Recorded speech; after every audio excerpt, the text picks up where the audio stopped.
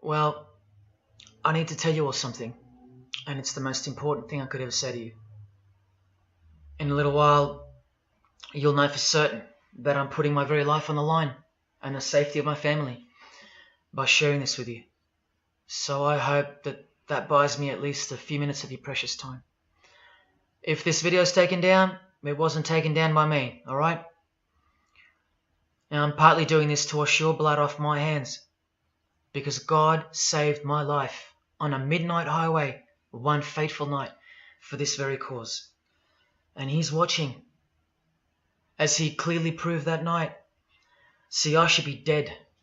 My sleeping driver was hurling us toward a concrete wall at 100 kilometers an hour when an angel of God was sent to wake me up from a deep sleep with just a whisper, and just in time.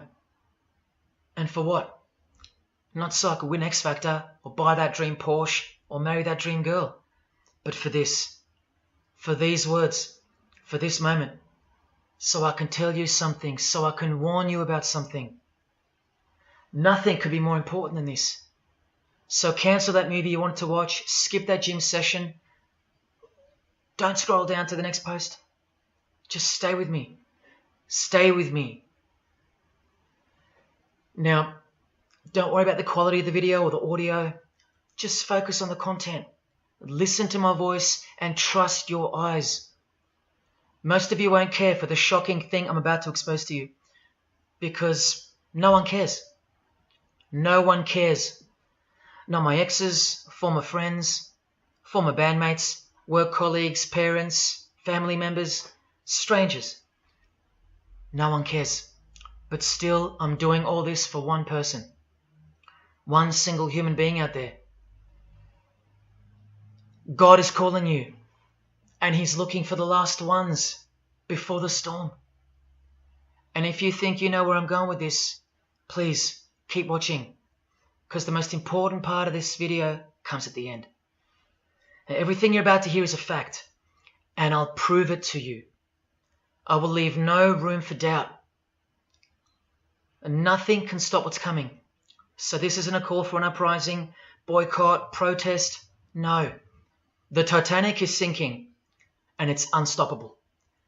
All I'm going to do is point you to the life raft. And if you want to ignore me, then fine, proceed at your own peril. God knows I've tried. If you want to mock me, then at least share the video. Let others mock me too. Tell your friends. Check this freak out. Anything to help me reach someone who has eyes to see and ears to hear.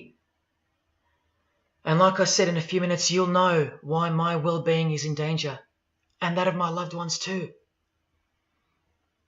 Now let me ask you something real quick. Who do you think, generally speaking, runs the world? What type of people are the leaders of our countries and corporations, and the rich and the famous too?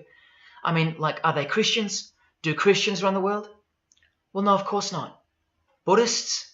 No. Do Muslims run the world? No. What about atheists? It's got to be atheists, right? Because we've come such a long way as a society, and atheism is the rational state of mind for the modern type of person, right? No. What about a mixture of people? Different types of people run the world. Let me tell you something.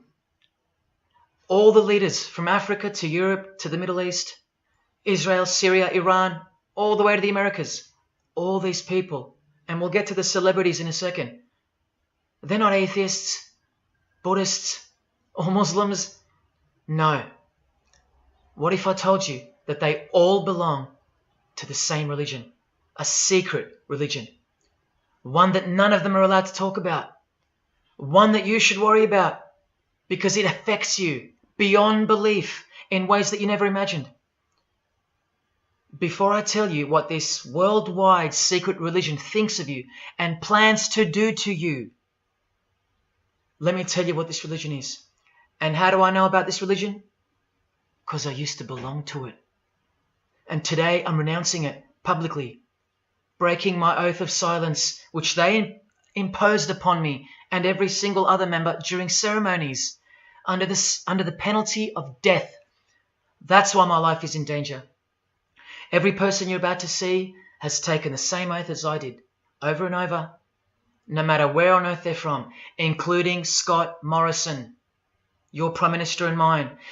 But see, I was plucked from it, saved from its camouflaged clamps, from its extravagant deception and its spiritual corpse, by none other than God Almighty. No one else is going to tell you this.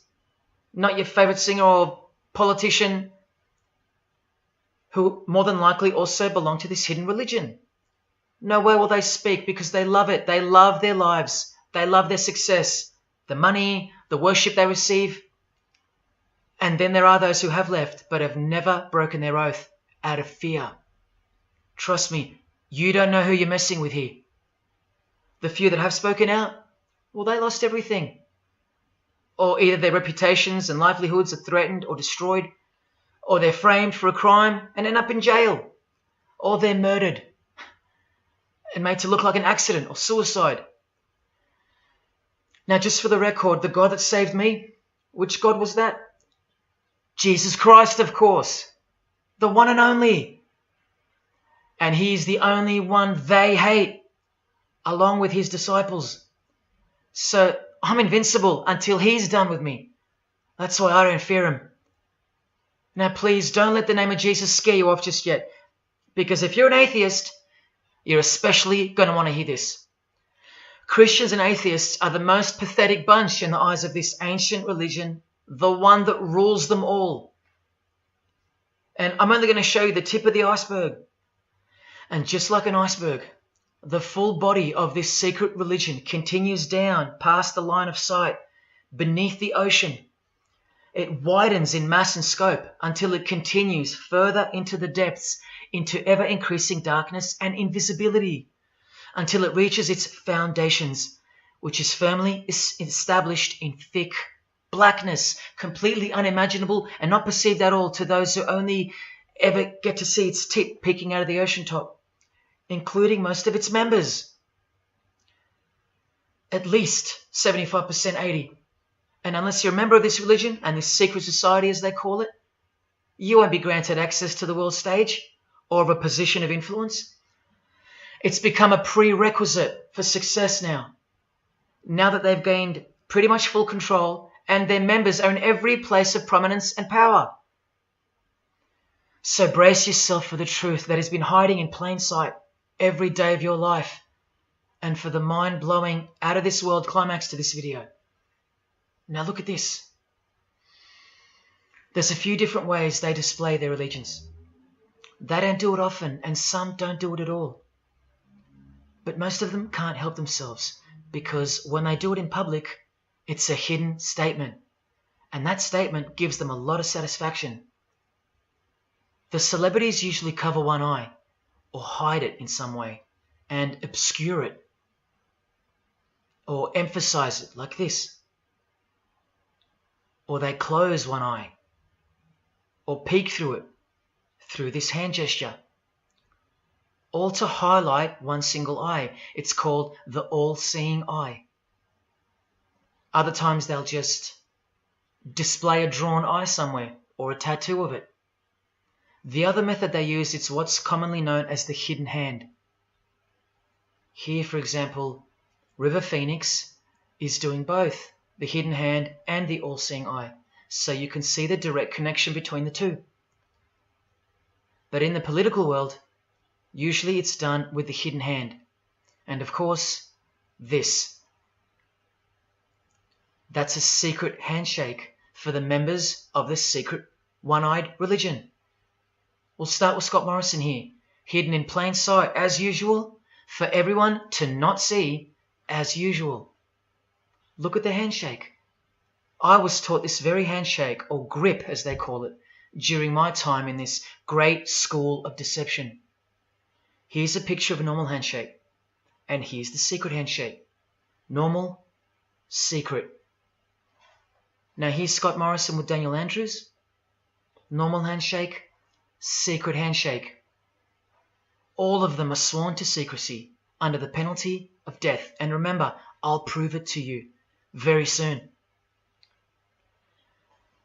Here's former Prime Minister John Howard giving the secret handshake, and Kevin Rudd bowing down to to this bloke in front of Julia Gillard, all of whom are members of the religion. And Tony Abbott, you'll see in a second, and he's Julia again.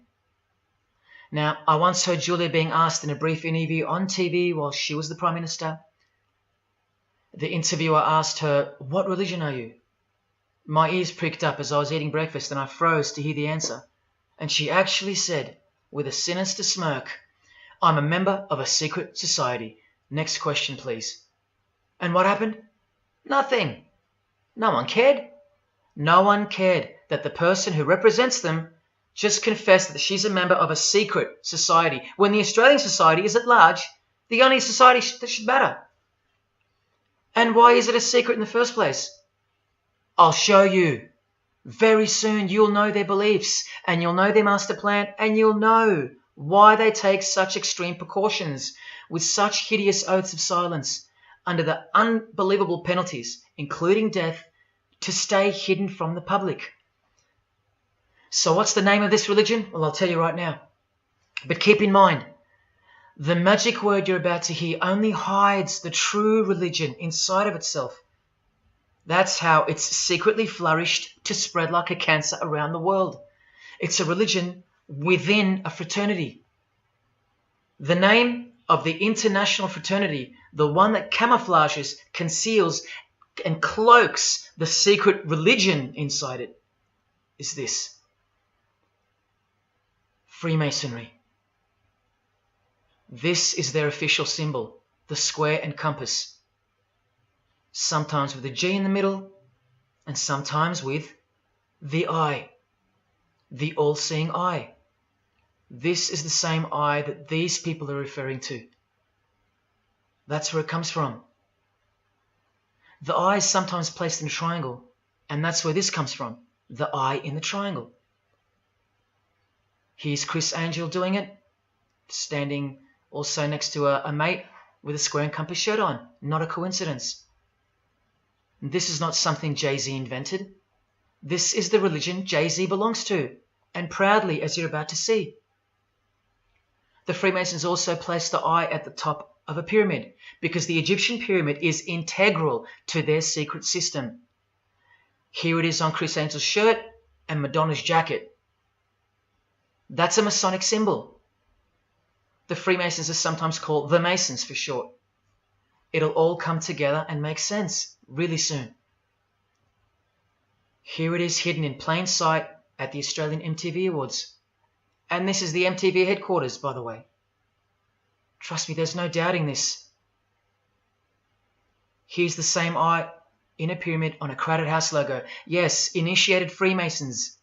Here's the eye on the Harbour Bridge for a New Year's Eve gig. And I wonder what that eye could be referring to. So what's the connection? The religion is the connection, the secret religion. And you'll see. Prepare yourself for an incredible revelation and the amazing climax that comes at the end of this video.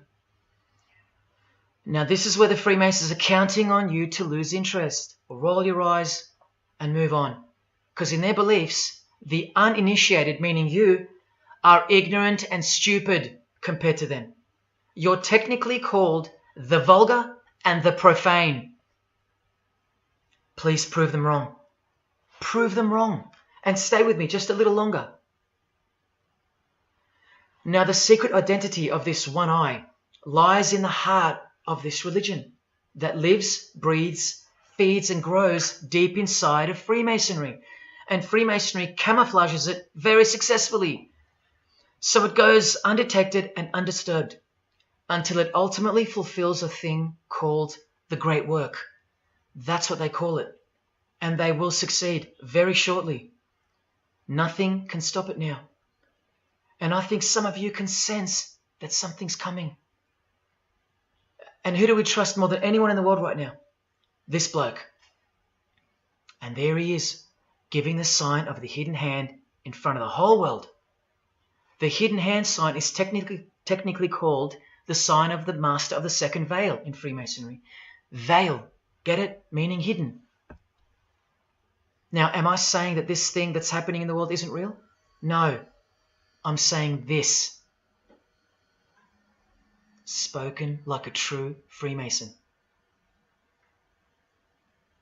And you remember this guy? A safe place and a dangerous place. We must treat this new world order, this new world of COVID, we must treat this new world of COVID even in our own homes. So what is this new world order that he accidentally mentioned? It's common language in Freemasonry, and it has been for a long time. For at least this long. Since the US $1 bill. Hidden in plain sight, complete with the pyramid in the eye. It's the ultimate goal of this religion. And I'll show you what the great work is, at any cost. And Australia, like every other country, is now up to its neck in this pyramidal, one-eyed, occult religion. You think there's nothing hidden on our own money? What about this shadow of a bloke? Who's he hiding in the background? Well, these numbers right here will tell you. And I'll show you that too. Did you know there's a giant pyramid in Australia? You want to see it? Sitting right at the centre of Australian power? Look closely, because you'll miss it. Because that's the way they designed it. There it is. Hang on. Do you see it yet? And what about now? That is the frame of an Egyptian pyramid, which we can now firmly call a Masonic pyramid, complete with a missing capstone. And if you're still in doubt that you're looking at a pyramid, there you go. A perfect to-scale pyramid hiding out of sight inside the giant frame that surrounds it. This is going to be so unbelievable to you that you probably won't believe it. Or if you're that far gone, if you really have lost touch with your own soul, you won't care. And you'll miss the opportunity to have your own eyes open first to the worst news and then to the best news you could ever wish for on this God-forsaken planet in which you're destined to lose everything you have and everything you love until eventually you lose yourself. We have to establish what this religion that's hiding inside of Freemasonry actually is, and we will. And it's shocking, but it's reality. The symbol of the Freemasons itself is not what it seems. It's a squaring compass on the surface, but it conceals something that'll become obvious when I show you. But before we uncloak Freemasonry to see its true nature, its ugly face and its shameful nakedness, because I gave you my word that I'm going to prove it to you. This is the oath they have to take. This is the oath that I took. And your favorite actors and singers, just about all your heroes, just about, even some of your relatives, who probably have no idea what Freemasonry is or was, and why they took such gruesome oaths. So for those who are going to say, my grandfather was a Freemason and he was a great bloke, or don't the Freemasons run that retirement home? Just wait. Because I'm talking to Freemasons here as well. And don't you worry, they're going to come out of the woodworks. But they're all under the oath of secrecy. Don't forget that, no matter who they are. Adele, Neil Finn, Chris Angel, or Scott Morrison.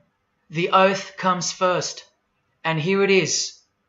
This is taken from an official Masonic publication, not intended for the public. This is Duncan's Ritual of Freemasonry. In brief, I, of my own free will and accord, do hereby promise and swear that I will never reveal any of the secrets, arts, parts, point or points of the Master Mason's degree to any person or persons whomsoever. This I solemnly, sincerely promise and swear, under no less penalty than having my body severed in two, my bowels taken out and burnt to ashes, so no more remembrance be had of so vile and wicked a wretch as I, should I ever violate my Master Mason's obligation. So now you know what they think of me. I'm a vile and wicked wretch for breaking my oath. So how can anyone ever trust a Freemason when he speaks about Freemasonry? Unless you're speaking to a rare breed like me. Never reveal any parts, not even a single point, to anyone. Here's another penalty from another degree, this time from Richardson's Monitor of Freemasonry, a legitimate Masonic publication for instructing and laying out the ritual. binding myself under no less penalty than having my throat cut across, my tongue torn out by the roots, and my body buried in the rough sands of the sea. These are the penalties they swear to. And yes, the lodge has penal authority to execute. This is how they look when they're initiated.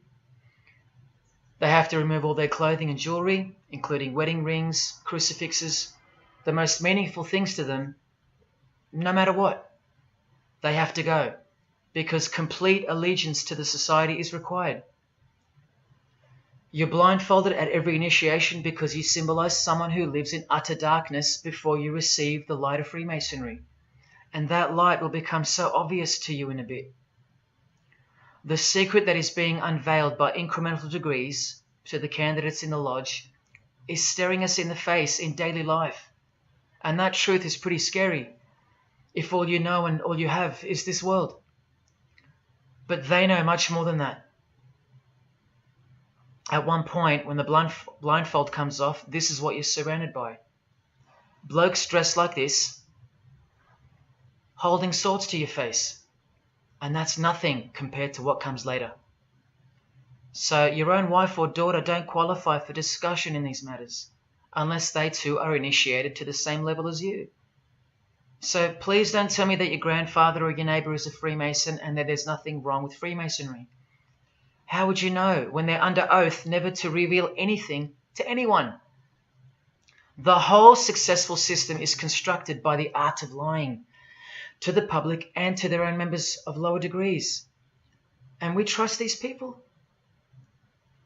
Now here are the illustrations for the signs and handshakes. And you only receive them after the oath has been taken. This is the sign you do upon entering and exiting the ritual room while facing the Grand Master. It stands for throat slit, and it goes like this. A continual reminder of where you are and what awaits you if you have a change of heart or rebellious spirit. And here you have the illustrations of the secret handshakes. Look familiar?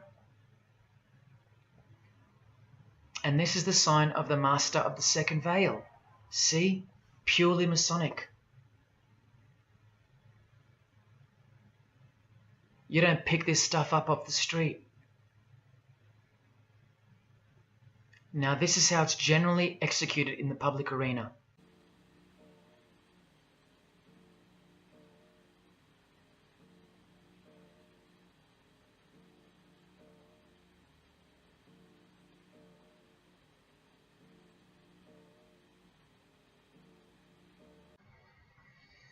Sneaky, sneaky, huh? So when you see this, or this, you know for certain where it comes from and who they belong to. Look at Kramer on the front page of the privately circulated Freemason magazine, officially a Mason, like fellow brother Tony Abbott, and he's doing this. That's a direct link to the mysterious all-seeing eye of Freemasonry. There it is on the walls of the inside of a lodge room. So there's no reason to doubt that those who do this belong to this. This is another sign they do quite prominently. It's the sign of silence. This is from Richardson's Monitor of Freemasonry again, a finger over the lips. Now these signs are slightly morphed over time, so covering the mouth in a variety of ways is the expression of being bound to secrecy and silence. Silence or death, as Little Wayne here is portraying. Here's the oath of a second-degree Freemason on page 21 of Richardson's Monitor of Freemasonry. Binding myself under no less penalty than having my left breast torn open and my heart and vitals taken out, thrown over my left shoulder, should I wilfully transgress any part of this my solemn oath. In this degree, the penalty is to have your whole body dissected, bowels removed and heart cut into pieces and thrown into a field where you are eaten by animals, all to protect the secret religion of the rich, powerful and famous. In the Knights Templar degree, the penalty is to have your head cut off. Listen to this penalty. And this one has happened throughout history more than any other, because it works so well without having to resort to death or the threat of death, and it's easier to execute. Now this applies to all areas of industry. It's done through the ruining of your reputation by fellow Freemasons, pointing him out to the world as an unworthy vagabond, by opposing his interests, making life very hard for you, by deranging his business, by transferring his character wherever he may go, and by exposing him to the contempt of the whole fraternity, the secret society, and the world. Wow! How many people do you think they've threatened, ruined, framed, cheated, and utterly destroyed to protect their secret religion? And in case you think the Masonic Lodge hasn't got the authority over the initiates, especially the ones in the high degrees, this is from the Encyclopedia of Freemasonry. Under mandate, the orders and decrees of the Grand Master or of a Grand Lodge are called mandates, and implicit obedience to them is a Masonic obligation. And in Sickles' Monitor of Freemasonry, you plainly see they have a right to kill. A lodge has a right to exercise penal authority over its members. Exercise the penalties. So don't let a Mason tell you, oh no, that's just symbolic, the oath. Their laws are above the law of the land, and the proof are the oaths themselves. Because in normal society, you can't ask someone to accept having their throat slit as a penalty in order to be a member of any club or workplace. Unheard of. But not in Freemasonry, not in the secret society world. I told you, you don't know who you're dealing with and what's coming for us all. Here's what they think of the public. Here in speaking to the candidate, it's stated, but have a care not to defile the sanctuary by a spirit of curiosity, meaning don't try to join us just for fun. And take care not to increase the number of the vulgar and profane, meaning don't invite too many outsiders to join because they're vulgar and they're profane. This is more or less an invitation-only fraternity. Here from the Encyclopedia of Freemasonry again, written for Masons only and written by 33rd degree Masonic legend Albert Mackey, stating the same thing. Masonic definition of profane. One who is ignorant of the sacred rites of Freemasonry. One who is not allowed to enter the temple and behold the mysteries. And here, being uninitiated. That's the world at large. And here from this old ritual book written by the same legendary author, in the 33rd degree initiation, the Mason drinks wine from a human skull, which has been the cause for a few to leave Masonry, because they wonder, whose skull is this? In the 30th degree, part of the ritual involves stabbing skulls. Illustrated right here. The process of submitting the member further and further involves things like this. See, the candidate who's seeking admission into the next degree to receive more light has to be humiliated and intimidated. This guy here has his foot on the candidate's head. This is what our celebrities and politicians and the most prominent members of our society have done and continue to do. No one is exempt from this. And this is the intimidating and frightening path that you must take that binds you to the secret society before you are revealed the true beliefs of the religion. So can you see the risks I'm taking? You have to stay till the end. Don't let me down. Don't let yourself down or your fellow man. Believe me, it'll be worth it. Now here's one of the 3 greatest Freemasons of all time, who actually helped construct the 33 degrees or rituals of modern Freemasonry, Albert Pike. A hideous man with a deeply complicated mind, and one who will soon help you to see who they really are. This is how important he is to Freemasonry. He's buried here, in the House of the Temple, a Washington Masonic Lodge, just around the corner from the White House. He was called the Grand Commander, Sovereign Pontiff of Universal Freemasonry, a giant of this secret society, the only Confederate general who has his own statue. And who were the Confederates? The dudes that fought for slavery, not against it, defeated by Abraham Lincoln, who was surrounded by these Freemasons, and who was assassinated by this one, John Wilkes Booth. doing the same sign of the master of the second veil. A Freemason assassinated Abraham Lincoln. Undisputable when you have the eyes to see. Now, Albert Pike writes in his colossal work, which some refer to as the Bible of Freemasonry, called Morals and Dogma, and on page 113 he says, "What can there be in common between the vile multitudes and the sublime wisdom?" That's what Freemasons possess, sublime wisdom. That's what their secret is. It's sublime. The secret I'll reveal to you. Now, just quickly, here's Freemason Kanye West. Here he's giving the Masonic grip to his brother Mason Jay-Z. Look at the lapel he's wearing in this picture. It's the same double-headed eagle as on the front cover of the so-called Bible of Freemasonry, Morals and Dogma, written by the Grand Commander Sovereign Pontiff of the religion that Kanye and Jay-Z have been sworn into, and thus granted access to international success. His Christian conversion isn't what it seems, and you'll soon see what job he has to do. Now look at what else Freemasonry thinks of the uninitiated, from the words of the Grand Commander himself. The truth must be kept secret, and the masses need a teaching proportioned to their imperfect reason. I hope you're listening, because we're about to get going here. These truths were covered from the common people, as with a veil. There's that veil again. And the mysteries were carried into every country. Freemasonry was secretly imported from the East into the whole world to weave its web in the darkness, to increase and advance its agenda. The sages, meaning the enlightened ones, always had an esoteric creed, unknown to the vulgar. And here he says, to the end that the vulgar herd, seeing, might not see anything, and hearing, might comprehend nothing. Are they right? Am I wasting my time, laying it all down for nothing? Because they know you so well? Your favorite celebrity and politician's secret religion is beyond the reach of the vulgar. Vulgar is what you are to them. He won't tell you. She won't tell you. And they won't tell you.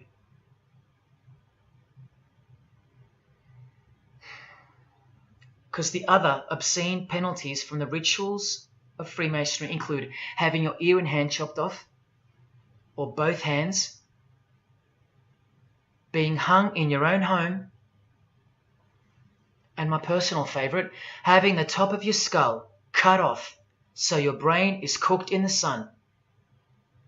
Now, can you imagine what they're hiding?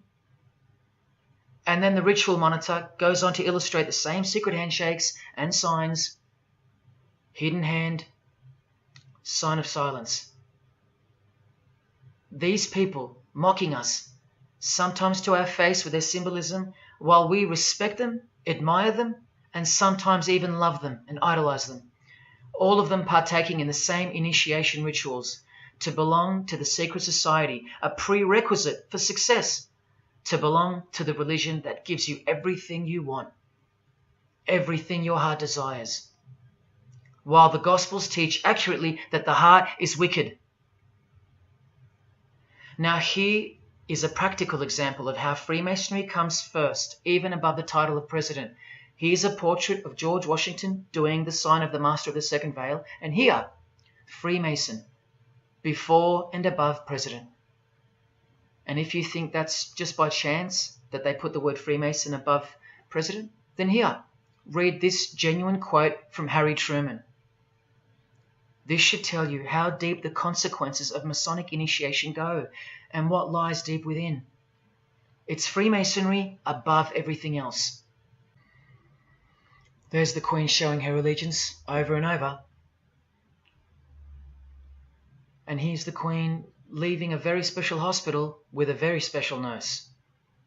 And this was the Queen's father, fully dressed in his Masonic regalia, and that God-forsaken apron they wear, which also hides something, just like the square and compass.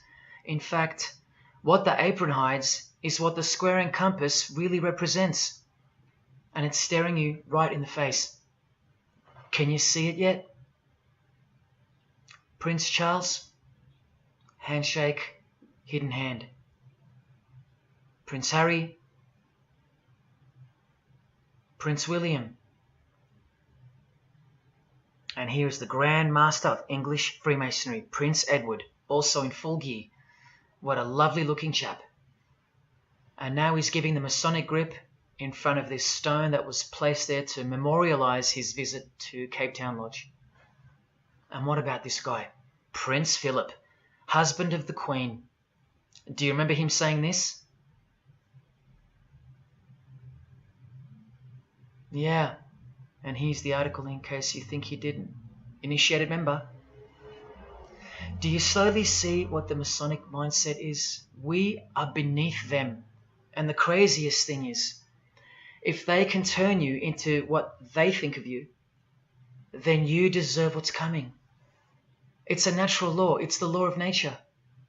And I'll soon show you their real Bible, for lack of a better term, which justifies it all, and the one which guides their morals.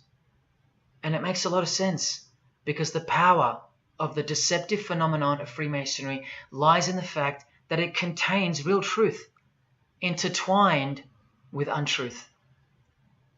Now, this actual book that guides their morals and plans, it isn't written by hand, and it's been around longer than the Bible.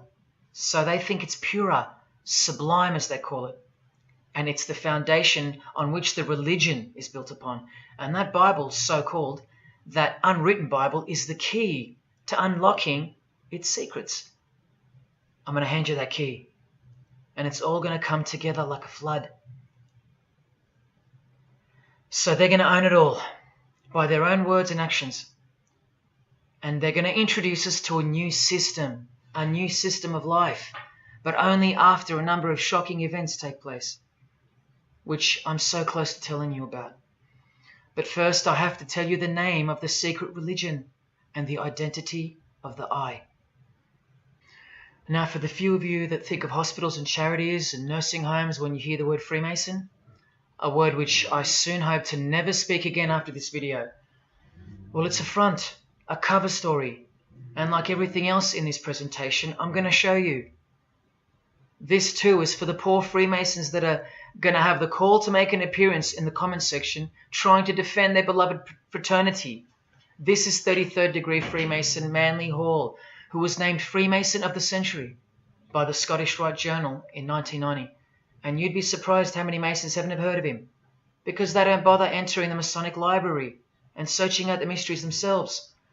These same Masons think they know something, and they parade themselves on websites and social media, calling people like me, oh, he's just an anti-Mason, anti-Mason. Blind fools at best, deceivers at worst. Well, the Freemason of the Century wrote in this book, and in this chapter, Freemasonry is a fraternity within a fraternity, an outer organization, concealing an inner brotherhood of the elect. One visible and the other invisible.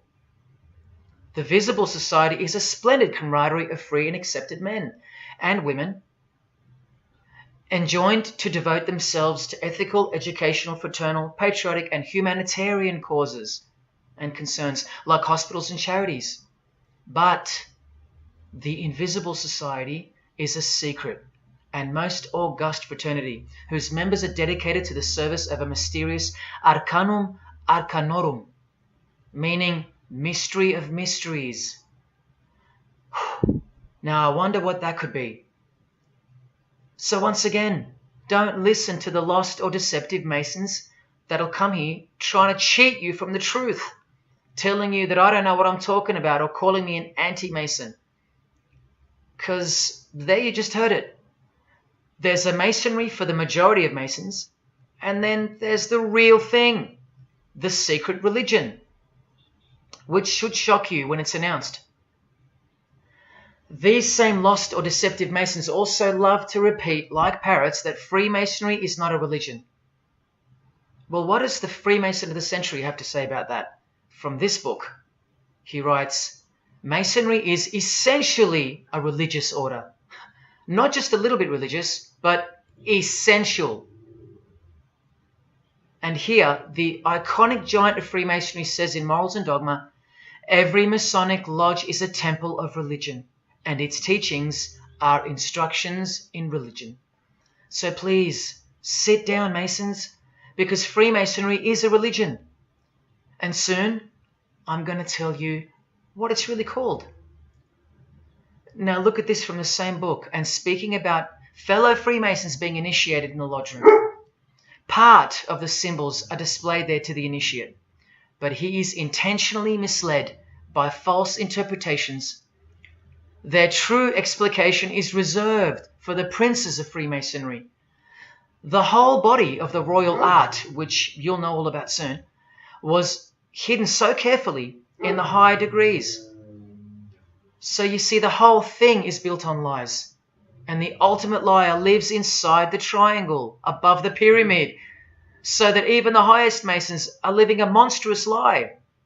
Wake up, Masons. Even you are deceived, just as the public is. Unless, of course, you're hungry enough to want to acquire all the power and climb up that pyramid closer to the eye that sees all. In that case, close your mouth, go back to your lodge, and good luck to you. Or, of course, grow some kahunas and be honest. But then you can't, right? Because you'd be breaking your oath. Sad. Oh, it's good to be free, under the wing of the true master. Stick around if you're interested, and you'll get to see some wonder. When I pull that cloak called Freemasonry right off, and those that are still here watching will get to see the true colours of the nakedness and the horror of the Masonic Lodge, and the religion that rules them all. Another thing that Masons will repeatedly say is that this has nothing to do with Freemasonry, and it's just a conspiracy theory. Well, the 33rd degree Freemason of the century also wrote this book about 100 years ago, The Secret Destiny of America. And look at the front cover. And I'll tell you why America is so important for the ultimate goal of the secret society. It's disturbing, but it's also essential in understanding the near future and what's going to take place. So for the Freemasons that still say that this is not a Masonic design, especially this Masonic website called Masonic Info, insisting here that even the eye in the triangle or pyramid is not Masonic. Completely laughable and pure disinformation for the stupid masses. Try arguing against this. This is from a 1960 copy of the New Age magazine, an official organ of the Supreme Council of 33rd Degrees. No higher authority in the United States to speak of the relationship between Freemasonry and the US $1 bill. Masonic symbolism in a $1 bill. Look at them all. 13 leaves, 13 bars, 13 feathers, so on and so forth, and of course, this, the Masonic all-seeing eye, located in the pyramid. So, you think this is a conspiracy theory, or just a plain conspiracy?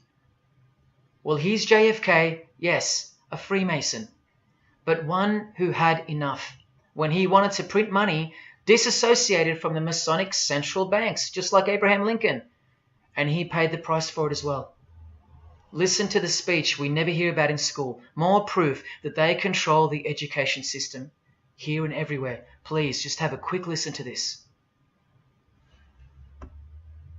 Ladies and gentlemen, the very word secrecy is repugnant in a free and open society, and we are, as a people, inherently and historically opposed to secret societies, to secret oaths, and to secret proceedings. For we are opposed around the world by a monolithic and ruthless conspiracy that relies primarily on covert means. I am asking your help in the tremendous task of informing and alerting the American people.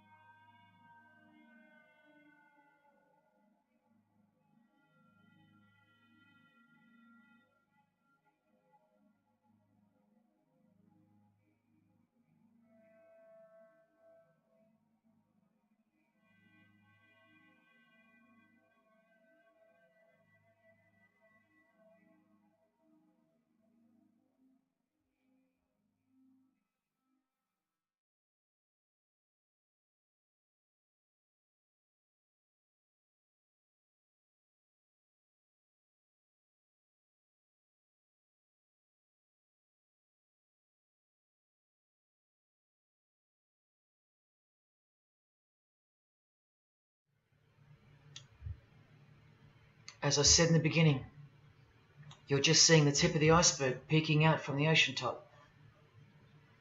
I told you, all personalities in the field of great influence are initiated members of Freemasonry. Otherwise, they wouldn't be there. Within 60 seconds of me telling you what international Freemasonry really is, I'll prove it to you. Unequivocally, within 60 seconds. And then I'm going to drive it home, and then I'm going to show you what they're planning with this new age they're implementing, and then the conclusion, which is by far the most important part of this presentation. So when you hear me tell you the truth in just a moment, don't switch off in disbelief because you can't believe that your favorite idol or whoever could possibly be involved, like you know them or something. You don't know these people. You do know that they're under oath never to reveal their beliefs to you. The vile multitude. It's time to trust your eyes now, not your feelings, especially after all that I've shown you. This is why the secret religion is so hidden. This is why it's so ingeniously designed through layers of lies upon lies, cloak upon cloak, and oath upon oath, concealing the truth for its chosen few. What is Freemasonry? What is the most secret yet most powerful religion in the world? Well, that's easy. We live in an evil, evil world. So there's only one religion that befits it. Freemasonry is Satanism in disguise. Now start the clock. From Morals and Dogma, prepared for the Supreme Council for 33rd degree. That's the highest degree in Freemasonry, and written by the undisputed heavyweight champion of modern Freemasonry, Albert Pike. On page 321, he boldly states, Lucifer, the light bearer. Strange and mysterious name to give to the spirit of darkness. Lucifer, son of the morning. Is it he who bears the light? Doubt it not. Did you hear that? Lucifer is God, and do not doubt it. Come on now, stay with me. Here from the Encyclopedia of Freemasonry, written by 33rd degree Freemason, a beloved member of the craft, Albert Mackey. He tells us whose name represents the good principle in Freemasonry's secret worldview. Writing under the Masonic meaning of the word pentagram, he says that the pentagram, depending on its position, represents good or evil. See how he puts the positive aspect in the first position? Good first, evil second. Good or evil, light or darkness, victory or death, initiation or profanation, Lucifer or Vesper. Lucifer is good. Lucifer is light. Lucifer is victory. And Lucifer is true initiation. See, if you're not initiated, you're profane. If you haven't figured out that God is Lucifer, you're vulgar and profane. You're stupid, in their own words. That's the beginning of their big secret. God is the devil, and we're already in hell right now. Now from the Freemason of the Century, Manly Hall, and this will make it 3 out of 3 legends of Freemasonry stating the same thing. In The Lost Keys of Freemasonry on page 76, when the Mason learns that the key to the warrior on the block is the proper application of the dynamo of living power, he has learned the mystery of his craft. The seething, surging energies of Lucifer are in his hands. Do you see? The world's hidden religion, with its universal one-eye symbolism, who was revealed slowly and by degrees only to its dedicated members, is Satanism, or Luciferianism as they prefer to call it. Now all the oaths make sense, don't they? Now all the rituals make sense. Now all the penalties make sense. And their secret signs and symbols and handshakes all make sense. While the bulk of Freemasons make the external image of the fraternity and know nothing of who rules over them and who or what they're protecting. But which craft do you think the Freemason of the Century is talking about here? Which craft? Which craft? Which craft? witchcraft. You need to slowly wake up now. Witchcraft is the royal art of Freemasonry, jealously guarded and reserved for the few. I'll show you clear as day that this is in fact true. This is the symbol of Satanism. And this is the symbol of the lodge of female Freemasonry called the Order of the Eastern Star. Look at that. Satanism, Freemasonry. Trust your eyes. This is the symbol of the Church of Lucifer, founded by a 33rd degree Freemason, which I'll prove. Look at the Masonic squaring compass in the design. The Church of Satan and Lucifer, two sides of the same coin, nurtured and brought to an organized international level of power and influence by Freemasonry, in secret, and all done right under our noses. And if you think that your politicians or religious leaders or favorite idols can't be a part of this, you have to try and snap out of it, or suspend your everyday beliefs just for a moment, and I will clearly show you how it's not only possible, but it's actual.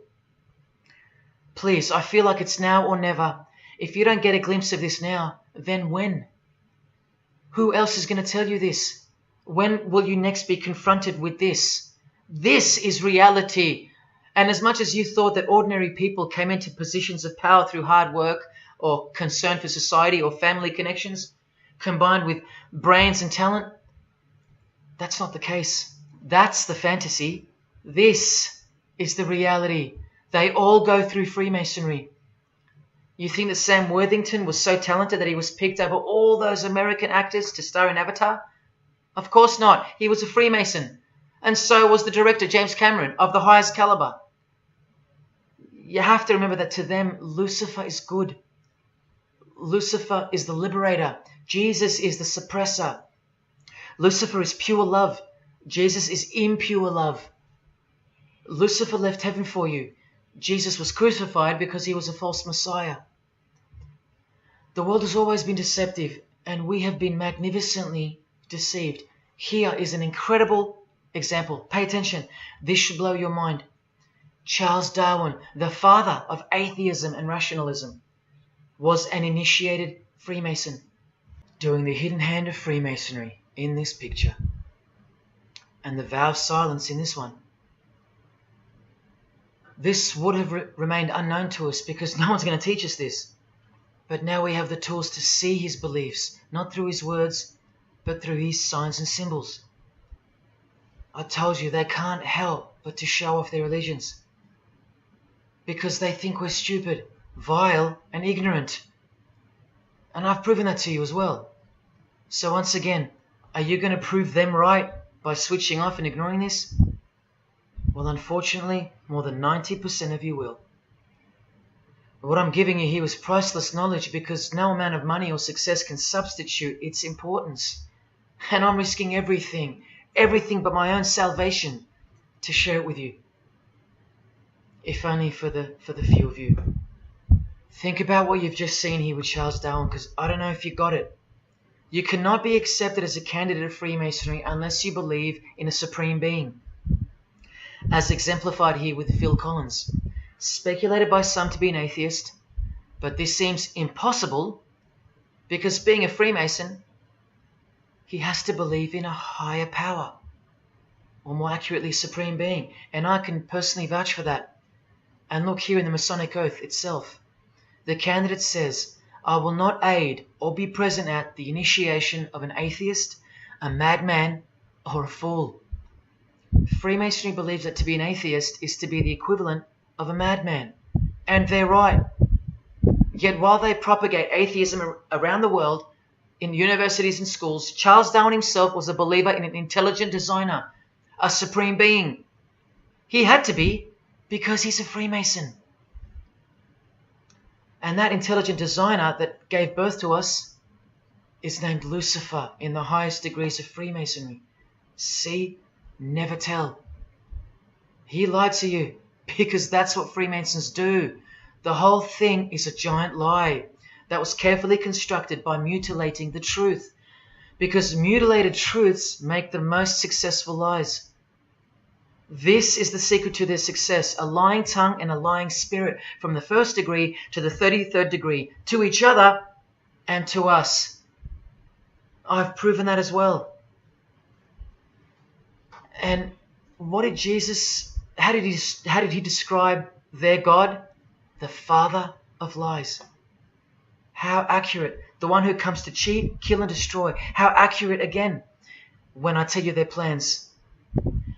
Look here, Charles Darwin is noted as an influential figure by the Satanic Temple. And proof for them, apart from the intelligent design that is all around us, that Lucifer is real and that he's the god of this realm, is the power of witchcraft or magic. Magic works because there's a hierarchy or a pyramidal power structure in the spirit realm, a realm devoid of any love for you. And these spirits can be conjured up and summoned by the practitioners of the royal art of Freemasonry. They ask for something in return, however. Listen to Bob Dylan, a Freemason. Hidden hand, one eye symbolism. Out here doing these songs, you're still on tour. I do, but I don't take it for granted. Why do you still do it? Why are you still out here? Well, it goes back to the destiny thing. I made a bargain with it, a long time ago, and I'm holding up my hand. What was your bargain? To get where I am now. Should I ask who you made the bargain with? with the chief commander. On this earth? And in this earth, and then in the world we can't see. How does one communicate with Bob Dylan's chief commander, Lucifer? By the jealously guarded royal art of Freemasonry, witchcraft. This is from the Encyclopedia of American Religions. Secrecy is bolstered by a system of initiations and degrees, the Freemasonic system. The material which is kept secret is the magical knowledge of the group. This knowledge may consist of rituals and powerful magical formulas. Do you think J.K. Rowling isn't a Luciferian? In this article, J.K. Rowling reveals the inspiration behind the Deathly Hallows symbol. And what is it? The Masonic squaring compass, with the one eye that all the celebrities mimic. That's the inspiration. They're all members of the secret society. If you think that doesn't prove anything, here she is with her new tattoo. It says Solve Coagula. Also a song title by fellow Freemason Marilyn Manson. And where does it come from? Here, the Baphomet. The image of Lucifer as conceptualized by another Freemason, Eliphas Levi, in his book, The Doctrine of Transcendental Magic. This horrid thing, with breasts, a penis, and a goat's head with 2 horns, has these words written on its arms, Solve Coagula. The impact of the meaning of these 2 words should disturb you to soberness when I tell you about them. Because apart from other things, they involve the process in which the new system will be implemented at unbelievable cost to you and I. Here's a statue of the Baphomet at the temple, Satanic Temple, complete with 2 little kids admiring it. That's J.K. Rowling's religion, Satanism. The secret religion for the highly evolved and the highly successful. Welcome to the real world. The same Masonic author writes in The Doctrine of Transcendental Magic, in the ceremonies practiced at reception by all secret societies, there are found indications of a doctrine which is everywhere carefully concealed, and that is witchcraft. And in his History of Magic, he tells us it is the royal art, and that's what Freemasonry calls it. And where did he get his inspiration for the Baphomet? From the Knights Templar, another secret society who were banned, and some of its members were executed in the 1300s for glorifying evil, as it's openly stated here in the Satanic Rituals. And where do modern day Knights Templars reside now? Within high degree of Freemasonry, right here. Again from the encyclopedia, and listen to this. The continuing impact of speculative Freemasonry, which means modern day Freemasonry, provided fertile soil in which new magical orders could grow. Magical orders, meaning other branches of secret societies, of which Freemasonry is the umbrella. Because Freemasonry is the king of secret societies. Just like JFK tried to tell us, it's the prestigious channel that one must go through. And it is the reason that the oldest religion in the world has made a colossal comeback and is now on the brink of success. Which, as I said, nothing can stop now. And again from the encyclopedia, the groups wear ritual garb and meet in magical lodges. And where do Masons meet? In the Masonic Lodge. Like here with a magical pentagram on their checkered floorboard. Are you believing your eyes? Or are you making excuses? Here's another statue of the Baphomet at a satanic temple doing the sign of the horned god Lucifer. The hand sign mimicking the horns on his head. And of course the upside down cross. And here's Barack Obama doing the same sign. And the sign of silence with a twist. Who do you think he's mocking here? You and I. But mainly Christians. Because Christianity is the one force that has stood between you and the inconceivable horror that is awaiting us and is on its way. Here's an article on Barack Obama, and that's his hands adjusting his presidential seal. And there's his Masonic ring, and the sign of the devil's horns, over and over. Freemasonry and Satanism are intertwined. Look at these Masonic politicians throwing up the devil's horns. George W. Bush. Look how sneaky and sinister the look on his face is here. And the manner in which he's delivering the sign. In front of the whole world. Is he a fan of rock music? Is he saying I love you in sign language for the deaf, like some people like to say? This is his fraternal order called Skull and Bones, also known as the Order of Death, where you lie naked in a coffin with what's called a temple prostitute during initiation. Clearly a Masonic order, with this guy displaying the hidden hand of Freemasonry. In Stanley Kubrick's last movie before his death, he's telling you that all prominent members of industry, including politics, as the movie goes on to show, are members of a satanic secret society. In it, he shows the members engage in an orgy and feast after the ceremony of dedication to their horned god. To identify which secret society he's referring to, he leaves the clues in the artwork. Not once, not twice, but 3 times. The One-Eyed Religion. And who do you think the title of the movie is dedicated to?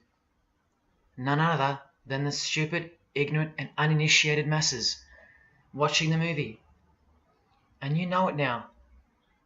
He knew that when we'd leave the cinema, we'd be commenting on the performance of Tom Cruise, or giggling about the orgy scene, or just being disappointed because the movie went too long, or some other meaningless critique, with eyes wide shut. Look at the cover of his other movie, A Clockwork Orange. The eye on top of the pyramid. And on his shirt, the word devil in Italian. Let me take it up a notch, in case this isn't registering.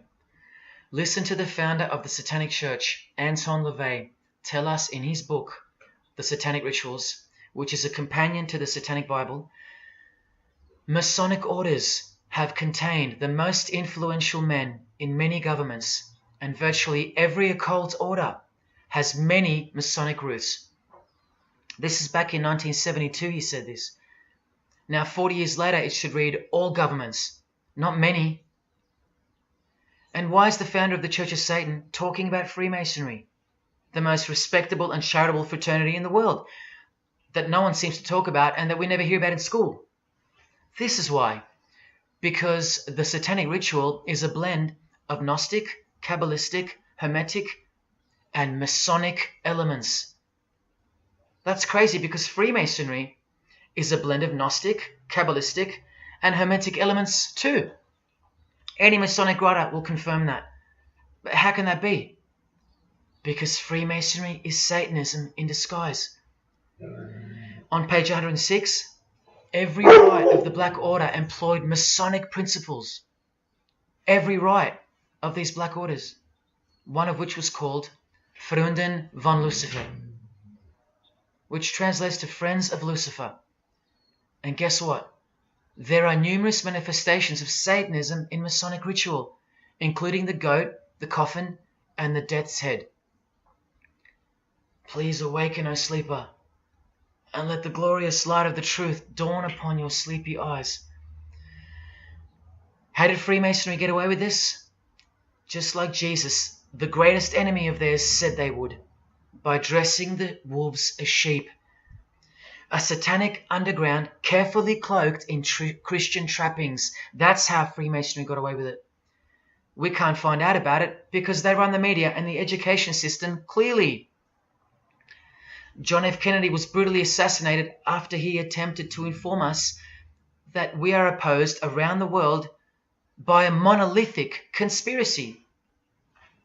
Did he know that Lucifer was the god of Freemasonry? I don't know. The Grand Master of my lodge, who was the mayor of the city, was a 32nd degree Freemason. That's one short of the top, one short of the true beginning of the secret religion, and he had no idea what Freemasonry really was. After 42 years in the lodge, they never invited him into the 33rd degree initiation because he couldn't see past the Christian trappings, as they were designed to do exactly that, trap the Christian, or trap anyone else who was too sensitive to behold the truth. Thus, Freemasonry could halt their progress at any time without suspicion because it's a rare thing to reach the 33rd degree, and every Freemason knows that. So that there are no rude awakenings that take place with those that aren't ready to embrace Lucifer as the true god of Freemasonry and the world. This is an ingenious system, birthed by what must have been demonic inspiration. Anton LaVey says that this ingenious system I speak of serves as a rudimentary screening process for organized Satanism. Exactly right. It's a filtering process, as I've said earlier. An international filtering process from which men and women are picked and permitted to enter the world stage. And I'm saying all this for those who naively think that politics and magic ritual do not mix. That's the founder of the Satanic Church. He admits that. Admissions that were never heeded because no one cares. How else did the Freemasons pull the wool over our eyes? The companion to the Satanic Bible tells us that as well. By filling the world with fools. And who's the biggest fool in the eyes of Freemasonry? An atheist. From the Encyclopedia of Freemasonry. One who does not believe in the existence of God. Such a state of mind can only arise from the ignorance of stupidity. All this time, you're laughing at Christians, and the Freemasons are laughing at you. Here's Brad Pitt, wearing his Masonic ring and covering his eye. Now here's a genuine quote from Brad Pitt, the Freemason. In short, I could really try on something different for myself. That was Satanism. It's working out really well. I made a pact. That's why. You don't believe him? Bob Dylan does. And the hand sign they all do. Allow me to show you what it symbolizes. And now that you know what you know, it should make sense to you. It stands for 666. Yes, indeed. Satan's number, foretold by Jesus Christ. Now just hang on, let me prove it to you. Here it is for all to see on this shirt design, worn by Guns N' Roses guitarist Slash. See the I in the middle of the 6? Repeated 3 times. That's 666. In this one, the design in the shirt is clearly demonstrated by the person wearing it. Another example, the hand sign with 3 6s on the shirt. Here's a movie poster, the hand sign and the 6 on his lapel. Connect the dots. Here's Don Cheadle, the hand sign, and here he covers one eye with the dice. What's the number on the dice that he holds toward the camera? 6. There's literally 3 6s that manifest in the hand sign itself, like this. That's why they do it. Here's Drake with the most obvious example, holding up the hand sign with the all-seeing eye of Lucifer on his bicep. And here, blatantly connecting the 6 to the hand sign on the artwork to one of his songs. The hand sign over one eye, obviously signifying a 6. This is proof. The number is mystical and it's grounded in reality, and it's related to sex rituals within witchcraft. You'll see, I'll show you. But if that's not enough, there. Drake is clearly intending that hand sign to be a way of communicating the number 666. A hater of Christianity and Jesus Christ. But I wonder why. He has everything he desires. Christians aren't suppressing him. He doesn't hate Buddha or Muhammad. None of them do. No. Jesus is who they hate. But they protect Freemasonry by communicating its presence in their lives, not by word, but by symbols and signs. Disciples of Lucifer. While you don't believe it, they take it very seriously, and they mock you by displaying it in your face. They know the truth. The chief commander, the one at the top of the pyramid, is Satan, the god of this world, just like Jesus told you who he is. Britney Spears doing the 666 over the eye, and look at this. The devil's horns while she wears the seal of the US $1 bill, designed by Freemasons. You know why now. You just have to stop denying it. Freemasonry is Satanism in disguise. This is how they tell you.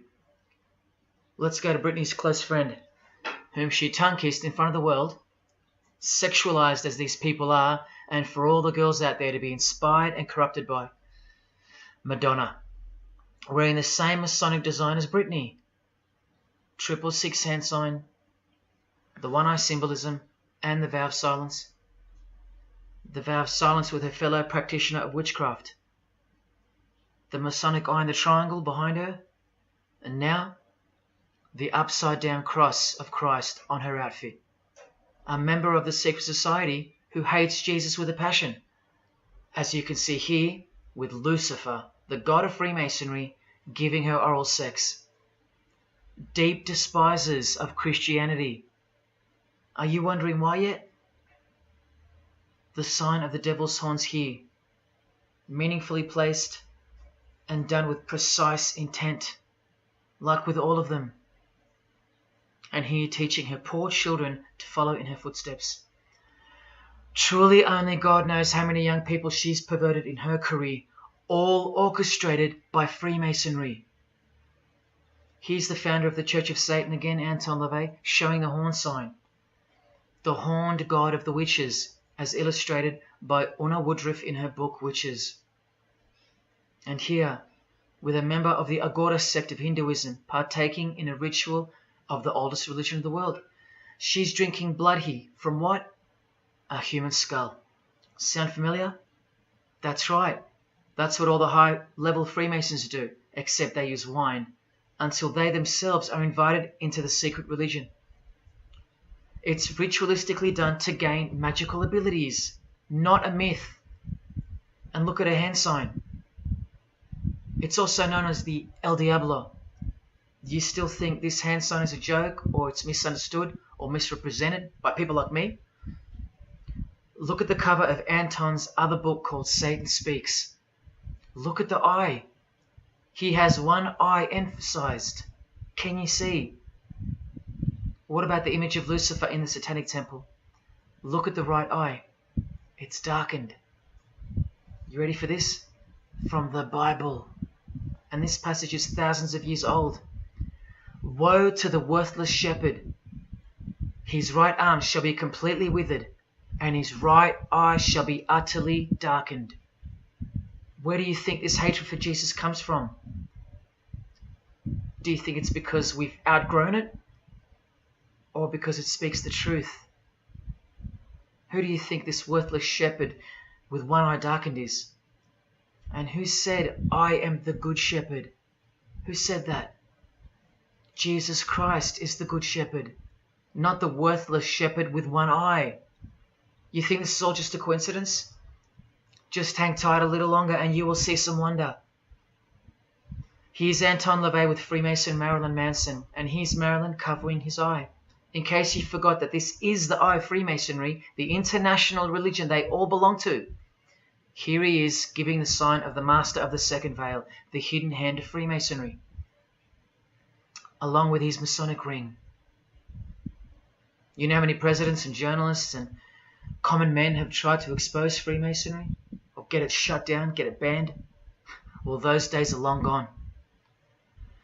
Marilyn Manson, the Freemason who tears the Bible into pieces on stage during his performances, he captured the fundamental purpose of Freemasonry's existence very well when he said in an interview with Spin magazine in 1996, "Hopefully I'll be remembered as the person who brought an end to Christianity," echoing the dreams of grandeur, just like his spiritual father. Now Kesha, one-eye symbolism of Freemasonry, the eye in the triangle, and the sign of silence. So she's a member. And behold, an inverted cross in her music video. Inverted cross on her outfit, and a satanic pentagram on this outfit. Just like the symbol of female Freemasonry. You think none of these Freemasons look like witches? Really? And none of these witches in the making? Remember, 90% of them don't know what they're serving, or what they're doing there, or why they're taking oaths of such silence and such penalty. Avril Lavigne does, showing her allegiance with the one-eye symbolism, participating in lesbianism in a video, influencing the masses, subtly stealing her innocence. And what's on her helmet? One eye. And doing the El Diablo with pentagrams at her concert. Anthony Bourdain with his one-eye symbolism. He was openly a hater of Christianity. And what kind of woman would suit a man like this? Well, a fellow member of the secret society who hates Christianity too, of course. Asia Argento. One-eye symbolism, again and again. The sign of Lucifer's horns. And this pose of his image. Remember the Baphomet. There's Asia mimicking its pose, complete with the finger position. Creatures with breasts and an erect penis and a goat's head. You know, things you find normal now. Thanks to international Freemasonry, normalizing evil and filth through multiple levels of and avenues of propaganda and influence, including television, movies, music videos, schools, education, through legislation, through passing of laws to protect the evil nature. And of course, through your favourite idols. Chris Hemsworth, just your everyday good Aussie bloke? I'm afraid not. One-eye symbolism and the sign of silence. Both of which mean he's taken all the disgusting oaths of Freemasonry under the penalty of death, thus catapulting him over the competition, never to promote Christian values or Jesus Christ again.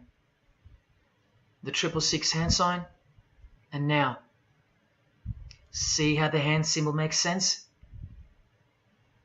Amber Heard, who was married to this Freemason, who's best friends with this Freemason. I told you they only date, marry and associate with their secret society. Here with the 666 over one eye, and this tweet. I think it's a tweet, I don't know. Look at the one eye closed, darkened if you will, and identifying its meaning with the devil's hand symbol. Of course, she camouflages the whole thing with her misdirecting words for the dumb masses. But we can see through that now, right? But look, it's Elon Musk replying. He's a fan of Amber Heard. Or is there more to it? Good sign, he says. The sign of the devil's horns. The fertility god. The sex god. That's what he's referring to. Why on earth would he point that out? You know why. But to be sure, let's go to his wife or girlfriend, Grimes. One eye. And whose eye is it? You know that too now. The God of this world. Who hates Jesus Christ just like she does. 2 inverted crosses of Christ and the pentagram. And what about Elon's mother? Of course, all members of the secret society. Most of us who never even knew it existed. Blink-182, initiated member with some of his secret brothers from the lodge. Vow of silence. Sign of the devil. Cyndi Lauper, all-seeing eye. Vow of silence. the sign of the god of this world. Christian Bale, who thanked Satan at an award show, doing the sign of the master of the second veil, the hidden hand of Freemasonry. Ashley Tisdale, all-seeing eye, social media post, and hanging out with her boyfriend, who proudly wears the satanic cross. You think they belong to the same religion? Of course they do. Bonnie Wright, one eye and the satanic horns. John Cleese, I include him here because he's a well-known hater and mocker of Jesus Christ and Christianity. He got rich off it, and he's a proud Freemason, showing his allegiance. Motley Crue, Nikki Sixx, Tommy Lee, Vince Neil holding a cross upside down, and their album cover. Secretly Freemasons under oath while promoting Satanism in the open, doing their job and influencing the masses to hate Jesus and Christianity and to live a life of sin through seduction of their music. Secret Society member Jimi Hendrix hiding one eye and telling you about the secret powers of music. Nirvana, Kurt, bass player Chris, Dave Grohl, Dave and Jack Black making the sign of the pentagram, a geometric tool used in the magical curriculum, and Dave wearing his upside down cross. Hard to listen to all those beautiful songs he's written now. Courtney Love and her daughter glorifying the symbol of Satan, and Nirvana discovering something on a road trip while covering some numbers up. Proud Satanists, all secret Freemasons. Here's Quentin Tarantino. Now that we know what we know, can you see through this picture to reach its true meaning? The all-seeing eye, whose identity is revealed by the hand gesture, which is 666, with the vow of silence and throwing up the devil's horns, which I hope you can finally see means something. Share. Can this get any more obvious now? The sign of the vow of silence being made with the sign of the devil, telling you that the secret which isn't to be spoken of is Lucifer, right there in front of you. Speaking through signs and symbols, like Confucius said, signs and symbols rule the world, not words nor laws. Cardi B, I just want you to see a few connections between the one-eye symbolism, the 666 hand sign, and the horned God symbol. Eddie Izzard, all-seeing eye, hidden hand, and mimicking the horns of the Masonic God. Oh, but men love the darkness rather than light, as the scriptures put it so solemnly. Look at how precise that statement is. With high-ranking Freemasons loving the darkness so much that they define the darkness itself as light. Watch. In MasonicWorld.com, an article by Worshipful Master John Alexander, who has journeyed from the lower degrees to the high and sublime degrees. This is the religion of our leaders and celebrities, so listen. He writes, every ritual from the high and sublime degrees that I've ever read contains the statement, I beg you to observe that the light of a Master Mason is darkness visible. I put it to you, brethren, that this is the most accurate description of Masonic light that you will ever find. Think about what you just heard, because this is what they learn. Masonic light is darkness. And this is before they enter the real religion of Freemasonry, Satanism.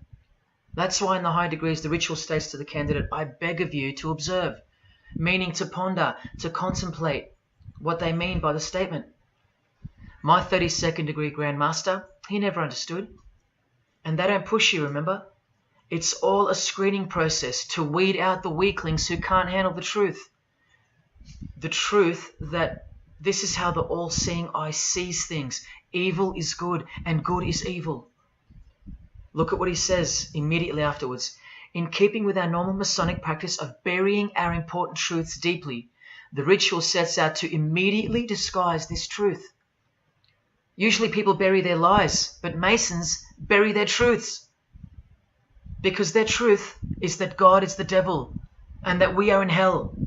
So everything has to be flipped on its head in order for things to make sense in this place where lust creates life, where might is right, where compassion is weakness, and of course, in order to succeed. Look here, with another Freemason of the highest degree, Helena Blavatsky. She writes in her book, The Secret Doctrine. Doctrine means belief. So the book is called The Secret Belief. The Secret Belief of Freemasonry. She says, the sons of God, of whom Satan was one, all those spiritual beings were called angels of darkness, because that darkness is absolute light. Do you see how far they go to protect and glorify the darkness? Because men love darkness rather than light. If these were just randoms next door or some minor cult, I wouldn't be telling you about them, and I really wouldn't care this much. But these are not randoms. These are our heroes. These are those who have crept into the power structure very slowly since 1717, when the first Masonic Grand Lodge was organized, to overthrow Christianity and the world. These are those who we admire, trust. And these are those who have perverted our culture with one hand, the hidden hand, while upholding it with the other hand. So you can never call them out, because they run charities, nursing homes, and children's hospitals in the open, while they propagate smut, violence, debt, and of course atheism in secret. While a plethora of everyday distractions are endlessly supplied to us through entertainment and news, plowing through our lives. That's political Freemasonry, politicizing everything, including entertainment, supplying you with their heroes and their idols.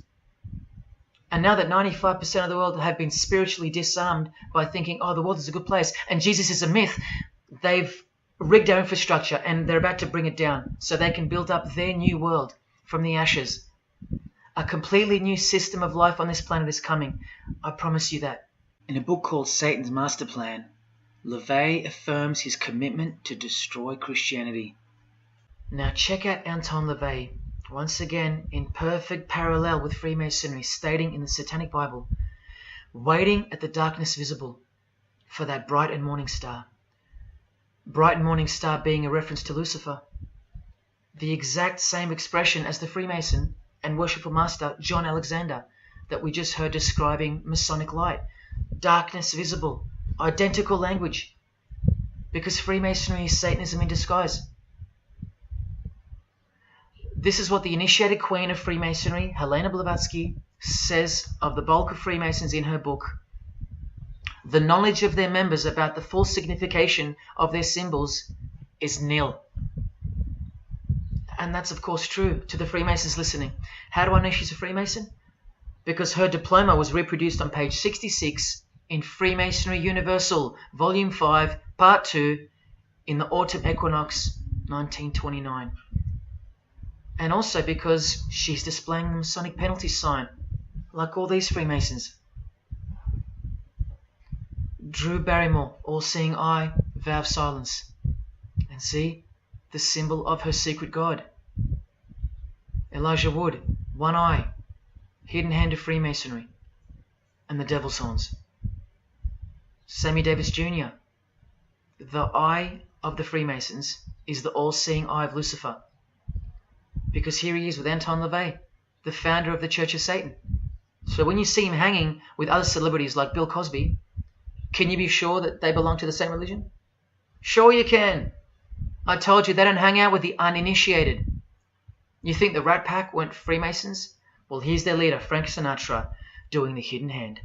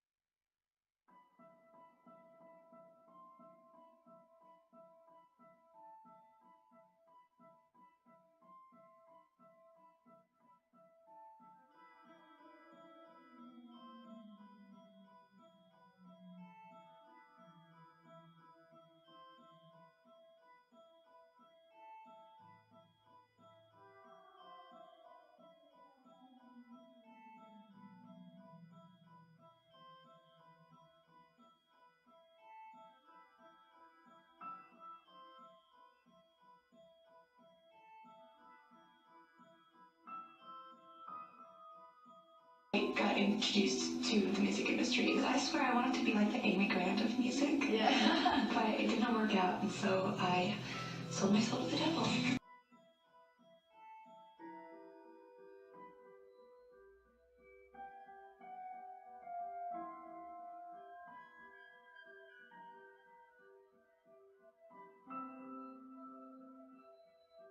On that, have you considered maybe doing more acting? I only had a few lines. It was fantastic, but I can't really tell you anything else. But it was. Sure you can. I know I can't. It's very secretive. It's a very secret society.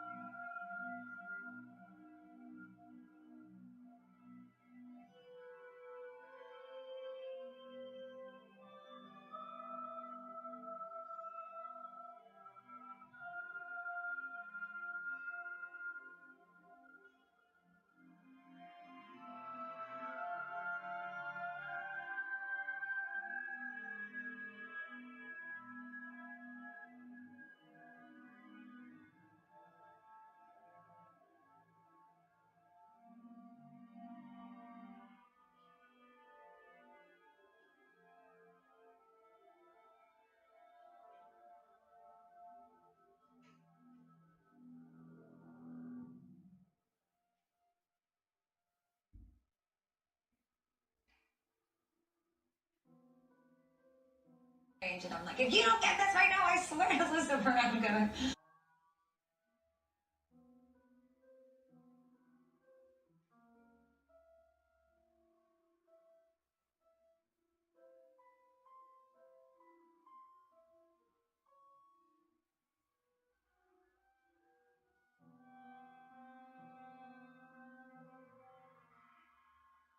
poker facing with your sexuality. When I was making love to my old boyfriend, I used to think about women sometimes. Oh, good Lord. I'm sure he was delighted when you told him. Oh, good Lord. I'm sure he was delighted.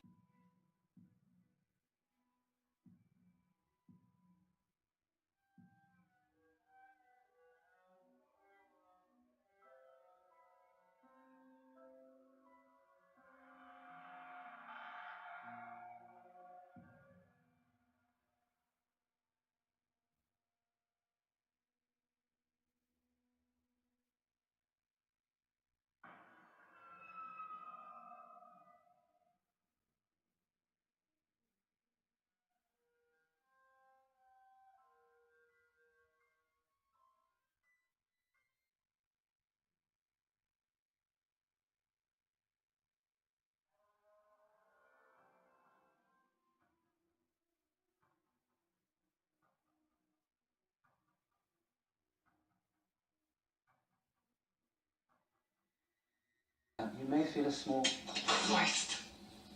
prick. Christ. Prick.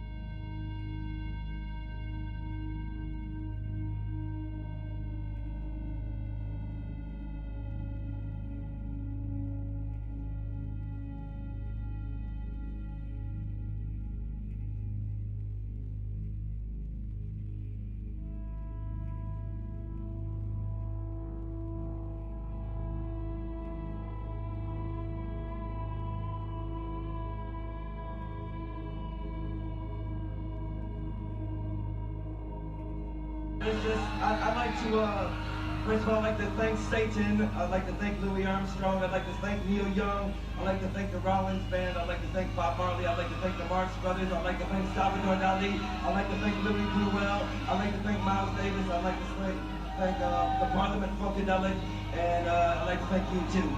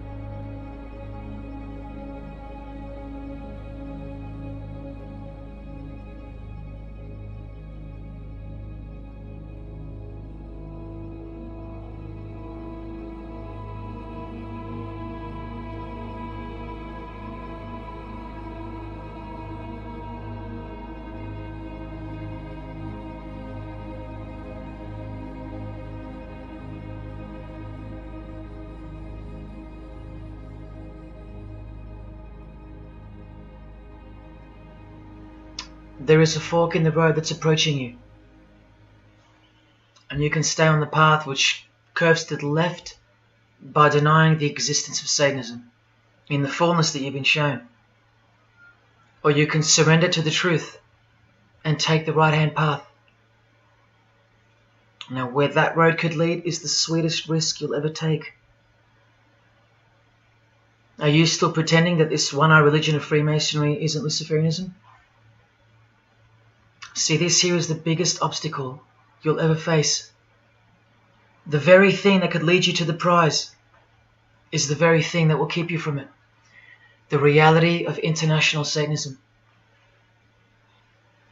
In the shadow of Christianity, Satanism has always been there.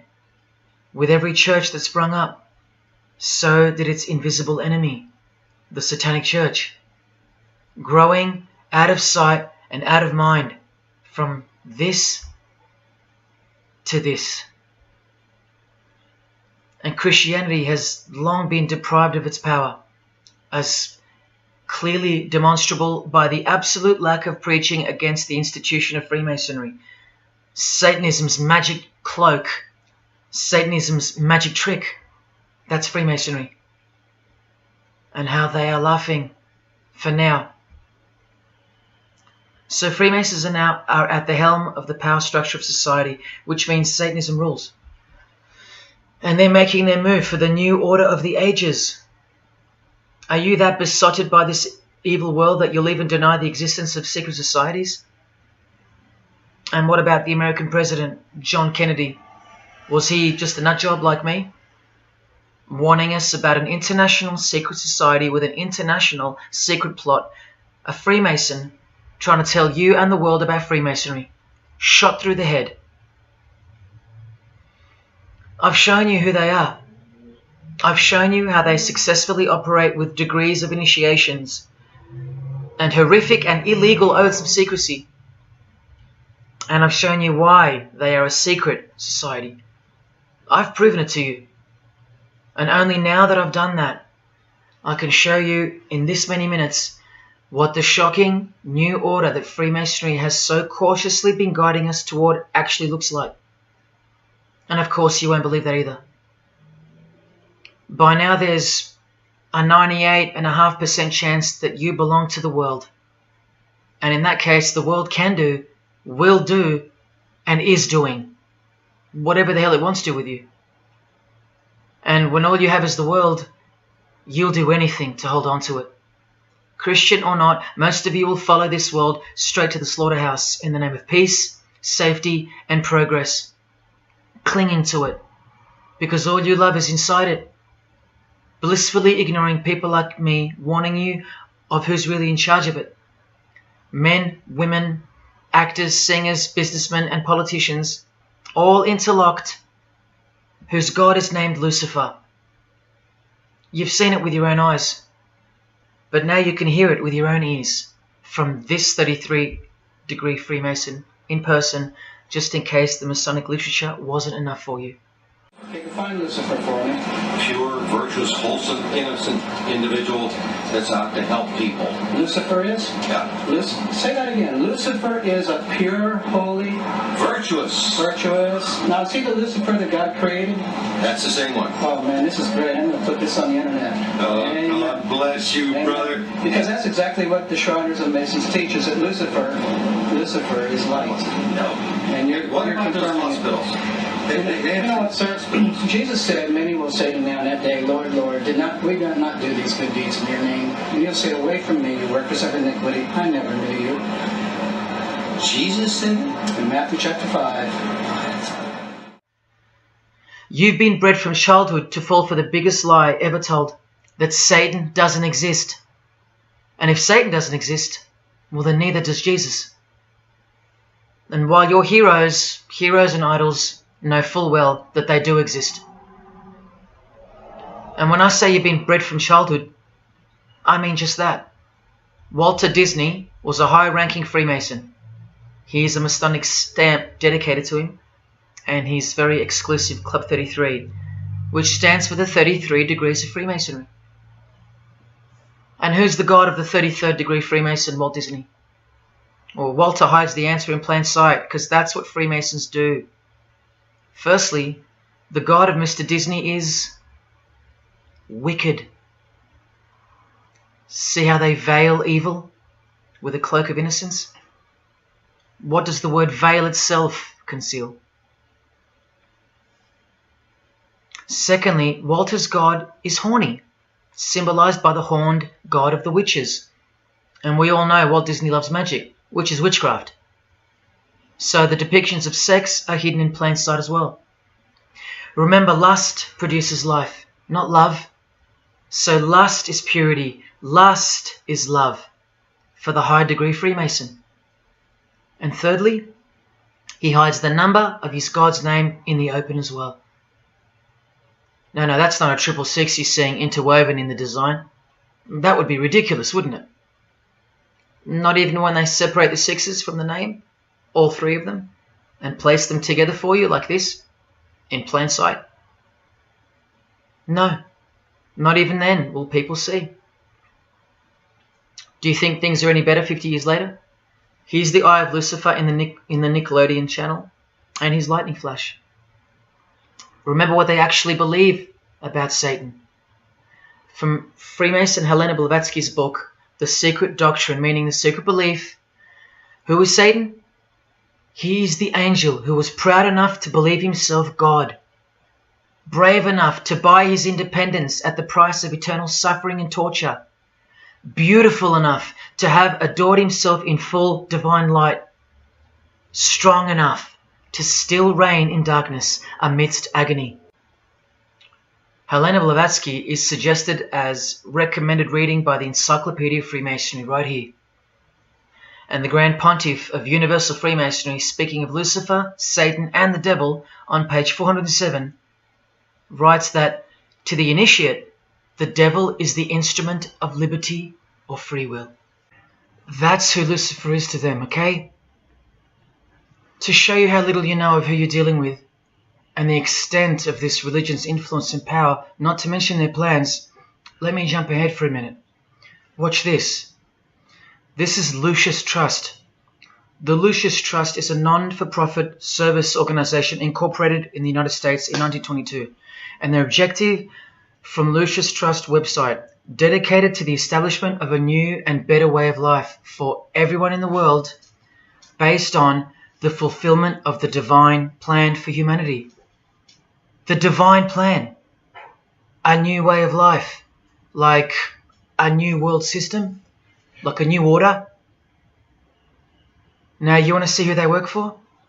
The Lucius Trust has consultative status with the Economic and Social Council of the United Nations. The United Nations, the UN. They consult the United Nations of the world.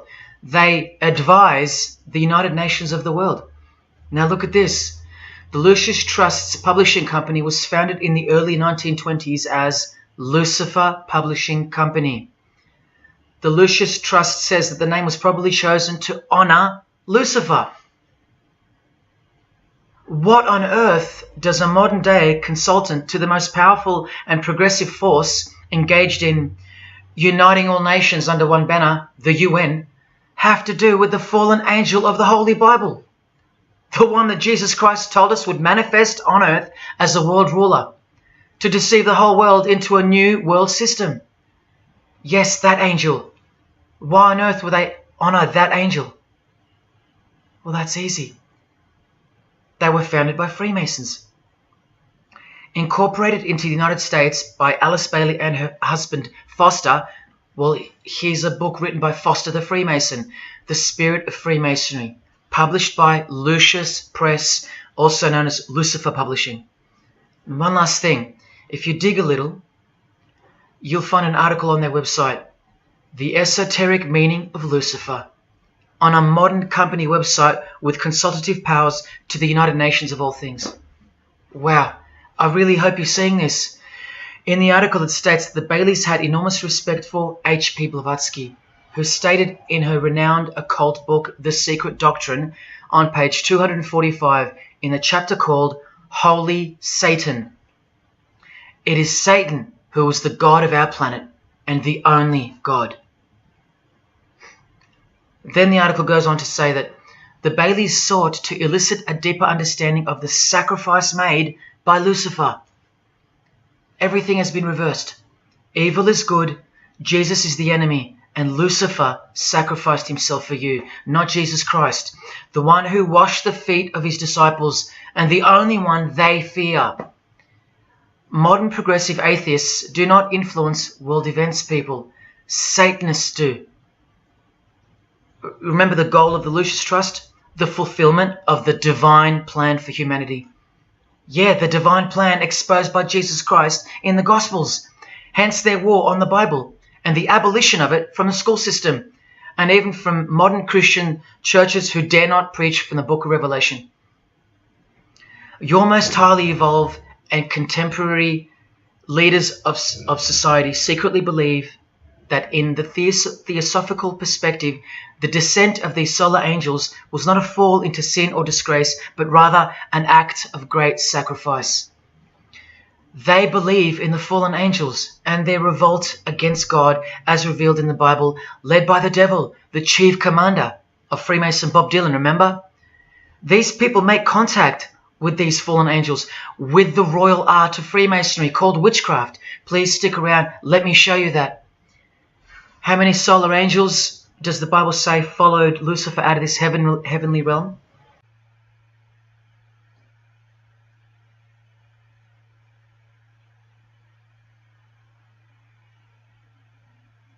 A third of the angels makes 33%.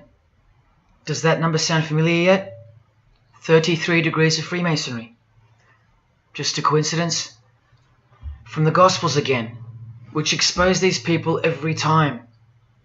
Do not let anyone who delights in false humility and the worship of angels and who has access to some visionary world beguile you, trick you of your reward. You still don't believe that the false humility of the charitable fraternity of the Freemasons is behind it all? Well, Blavatsky also published a magazine called Lucifer with a woman named Annie Besant. And here's a letter written by Annie herself with the official Masonic letterhead. And here Annie signs off as a 33rd degree Freemason.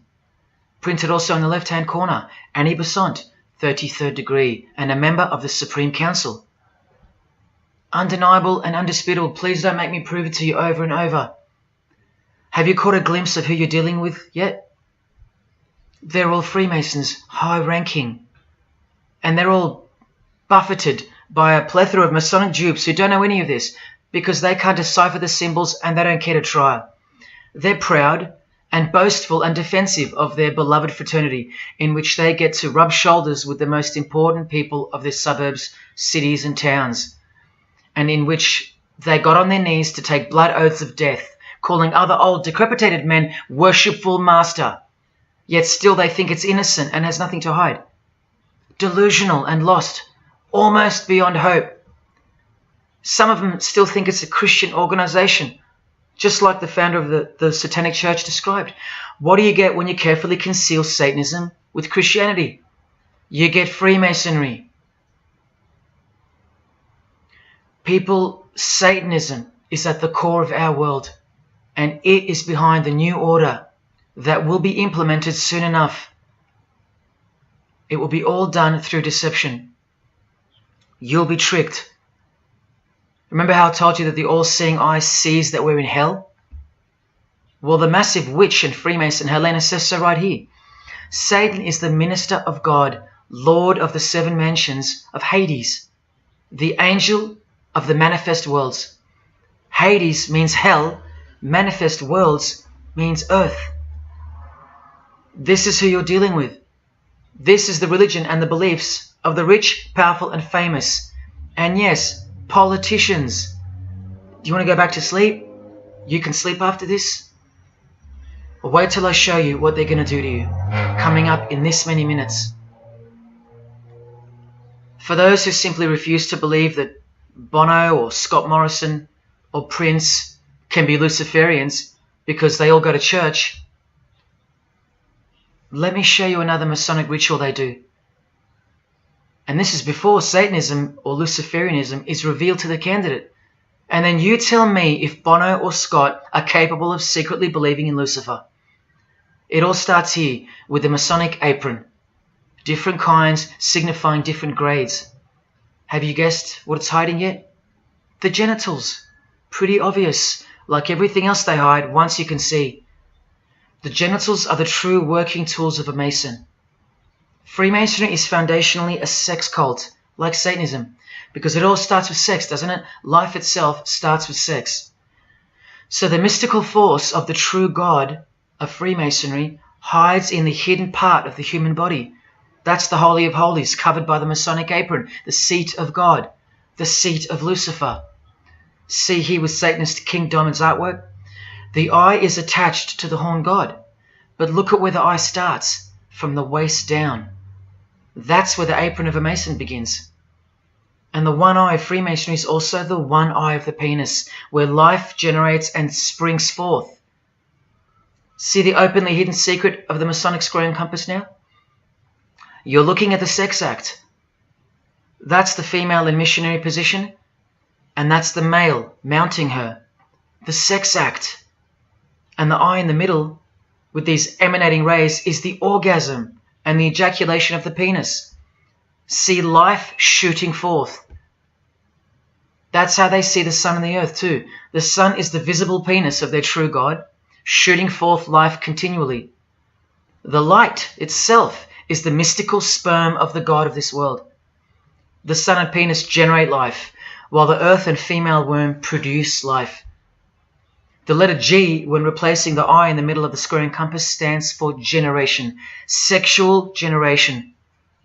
The practical aspect of Freemasonry and Satanism's religion is that of a sex cult. You see Rod Stewart telling you he's a Freemason?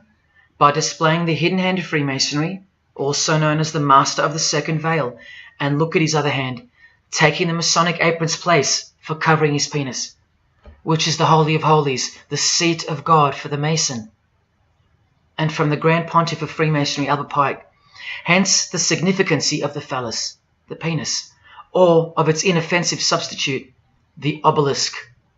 Straight from the horse's mouth, the erect penis graces us, or should I say disgraces us, with its presence in every country in the world, marking its territory. The Masonic obelisk in our face, everywhere, making its bold statement, yelling, screaming in silence.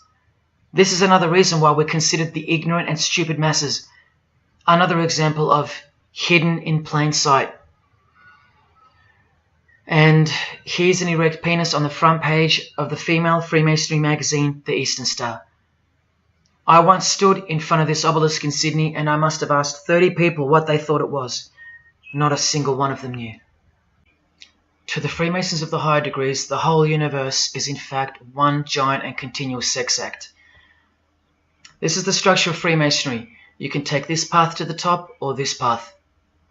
And way up here, you have the Order of the Mystic Shrine.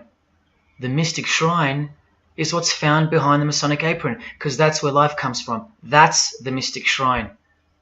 You have to be a 32nd degree Freemason to be asked to join the Order of the Mystic Shrine. And then, once you're inside, you can be invited to join this order, the Royal Order of Jesters. See, Freemasonry is like Russian dolls, and Satanism is at its center. Look at some of the pins and lapel designs for the Order of the Jesters. You can only join them unless you're at least a 32nd degree Freemason. Sex and debauchery. Erections. The adoration of the phallus. Masturbation. Devils. Demons. Fallen angels. This one here, mocking holiness, reference to the anus, and sodomy, anything to mock the Bible. This disgusting one has King Momus sitting on a female's face, and hidden in plain sight is the square and the compass, for those who have eyes to see. Bestiality, yes indeed. this bagpipe player has an erection and the sheep is running away scared. Self-explanatory. This character has an emphasized eye, if you can see that, and the skull has an emphasized eye also. The wink and the one eye of the Indian. And the secrecy, the symbols of secrecy. On the far right here, the monkey covers his groin area, symbolizing the Masonic apron, and the black and white dogs, well, they symbolize the checkered floorboard of the Masonic Lodge, which is sexualized male and female principles, the horned god, where evil and good don't exist. And in the first degree, Masons are given a Bible stamped with a square and compass, oblivious to the inherent mockery and the foundation of the whole fraternity, as alluded to here with a genuine Royal Order of Jesters private lapel. This is a certificate that a jester receives after his initiation, and you see here their patron is named King Momus, and he was a god, or a daemon, which is a variant of the word demon, who was expelled from heaven, as the legend goes. Sounds just like Lucifer, because it is. Did Freemasonry disassociate themselves from the tax-exempt branch of Freemasonry known as the Jesters? Well, no, they didn't. Because, I mean, this is rare footage of an event within the lodge. Now, I'm sorry about the quality of this, but this is a Masonic lodge. So for Masons that want to say that the Jesters are contrary to Masonry, well, look. Look at these dirty old men. Masters of the lodge, with sublime morals. All married, probably all have daughters and granddaughters, yet still this, inside the lodge. But for you it should be obvious, because you can see the square and compass, the sex act, and the all-seeing eye right in the middle. I told you that Satanism was the oldest religion in the world, and it is. The sex act was ritualized and organized as a religion before we called it Satanism. But Satan has always been the god, the horny god, the horned god of these sex cults. All of them, from Samaria to Egypt to Greece and so on, that's called paganism.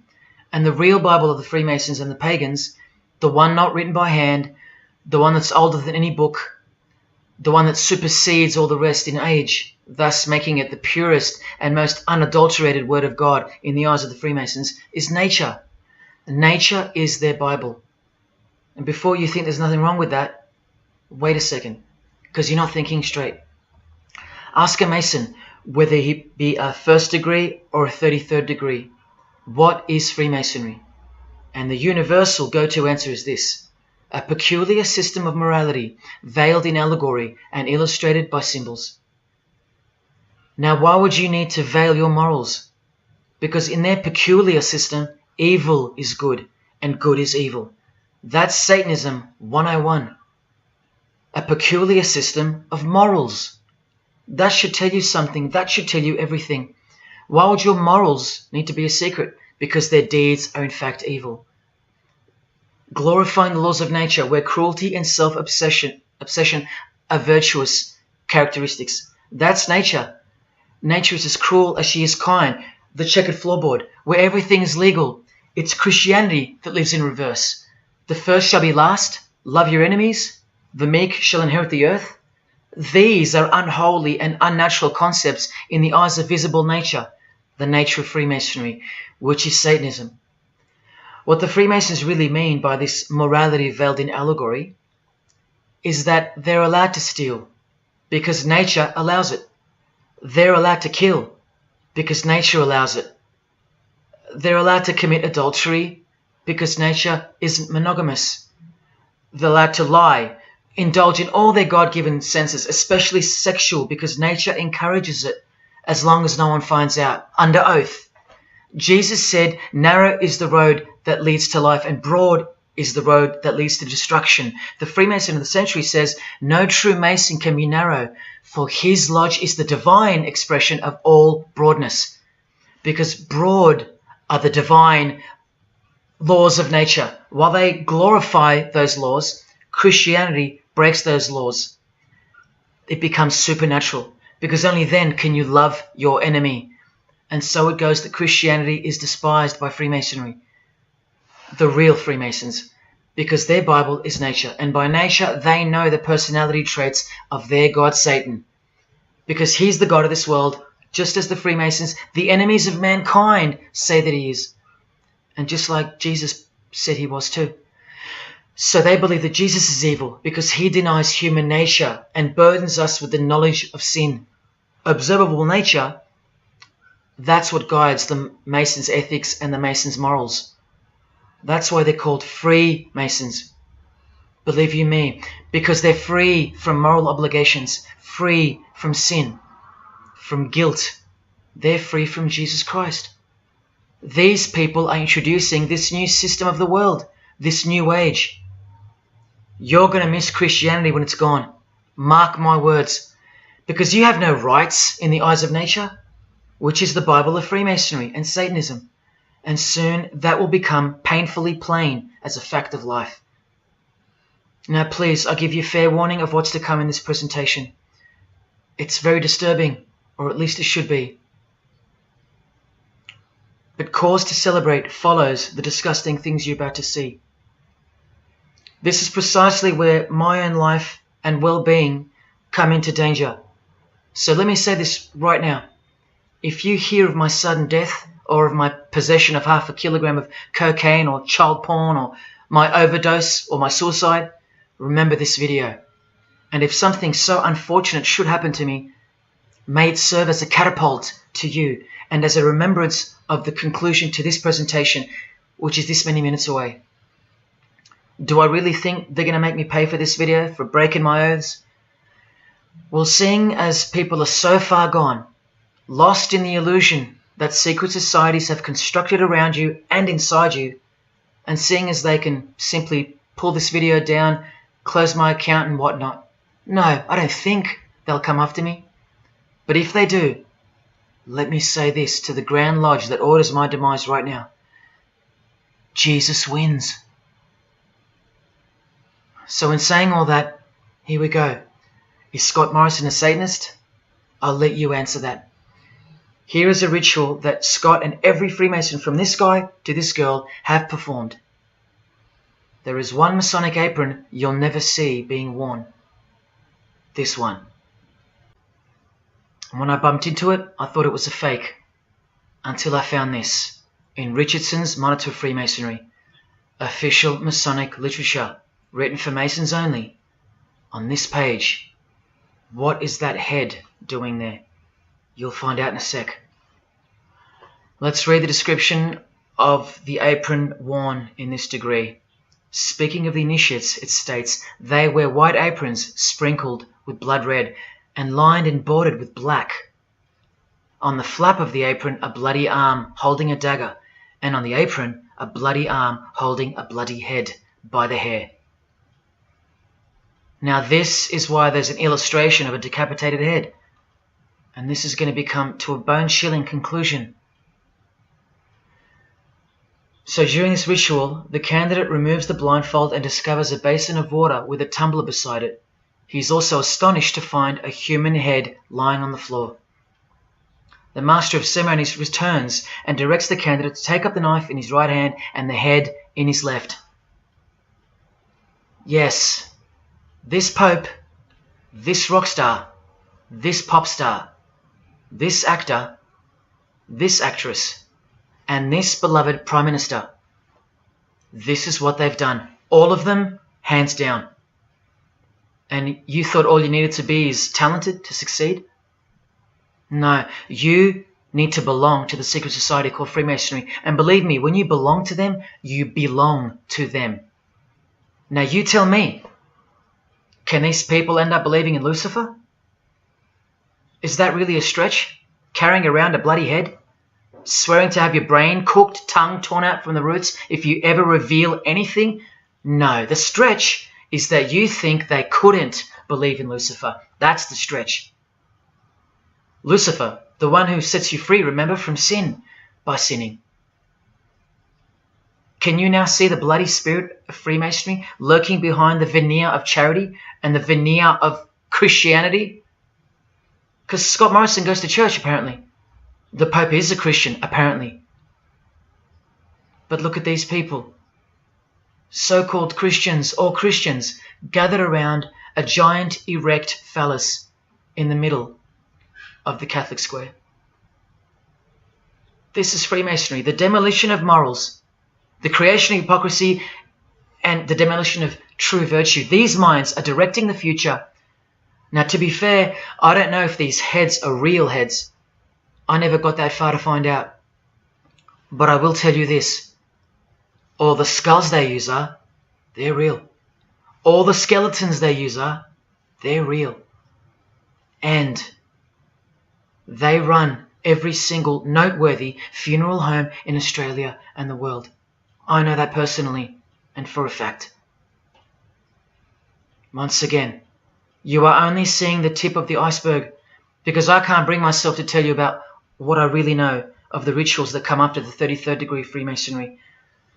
For as much as they celebrate life in various grotesque ways, they also celebrate death in ritual form, which are the things I can't speak of to you. They have to celebrate death in order to prove that they can see things through the all-seeing eye, the one that sees above evil and above good, the checkered floorboard where things kill each other to live, where life is cruel, where morals are broad. There is no sin, there is only nature. See, these Masonic rituals are designed to desensitize the candidate further and further in preparation for the raw truth of Satanism, the truth which is plainly stated by the Grand Pontiff of Universal Freemasonry. Lucifer is the light bearer, and that you should doubt it not, from their own literature and from their own mouths. Until finally the candidate's introduction into the royal art of Freemasonry, witchcraft. The ancient craft. Why do you think that witchcraft has disappeared? It never disappeared. It was hidden, forced to go into hiding by the appearance of Jesus on the human scene. Another reason why he's passionately hated, and soon him and his ways will be done away with in this new world, and so will your rights. You still don't believe me? You're still doubting all the evidence, like the Freemasons are counting on you to doubt. Well, remember from the Encyclopedia of American Religions, the continuing impact of speculative modern Freemasonry provided fertile soil in which new magical orders could grow. Watch this 2-minute clip. I can vouch for every single thing you hear come from the former Masons' mouths. In the initiation in Freemasonry, we had to be recommended by another Mason. Well, in order to join witchcraft, you have to be first screened. You have to be recommended by somebody currently in witchcraft. Well, when I was initiated, I was blindfolded and bound by a rope, and on your bare chest was thrust the point of a spear. In witchcraft, we were initiated through a very involved ritual, initiation ceremony, wherein the candidate was led blindfolded, bound by a rope to the edge of the magic circle. And the rope is around your neck and you're led forward. And up front, at the eastern end of the building, is a person who's a worshipful master. And you kneel down before him as if he were a god. You were met by the high priest or high priestess at that time, usually with a sword to your chest. When I went to enter the lodge, a sharp object was put to my left breast. And I was warned that should I reveal any of the secrets of Freemasonry, to know what to expect. When you're presented before the high priest, a sword is held against your chest, and you actually take a blood oath, promising to remain faithful to the secrets of witchcraft. Well, when you are in the room, this blindfold is taken away from you, and this is a time when they say that you're coming from darkness into light. During the initiation ceremony, the initiate is led by the lieutenant of the high priest and is challenged at the edge of the circle by someone saying, "Who goes there?" And the answer is, "One from the world of darkness." In Masonry, the prayers are ended with "So mote it be." Oh, and one of the other aspects of, or distinctives of the craft was that we would always end any spell or ritual where we released the power, this is where the power was released, with the word "So mote it be." By now this should sound like a stupid question, but why do you think that the initiation ceremonies into witchcraft are almost identical to that of Freemasonry? I'm not even going to answer that. Come on, people, wake up with me. Here's Kylie Minogue, a Freemason, okay? Hidden hand of Freemasonry and the one-eye symbolism of the god of her religion. Now here she is giving the vow of silence, but what the masses fail to see is what's written on the book she's holding. Witchcraft, the royal art of Freemasonry. This is what her vow of silence is referring to in the picture. Yes, Kylie Minogue is a witch. And if you're still that deluded by the magic wand that is television, entertainment, movies, media and whatnot, then you'll no doubt fail to use the incredible eyes that God gave you, from which to see the real world with, the evil world, where Satanists are at the helm. The ban on witchcraft was only officially lifted in England in the 50s, after more than 1,500 years. So that tells you who's in control now. And when I give you a glimpse into witchcraft in a minute, you'll see why it's evil and why it should be anything but legal, even when using it for so-called good, because the well they draw from is poisoned. But thanks to propaganda, the craft of the witch has been absorbed into the realm of fantasy. Justin Timberlake here is also referring to magic in this cover art, with the all-seeing eye looking through the number of their god. Magic. Magic is a much smoother and more acceptable word than witchcraft, that other word. That word still retains its ferociousness, its true character, but that word has been sterilized. That word isn't real to you anymore. You can't feel it for what it really is. Or if you do, your mind has isolated it, confined it to some small groups of unimportance scattered here and there over this diverse world. And so it's nothing to be feared or concerned about. But that's the furthest thing from the truth. Now, some witches want to say that witchcraft isn't Satanism. That's either more delusion or misdirection, as confirmed here by Anton LaVey in the Companion to the Satanic Bible, when speaking of the followers of the Witchcraft Not Satanism school. He writes very accurately that they cannot afford to admit to an affinity with anything that bears the name Satan. He knows where the power of witchcraft comes from. Now, does that mean that Justin Timberlake is a Satanist because of his symbolism and the use of his word alluding to witchcraft in his artwork? Well, yes, actually, that's correct. He is. Here's a quote from one of his songs. You want to see who else is in good company with these famous idols? Suzanne Atkins. Same sign, same religion, Satanism. Do they all have to admit it in the English language for you to believe me? Or can the symbols they use finally be enough for you? Look at what another legendary Freemason, Arthur E. Waite, states. Out of evil comes good. And the confusion of tongues gave rise to the ancient practice of Masons conversing without the use of speech. Out of evil comes good, so it's good to do evil. That's what he's saying. See, I'm trying to include you into the conversation that the Freemasons are having with each other in public via symbolism, unbeknownst to you. Listen to what famous US footballer Tom Brady said regarding his wife. So, man, I listened to her. And right after the game, she said, "See, I did a lot of work. You do your work, I do mine." She said, "You're lucky you married a witch. I'm just a good witch." Well, this is Tom Brady. And this is his wife. Both initiated into the secret society. Of course they are. Wait, she's not displaying the one-eye symbol of the Freemasons, is she? That's just art, isn't it? Well, no, it's not. She's a witch, and her husband just told you she was. Here's Steve Miller's front cover to the famous song Abracadabra, and he covers his eye because he's a member of the one-eyed religion, and abracadabra is a legitimate word used in witchcraft. Here it is in the 100-year-old Encyclopedia of Freemasonry. Why would the word abracadabra be in the Encyclopedia of Freemasonry, the fraternity that runs charities, hospitals, nursing homes, and that secretly supply us with popes, presidents, prime ministers, kings and queens, and the bulk of our entertainers? Why? You know, I really think it's time to show you what the Satanists dressed as Freemasons are going to do to you and the world to finally establish their new world, their utopia.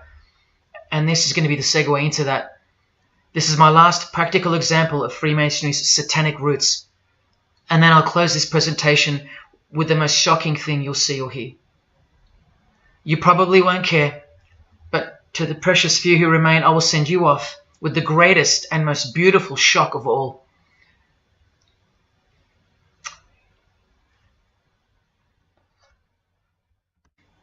This is Jay-Z inside his Masonic Lodge.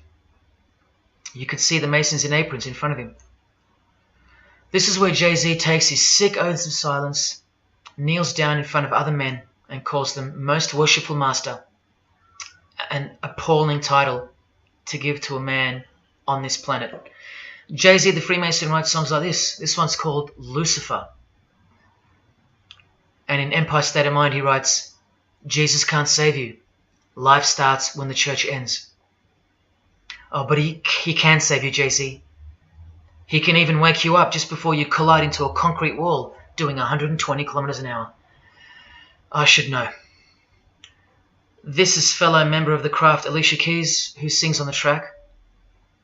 Here she is, showing her allegiance and wearing the broken and bloody cross of Jesus Christ, the occult peace sign, pure hatred for Jesus. There is peace when your conscience has been killed, seared to sin, and you can indulge to anything, a false and temporary kind of peace, no doubt. Here's a shot of Jay-Z's clothing line, purely Masonic, The Craft. Well, this is the craft he's referring to. This is him with well-known witch Marina Abramovich, also showing her sign of allegiance to Freemasonry. Now here we go.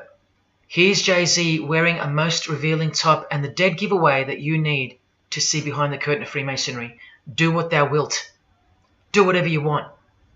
That's the adopted motto of the most notorious Satanist of the 20th century, 33rd degree Freemason, Aleister Crowley. Here is his certificate of appointment, known as the 33rd degree inscription and the double-headed eagle of Freemasonry. And here, next to his name on the certificate, including the symbol for a Grand Commander of Freemasonry, as shown in their encyclopedia. But to really confirm that he's a Freemason, here he is doing the Masonic sign of the Master of the Second Veil. Now here's a legitimate letter from Aleister. Again, the addition of his inscription of the 33rd degree, and he signs off with a symbol of the past Commander of Freemasonry. What does he write beside it? Baphomet. This Baphomet. Now listen to this man to get a clearer picture of the truth behind the secret religion of the stars and the leaders of the world. Aleister is the founder of a Luciferian church called the Ordo Templi Orientis, and he named himself the Beast 666, straight from the Bible, depicting the number of wickedness in human form. In his what's called Liber's writings, he says, "With my hawk's head, I peck at the eyes of Jesus as he hangs upon the cross." Do you see the hatred? You think they don't hate you too? Keep watching. And from the equinox, with the all-seeing eye of Freemasonry, this illustration. What does it mean? The writer himself explains. The picture is symbolic of the new eon, the new age. From the blasted stump of dogma hangs the hag with dyed and bloody hair, Christianity. There's a massive glimpse into the New World Order that's coming. Keep watching. And down here, do what thou wilt is the true nature. The true nature, remember? The broad morals. There is no such thing as evil. So do what you want. Can you see the Masonic future yet? Can you see the hidden hatred that pulses through its veins? If they believe in do what thou wilt, what do you think they will do to you? And what do you think they'll do in order to build this new world? This is from a commentary on his book of the law. The Beast 666 adviseth that all children should be accustomed from infancy to witness every type of sexual act. Do what thou wilt. And what about the royal art of Freemasonry? Magic is the highest, most absolute, and most divine knowledge of natural philosophy. What a statement. The highest, most absolute and divine. Well, let's have a closer look into some of the more hidden secrets of the most divine natural philosophy known as magic. Any living being is a storehouse of energy, varying in quantity according to the size and health of the animal. At the death of the animal, this energy is liberated suddenly. The animal, therefore, should be killed within the circle, within the magic circle, so that energy that's released can be captured and directed to serve the will of the witch, male or female. This is a science, a hidden science. But now hear this, coming from a 33rd degree Freemason, and don't you forget that. For the highest spiritual working, one must accordingly choose that victim which contains the greatest and purest force, a male child of perfect innocence and high intelligence is the most suitable sacrifice. Can you see? This is who Jay-Z is quoting on his top. This is who this Jonas brother holds in high esteem. This is who the Beatles have on their front cover as a figure they admire. No, worse, they put at the top. This is the same picture of the front cover in a mirrored form, and after some kaleidoscoping, you'll find this.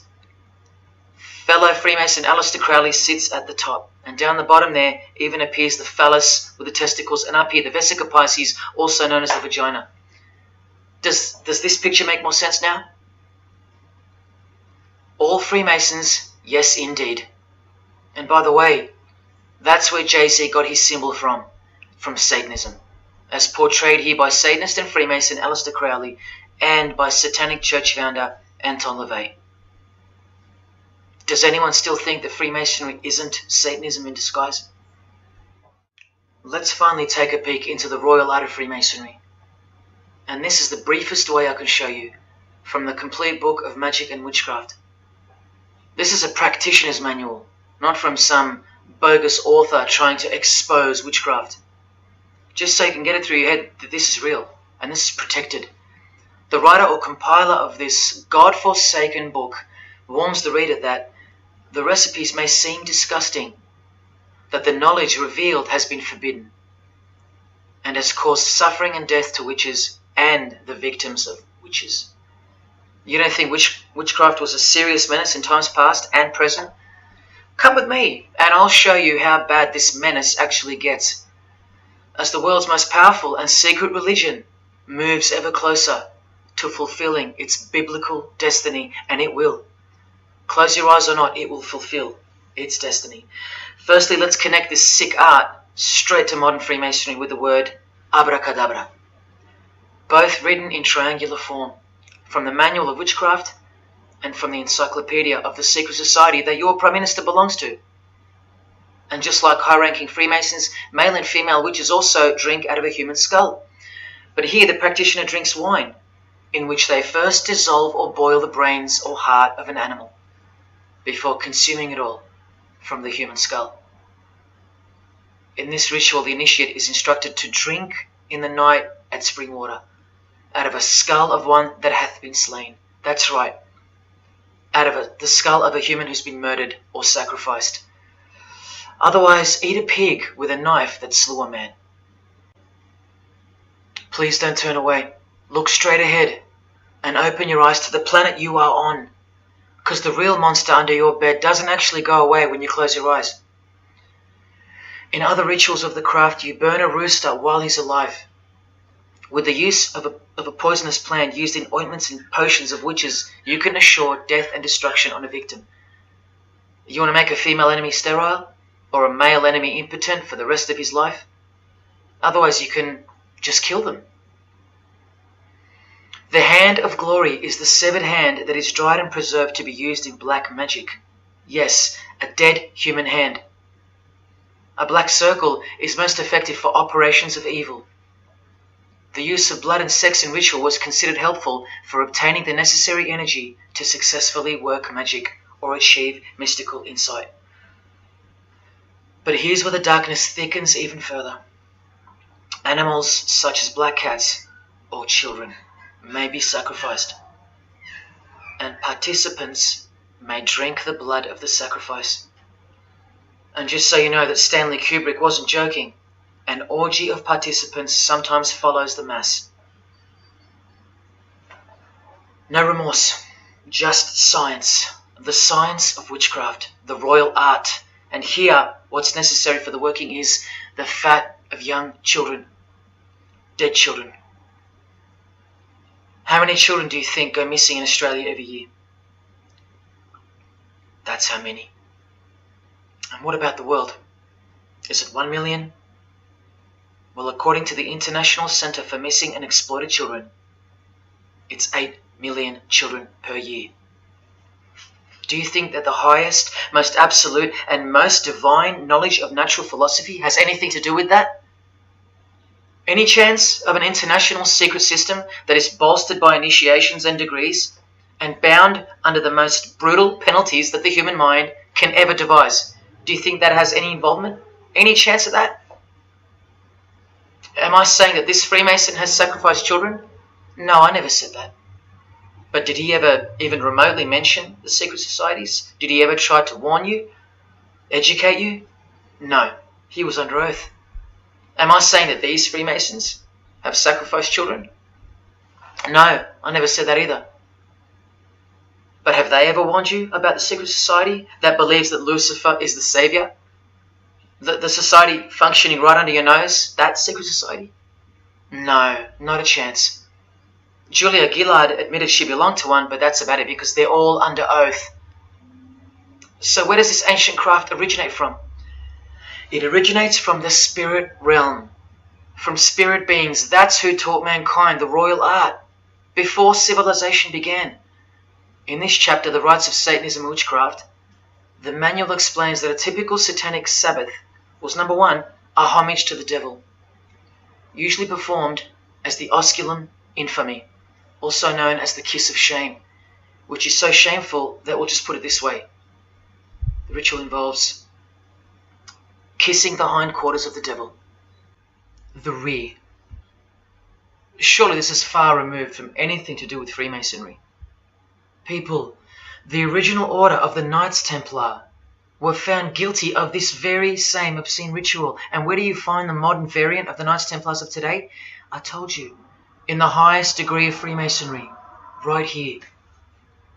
Here's a couple of them now. And what's on this Templar's head? From the Masonic Encyclopedia, remember? A symbol of the Baphomet, according to 33rd degree Aleister Crowley. And we can confirm that in the Satanic Bible.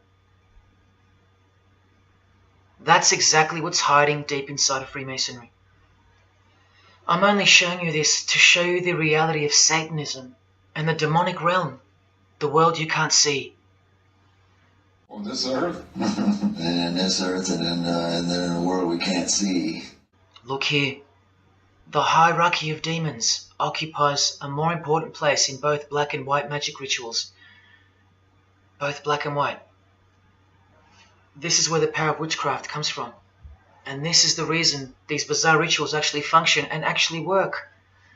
Because after the ritual is performed on earth, its effects are carried out to their conclusion in the spirit realm by spiritual beings or demons, actual demons. The reality that is hidden from you. Because if you found out that Satan was real, then that would have to make Jesus Christ real too. And he is the one they hate. And if Jesus Christ is real, that changes everything. And this is how much they hate him. The prayer that Jesus taught his disciples is performed backwards. The high priest is sometimes naked. A prostitute assists him, and a naked virgin, who may later be deflowered, is the altar. Everything that is sacred is defiled, and everything that is filthy is honored as pure. Because of their burning hatred of Jesus Christ, just as he's hated by the fallen angels that they worship. It gets worse when you hear what they use as a substitute for the bread that Jesus broke and told his disciples to eat in remembrance of him. A wafer which initiates me with this, this, and this. Or the name of Satan may be written upon it. And this isn't even witchcraft. This is just a ceremony announcing who they love and who they hate. So is Satan real? It continues to state in the hierarchy of demons at the very top, Satanakia, whose title is the Commander-in-Chief. What did Bob Dylan, the Freemason, call the one he made a bargain with? Should I ask who you made the bargain with? with the chief commander. Same title, Commander-in-Chief, Chief Commander. Are you following? But watch this. In case the darkness is getting a little too thick and encompassing for you, let's shine a little light. The true light that only the Gospels can supply. Speaking to us humans and revealing something about Satan, the Gospels state, you follow the spirit of the age in this world system as dominated by the commander of the spiritual powers of the air. Satan, the god of this world, the commander. You still think the Gospels are wrong or fake? See, Satanists know that the spirits also live in the air, just as the Gospels reveal. You can summon any of these demonic spirits by name if you possess the royal art. Who do you think this figure on the front cover represents? A magician who is inadequately prepared and cannot attain his desires may seek the aid of Satan. That's who this is.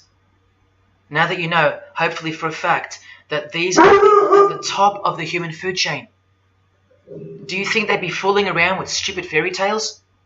No, witchcraft and Satanism is absolutely real, hence their earthly power. This demon here, fifth in the pyramid structure, holds the title of Inspector General. And what's the title of the highest degree in Freemasonry, who exists in every local lodge in every suburb, a suburb near you? Inspector General. Same title as the living demon. Do you believe me now? You can even conjure Lucifer himself, or be Beelzebub, who the Gospels call the Prince of the Devils. Both of whom are listed as superior spirits in this book of witchcraft and magic. I can show you so much more from this disgusting book, but I'll cut it off here with the seal of Saturn, a demonic sigil from the complete book of magic and witchcraft. And this is his seal. Can you see? Do you see? This is the society that lives amongst you, above you. The one-eyed religion of Freemasonry, hidden right in front of those who have their eyes wide shut. I'm going to now show you what that world that they are building from the ashes of the one you're currently living in looks like. But lastly, to drive this business of blood sacrifice home, here's American rapper Azealia Banks with the 666 hand sign, and now over the all-seeing eye in her video, the eye in the triangle of the Freemasons on her shirt, and the devil's horns, her liberator, her master, her commander. And now displaying the secret society vow of silence. Along with that, the last brief glimpse into the highly concealed royal art of Freemasonry. The amount of crap that's about to come off my floor right now, guys. Oh my god. 3 years worth of brujeria. Yes, you know I gotta scrape all this shit up. And what does brujeria mean? You know what it means. Witchcraft. Azealia Banks, the witch, with her eye in the triangle shirt, and the logo of, for example, the Grand Lodge of Freemasonry in Spain. one and the same symbol. The logo of the Fraternity of the Freemasons and the logo of this Church of Lucifer. The one eye. One and the same symbol. Freemasonry has deceived you. Yes, people, now you know how Satanism has functioned out of sight and out of mind. You still think there's no such thing as witchcraft? Or that it only existed in the olden days? You still think that blood isn't a part of the royal art? You still think that local Masonic lodges of the world are not filtering systems for Satanists and a cloak for organized Satanism with a grand master plan for the world? You think there's nothing to the blood sacrifice of Jesus Christ?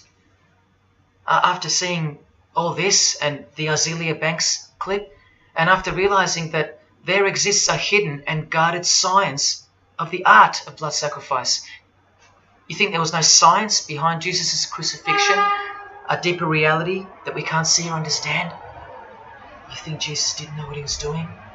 Or are you one of those who still think he didn't exist? Tell me, how can they hate something that doesn't exist?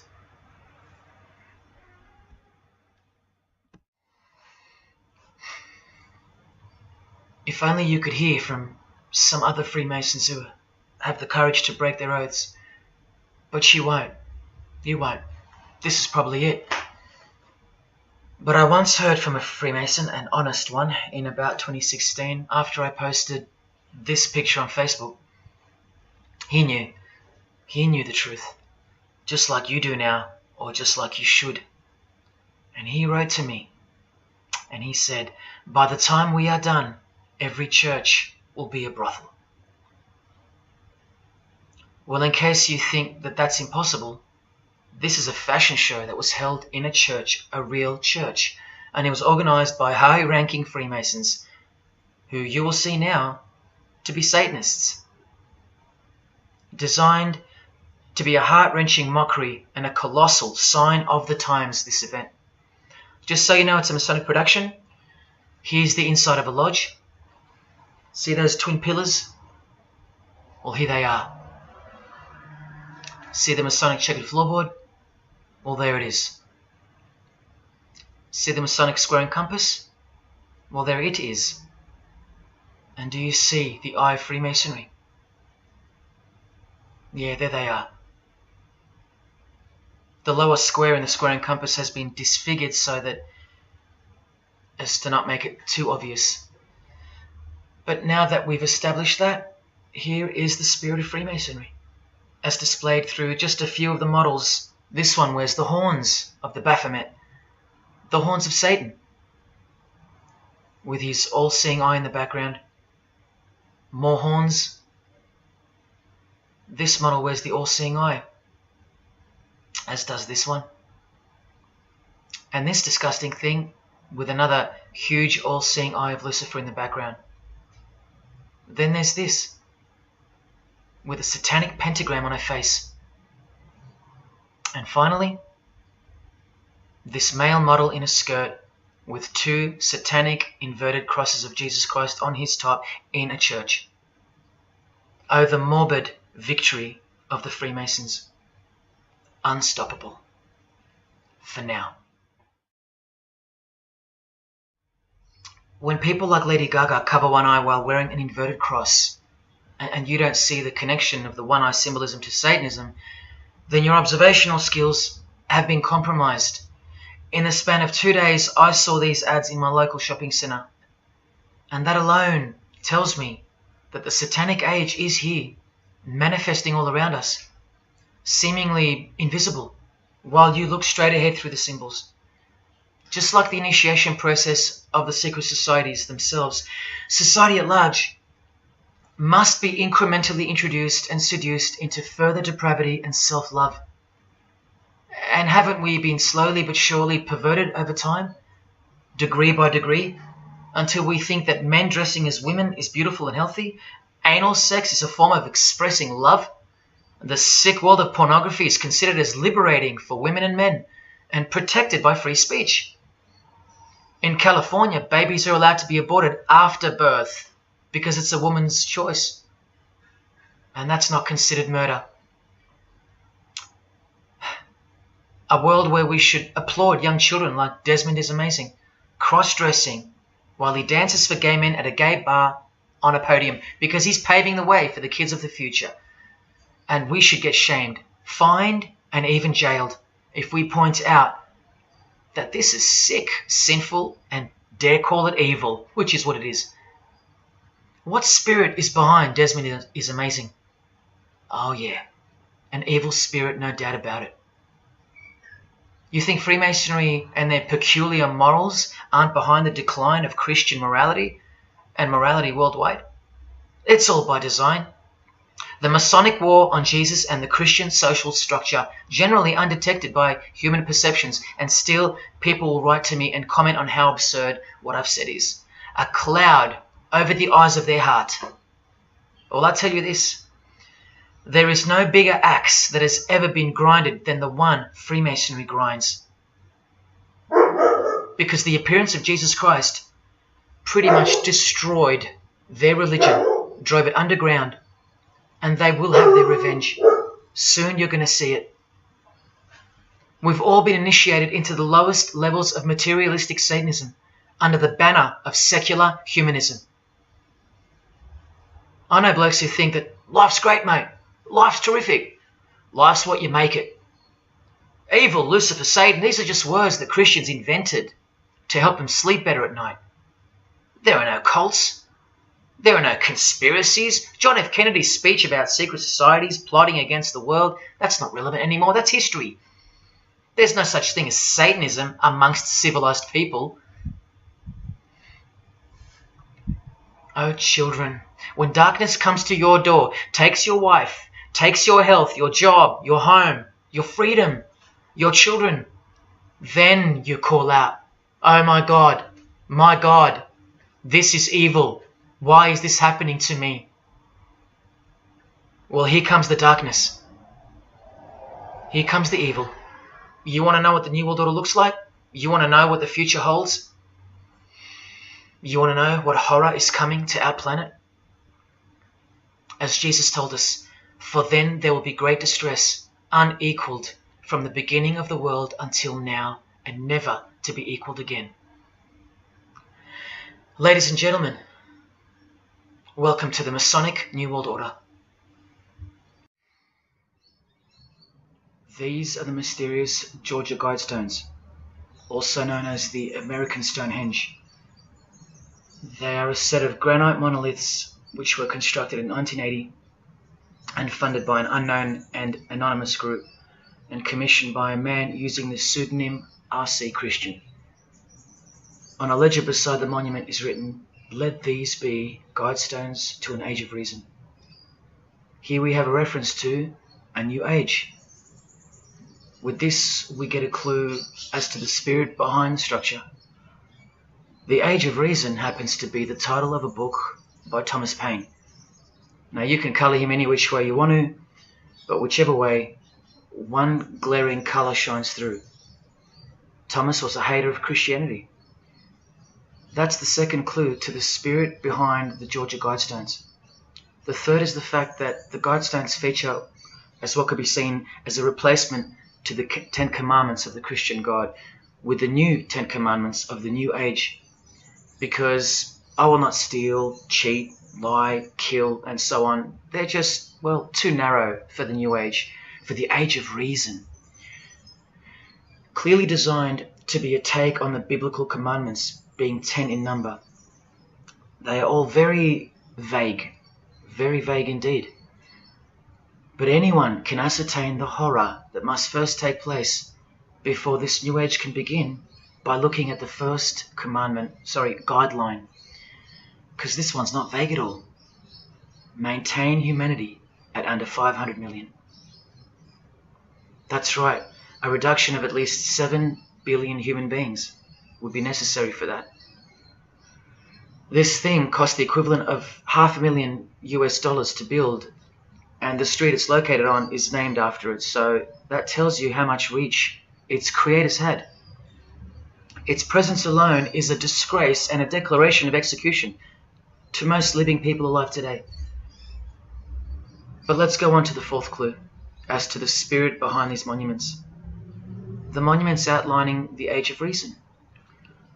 The name R.C. Christian, the so-called person who commissioned the building of these giant slabs, anyone who's versed in secret societies or is a high-ranking member themselves would instantly recognize the pseudonym as a reference to the secret society known as the Rosicrucians, which is just another secret society branch that exists under the umbrella of Freemasonry, which is an extension of all secret societies of the past and is now the mother of all of them. In this Masonic website, Worshipful Master Win Westcott urges the Freemasons to consider their status as Rosicrucians. The RC stands for Rosenkreuz. Christian Rosenkreuz is the mythical founder of the Rosicrucian order. And as impossible as it is for me to prove that Thomas Paine himself, the writer of Age of Reason, was a Freemason, he did also write this book, The Origin of Freemasonry. That is the spirit behind the Georgia Guidestones, the satanic spirit, and a straight off the bat view of this approaching new age. I told you, the whole system is about to change. And it's not going into the future. It's actually going back into the past. The old religion, that's what's taking everything over. And you'll walk straight into it, blind as a bat, thinking these people want to help you. They will appear as your saviors, forgetting or never being told in the first place that all this time there have been two societies in the world. The visible one, which is the one we're in, and the invisible one. Remember that the invisible one considers you profane, vile, and vulgar. Why on earth would they want to keep you around? In a book I can't mention written by them, people are referred to as useless eaters. We've become excess inventory, redundant, and past our use-by date in their eyes. Think about this. According to a prediction by information technology and research advisory firm Gartner, 1/3 of jobs will be replaced by software, robots, and smart machines by 2025. That's 4 years away. Google engineering director Ray Kurzweil anticipates that robots will have reached human-level intelligence by 2029. And by 2050, 80% of all jobs will be eliminated by automation. What on earth are you and your family good for then? What do you think the secret society will do to the vile multitude then? The utopia is coming, but it ain't your utopia. You still think that by the measure of the minds of international Satanism, you should be kept around? This excess baggage that the bulk of society has become? No, no, no. The new age is dawning. And generally speaking, you're not invited. It'll just look like you are. Remember that Charles Darwin, the Freemason, is listed as an influential figure in the Satanic Church. So mass murder and mass death are natural and necessary themes in the name of evolution, an artificially induced evolution into this. He is the same image in real life in Eilat, Israel, seemingly unrelated to the seal on the US dollar bill, right? But standing in glory with a Masonic square and compass, telling you exactly who owns this pyramidal symbol, complete with the one eye on top. Same symbol, same designers, worshipping the same God. You should be getting goosebumps by now. Is this a conspiracy led by international Freemasonry?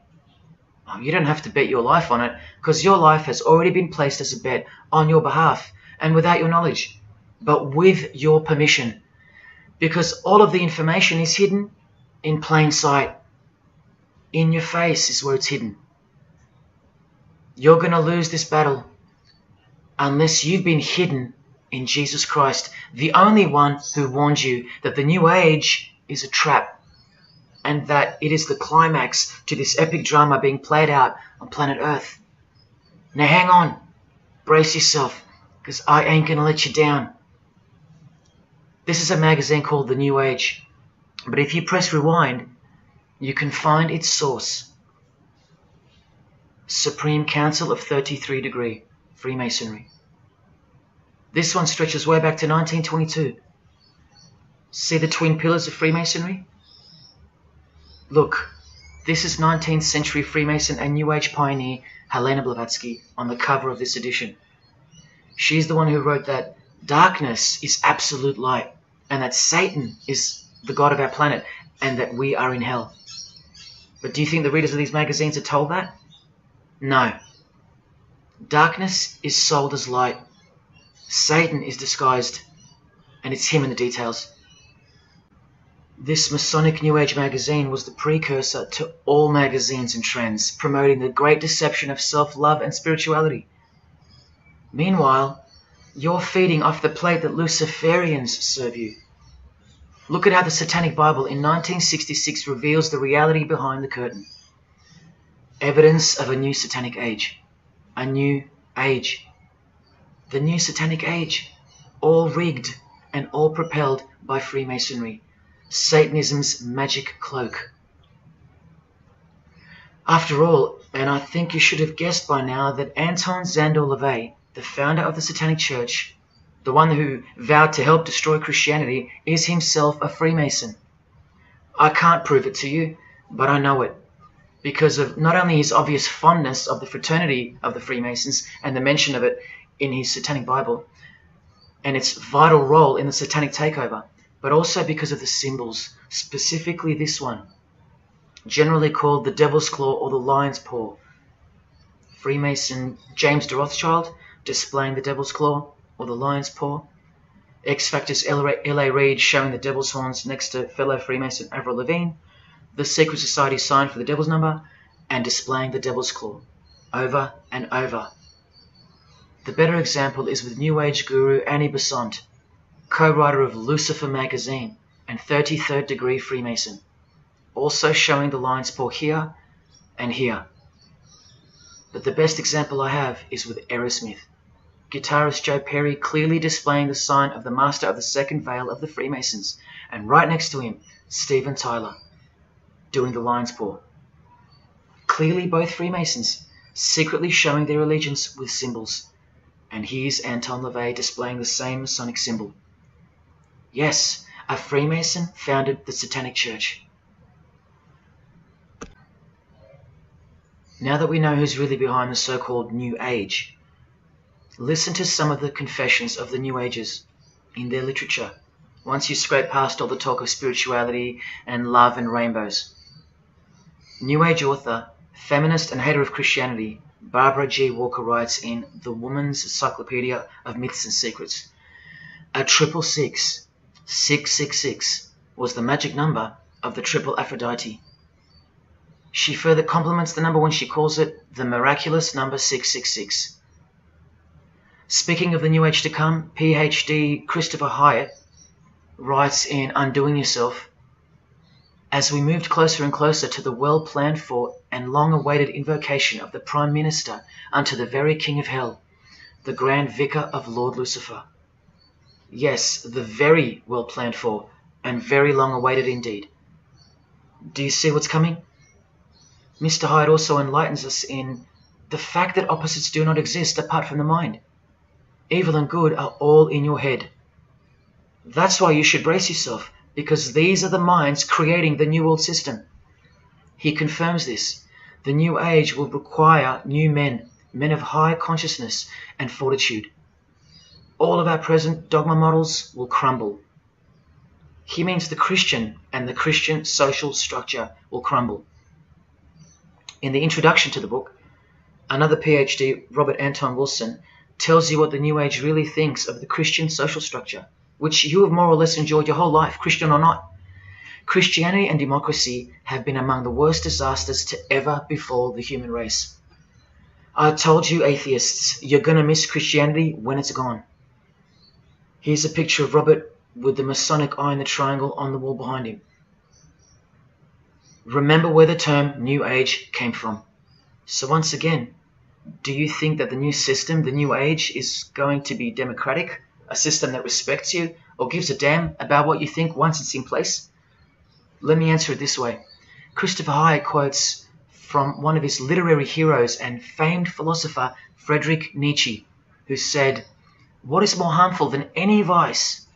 active sympathy for the ill-constituted and weak. Christianity. So to be a Christian and to actively have sympathy for the weak, that's the worst vice. That's backward and evil. So the answer is no. This is what I'm warning you about. And look, Frederick's work has exerted a profound influence on modern history. That's from Wikipedia. You know what else Frederick said? You probably won't find this on Wikipedia. The domestic animal, the herd animal, the sick animal man. That's the Christian. And what book of Friedrich Nietzsche were these quotes pulled from? The Antichrist. Nietzsche also wrote Beyond Good and Evil. That's how the all-seeing eye sees things, remember? So does Christopher Hyatt mention mass murder and depopulation in his book? Sure, here you go. Those who would survive can do so only by grasping the vision of what lies ahead. The new wave that will carry them into an interesting future. Yeah, where the vicar of Lucifer is God and Prime Minister.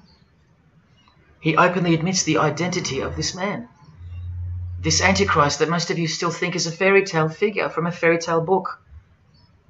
Jesus calls him the man of sin whose number is 666. The actual Antichrist, beloved of the secret societies. Yes, people, the New Age is satanic, actually and literally. On the front cover of this book, in which Christopher was co-writer, you can clearly see the eye in the triangle of the Freemasons above the Baphomet. Christopher admits in another book that both satanic cults and Christian fundamentalists are closer to seeing the truth than most normal people. Yes, indeed, how true that is. In Coming World Changes, Harriet and Homer Curtis speak of a prophecy they received from a mysterious spirit titled King of the World. Now, I wonder who that could be. Think not that any country in this broad world can escape. And they also speak of the long-expected great teacher, the king of the new one-world government. The victors will remain as the seed of the new race to people the new land, for the new sixth great race. This is the race that Luciferian Lady Gaga referred to. All part of the plan. In Threshold to Tomorrow, New Age author Ruth Montgomery writes on page 206 that only those open to the reality of one world will be around to enjoy it. Sounds like another vague suggestion for mass murder.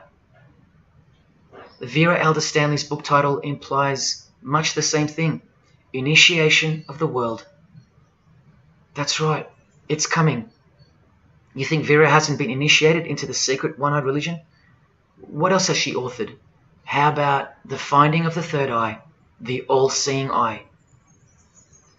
New Age author John Randolph Price writes in The Planetary Commission, in question and answer form, how do you define the Antichrist? The answer is pretty amazing.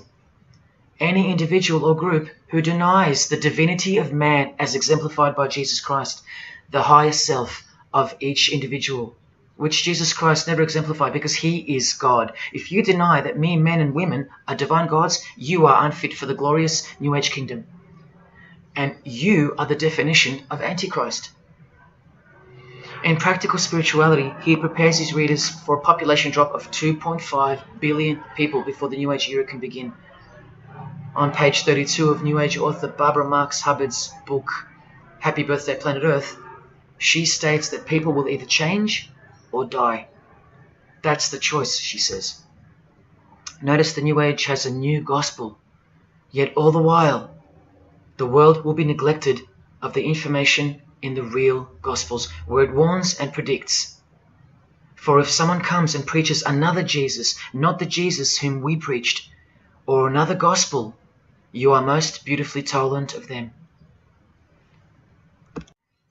In the Book of Knowledge, The Keys of Enoch, the writer has a quote-unquote direct experience with two spirits, Enoch and Metatron, and they share with the writer spiritually scientific teachings regarding the new system of things soon to be fully manifest. The reason this work is considered extra special amongst its readers is because it was the first book to point out the alignment between the Great Pyramid and the constellation of Orion. The first book ever. That's basically proof that these spirits, Enoch and Metatron, are the real deal. Not only that, it was also the first book to show the direct relationship between DNA coding and the divine name. That's pretty serious, and the atheists should be really waking up by now, because this is the world's most powerful and secret religion we're talking about, nothing less. The writer was told that those who govern the earth are those who have fallen from the heavens. He calls them the masters, and even states that they were punished with penalties that were assigned to each. These are the fallen angels of the Bible, people. These are the masters of the Masonic New Age, as proven here in one of the illustrations from the book. Same symbology. This worldwide catastrophe that is coming will bring about a complete reorganization of Earth's life system. And like all high-grade initiates of the secret societies, every attempt is made to bring positivity to the number of the Vicar of Lucifer. I was given instruction to use the specific light harmonics 666, 999, and 121212. The spirits further inform the writer of the Keys of Enoch that the pattern 666 is used to identify you with respect to the Earth's vibration. The number of the beast of the Book of Revelation of Jesus Christ is not only being glorified, it's manifesting in the world. And from another illustration from the book, once again, the same image we see being used over and over with the eye on top of the pyramid. This is the secret religion that encompasses us and has been influencing us for decades upon decades, 2 to 3 centuries, in fact. Just like the Gospels explain, this is an absolute counterfeit of the truth. Christ is mentioned everywhere, but not Jesus Christ. No, this is the Antichrist spirit, who will eventually manifest and appear to the world as one man. Doesn't sound so mythical anymore when you see that the enemies of Jesus Christ and those behind the New World System, they use biblical terms. And Christ, to depict the antithesis, the anti of the real Christ, their Savior. And these spirits from the world we can't see are the ones who taught mankind the sick art of witchcraft. Look at who supplies this book online, sacredmagic.com. You know what magic really is and what it really entails now. So once again, you can see the connection, the relationship. If you still think that this phrase, New World Order, is a conspiracy theory, you're suffering from a medical condition. On the Lucius Trust website, the consultants to the European Union, you find the statement that the New World servers are occupied with the task of inaugurating the New World Order. In the same article, this shocking admission is made. 2/3 of humanity will stand upon the path at the close of this age, and with that, 1/3 will die, or to put it surreptitiously, will be held over for later unfoldment. That's the Lucius Trust. The word Lucius being the replacement for the word Lucifer, who works hand in hand with the EU, the European Union, stating that 2.5 billion human beings are planned to be killed off. All predicted by Jesus, and only Jesus. And if you still think I'm joking or misleading you about what these people are and what they plan to do, here's a book written by the founder of the Lucius Trust, the Freemason Alice Bailey, Education in the New Age, where she, educates you about mass population reduction. When a form proves inadequate or too diseased or too crippled for the expression of that purpose, it is, from the point of view of the hierarchy, no disaster when that form has to go. Death is not a disaster to be feared. The work of the destroyer is not really cruel or undesirable. Do you see? Did you hear that? Through the all-seeing eye of Lucifer, the destroyer, for the purpose of the new world, death and mass murder isn't evil, it's good. And Alice Bailey in The Labours of Hercules also tries to re-educate us and protect that God-forsaken number, predicted in the Gospels to be associated with evil. The number of the physical plane activity is called the number of the beast. This idea seems to have a horrible fascination with many, but what it really means is that Virgo is the symbol of triplicity, 6 on the physical plane, 6 on the emotional plane, and 6 on the mental plane. not 666 at all. And one more time, from the consultants to the European Union, from their website Lucius Trust, to prove to you that these people are all working toward and waiting for the world leader. The coming of the Avatar and the advent of the coming one are the keynotes of the prevalent expectancy. After everything I've shown you, are you going to ignore this? Or worse, are you going to trust these people, of whom were predicted to this very condemnation 2,000 years ago, right down to a one-world system, depopulation, and to the man who will carry the number 666, and with it implement a new system in which you won't be able to buy or sell unless you receive a mark in your hand or forehead. And what's just been announced by Business Insider? Cashless society. Due to this, by 2024. This is the manufactured trend for the world. And you better believe it's fulfilling biblical prophecy. You know that book that's been ripped out of schools and hysterically discredited? Why do you think there's a single eye displayed on all the covers of George Orwell's dystopian novel 1984? It's because the one-eye religion is the one in permanent control, where democracy and Christianity have been utterly extinguished and the remaining population live in a whole new level of permanent communism. It is well known that George Orwell himself had ties with the Fabian Society, which is a secret society complete with degrees of initiation. Tucked away neatly somewhere under the wing of Freemasonry, the Fabian Society's logo used to be this: a wolf in sheep's clothing, which is exactly what Freemasonry is. And it was a metaphor for gradually advancing socialism. And socialism is communism for slow learners. This level of denial on our part has been brought on by mass propaganda, because everything has been weaponized to work against you and God's truth. Education, entertainment, and economics. You're a slave to each one. And Freemasonry is the slave master. Listen to the Grand Pontiff of Universal Freemasonry tell you about it in Morals and Dogma. The blind force of the people is a force that must be economized and also managed as the blind force of steam. You are just blind energy to them, made to be enslaved. This force must have a brain. Who do you think the brain is? Freemasonry is the brain, obviously. And he's saying that we're just the body parts that move to its will. Look, these are some pictures I took of the local obelisk in my town. An erect phallus hidden in plain sight. See how the cube at the bottom is rough? In Freemasonry it's called the rough ashlar stone. Well, watch this from Morals and Dogma. The rough ashlar is the people, rude and unorganized. Once again, you can see what this secret society secretly thinks of you. Now see how the stone built on top is smooth? That's called the perfect ashlar. The perfect ashlar is the state, the rulers. Yeah, the one-eye sex cult of Freemasonry, which hides its master, Satanism. Now, where is this brain taking us? Remember, this guy is the general who fought against the United States forces to uphold the institution of slavery. And the Grand Pontiff of Universal Freemasonry, who calls you the vulgar herd and the ignorant multitude, and admits that, yes, unbelievably so, Lucifer is the light bearer. This is the highest authority in Freemasonry, the secret religion of all our leaders and idols. Believe it. Now listen to this. The papacy and rival monarchies, all that will become the heritage of the temple, meaning the temple of Freemasonry. The world will soon come to us for its sovereigns and pontiffs. We shall constitute the equilibrium of the universe and be rulers over the masters of the world.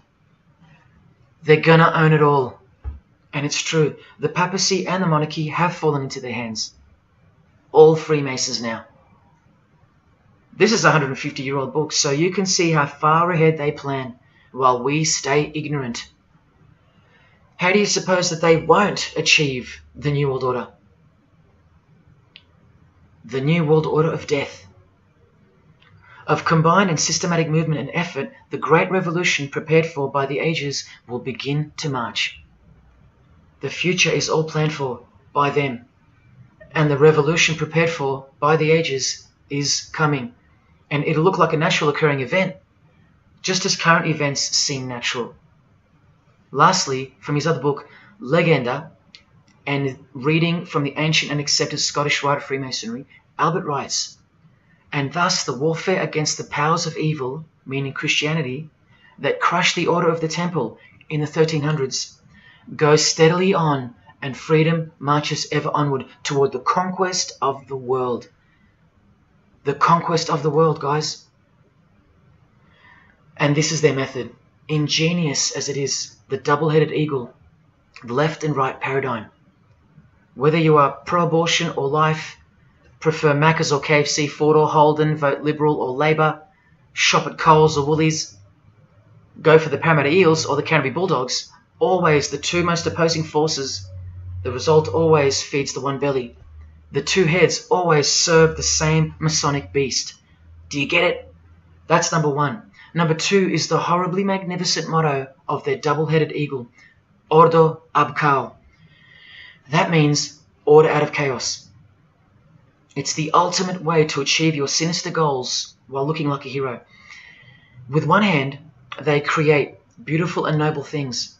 With the other hand, the hidden hand, they destroy and pervert. Then the helping hand comes back in to save or fix things again, alternating from one to the other, while nudging toward a predetermined goal, until finally reaching that goal that's set in mind in the first place. All the while, you never knew that the same hand that's saving you is the same hand that was destroying you in the first place. Order out of chaos. Their order out of their chaos. Another way to look at it is this. Z creates or exploits a problem, then attributes blame to others. Y reacts by asking Z for protection and help to solve the problem. Z offers the solution that was planned for by them long before the crisis occurred. Ordo ab Chaos, order out of chaos. Now you can change Z and Y to suit any scenario. For example, your best friend who wants to sleep with you creates or exploits a problem, then attributes blame to others. You react by asking your best friend who wants to sleep with you for protection and help to solve the problem. Your best friend who wants to sleep with you offers the solution that was planned by them long before the crisis occurred. Each time your best friend gets closer and closer to you until eventually they're in your bed. How about your employee creates or exploits a problem, then attributes blame to others? The employer reacts by asking the employee for help to solve the problem. The employee offers the solution that was planned by them long before the crisis occurred. The employee eventually gets the promotion. But this is the way I really want to put it. The government creates or exploits a problem, then attributes blame to others. The population reacts by asking the government for protection and help to solve the problem. The government offers the solution that was planned by them long before the crisis even occurred. This is how the Great Revolution, prepared for by the ages by the Freemasons, will begin. So who's going to warn you? Even modern Christianity is steered by Freemasonry. Hillsong won't warn the sheep about Freemasonry and the One World Government. What, the Hillsong senior pastor who wrote these books and lives here? No chance. Did modern day Christian heroes like Billy Graham warn you about Freemasonry? Well, no, because here he is giving the Master Mason grip to other Christian giants like Paul and Jan Crouch, all Freemasons. Here he gives the same third-degree handshake to former President Harry Truman, and here to a Muslim Freemason.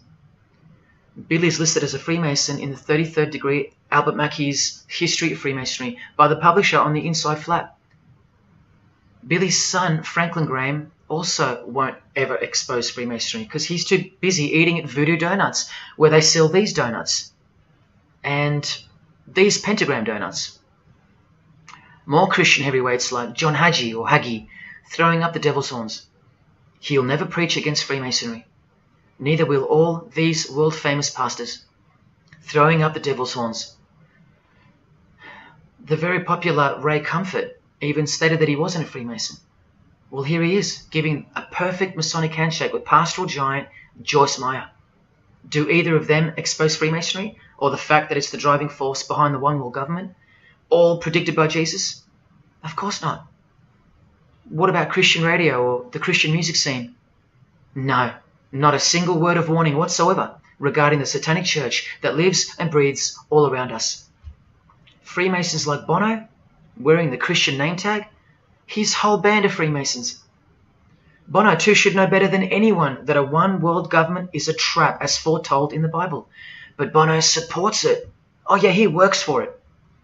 Just like the Masonic Pope does.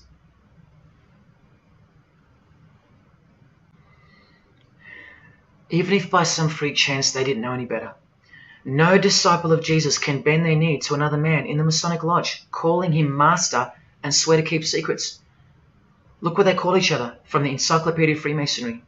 Master Mason, Grand Master, Most Eminent Grand Master, and the most appalling title of all, Most Worshipful Master. Most worshipful. Do you see how extra deluded the Christian Freemason has to be when Jesus said, "Do not be called master, because one is your master"? And what about all those oaths? Don't worry, Jesus covered that too. What I tell you is this: do not put yourself under oath at all, but let your yes mean yes and your no mean no. How's that for an idea? But the Freemasons' yes means no, because they all swear to lie and conceal from the first degree initiation all the way through. What is whispered in your ear, proclaim it from the rooftops. That's Jesus. You see the contrast? How precise he was and still is. You think Bono and the Pope don't know about the Masonic calendar and how it's not the same calendar as ours? From the Encyclopedia of Freemasonry, the real date of the world is found by adding 4000 to the Vulgar era. This whole Christian era is vulgar. So the year in the Masonic world is actually 6021. And this abbreviation is in French, the Vulgar era, beginning since the year of the Lord, since the year of Jesus Christ.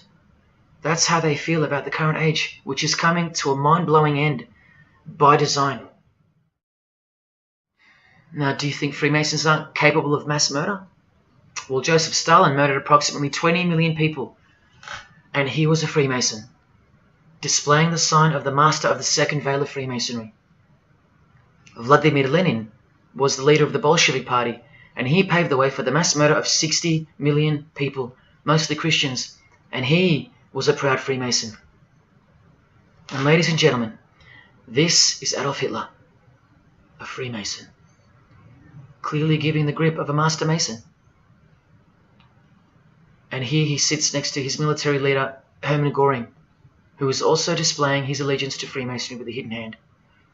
He even displays the Masonic triangle, just like fellow Masonic brother Jay-Z. The mind of Hitler surrounds you now. It just hasn't pounced yet. The mind of Hitler isn't isolated to some portion of the world anymore. It now encompasses you. Hitler is everywhere. Far more clever than you can imagine. Evolved and sleeping in your bed. It's easy to say that's impossible. Once upon a time, 70 million Germans adored him. Once upon a time, Hitler was named Man of the Year by Time magazine. You've been fooled by the satanic machine. Please don't try to get inside to the mind of Freemasonry. It's like trying to understand Satan himself. You can't, and you don't want to. Freemasons will make friends with their most hated enemies. They will cross-dress their morals to move closer to their goal. They'll make the English language void of any meaning by turning everything inside out and upside down to camouflage its objectives.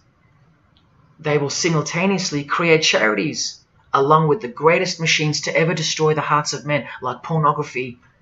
They will sell their souls to gain the world.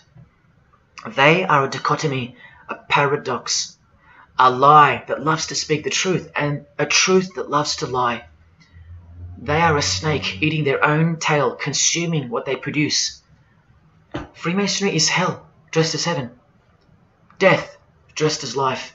Its God is an angel of darkness dressed as an angel of light, and 90% of its membership is a shield, lost in its symbolism. Freemasonry has become the ally and the opposition. Who are the biggest voices on so-called climate change in recent years? Which is more order out of chaos? Al Gore, a Freemason, and Greta Thunberg.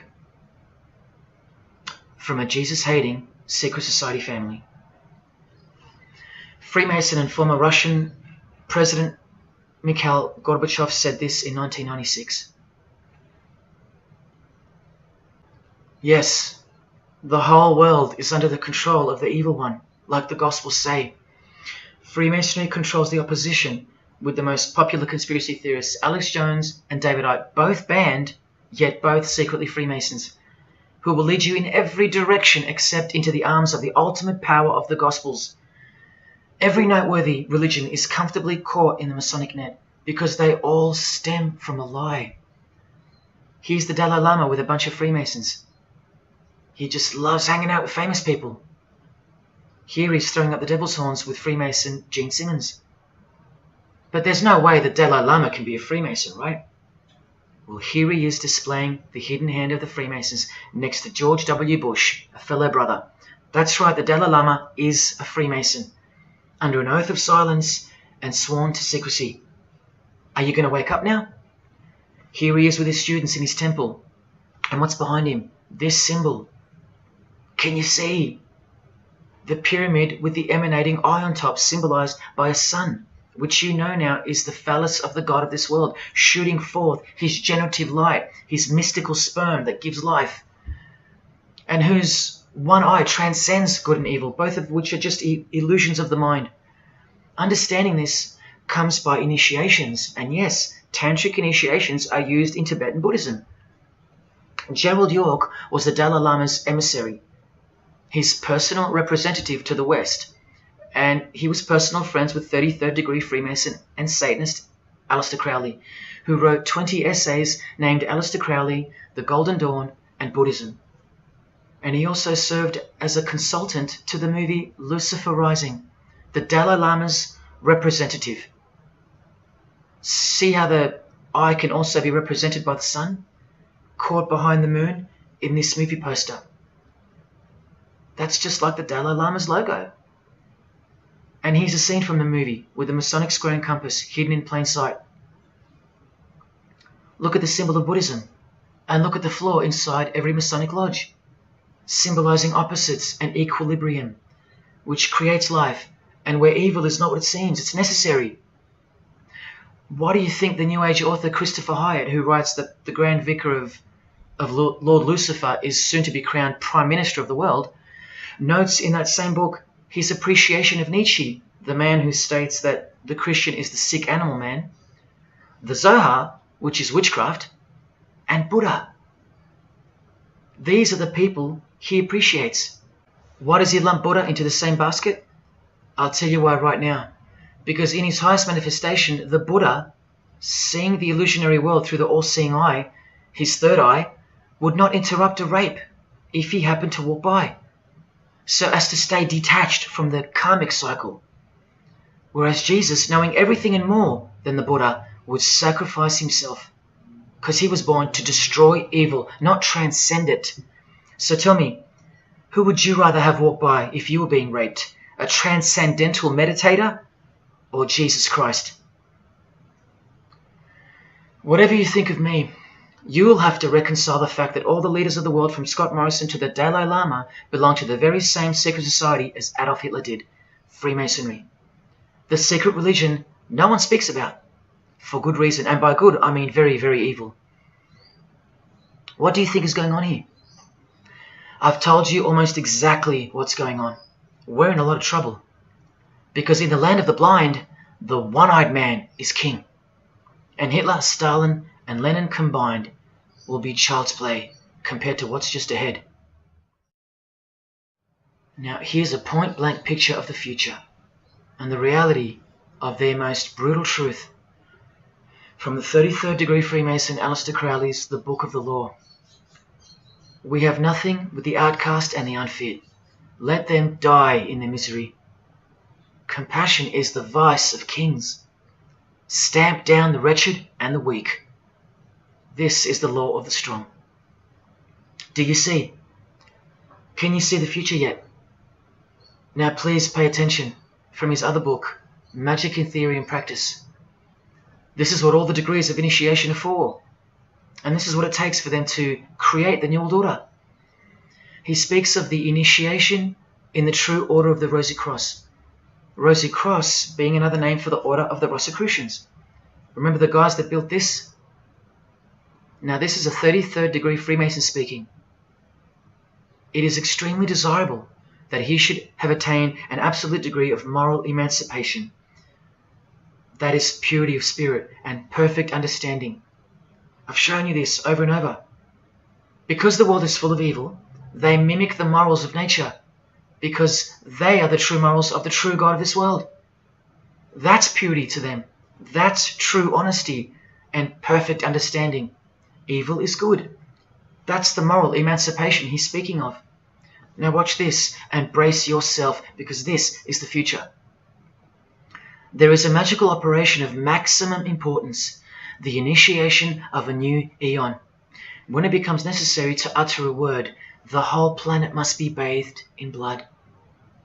This bloody sacrifice is the critical point of the world ceremony of the proclamation of Horus, the crowned and conquering child, as Lord of the Eon. I've shown you that secret societies participate in the science of blood rituals. Well, this is what it climaxes into. A massive blood ritual in the name of the new Eon, the new age, which revolves around a divine plan not of this world, as confessed by all of them. You are not who you think you are. You are not where you think you are. Do you see it? Can you fathom? And what blood means in this world? So much more than what you may have known before now. Blood sacrifice is of the utmost importance. It's what the beings in the other realm require, desire. We can't fully understand it. But do you see how the blood sacrifice of Jesus Christ takes on a whole new meaning now? A very real meaning. And guess what? Because of it, the good guy really does win in the end. You either fall under the blood of the world or under the blood of him. There is no middle ground. Blood is like the monetary currency of the spirits. And that's how God bought us back from the legal ownership of the ruler of this world with blood, his own blood. Now you can begin to understand why they hate him so much. Because that's why he was born into the world of flesh, to produce blood of his very own. Not by means of perishable things were you set free once and for all, by the payment of ransom money, but by costly blood, by the one who was visibly manifested at the closing years of the times, for your sake. That is the truth. Do you think it's just a coincidence that this is the last age before the long planned for new order of the ages? That's ages, plural. That means forever. That's the plan.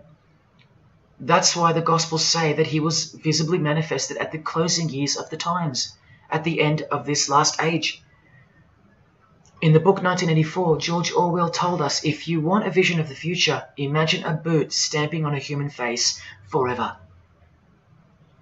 I've shown you that this so-called new age is in actuality a new satanic age. And it's not really new at all.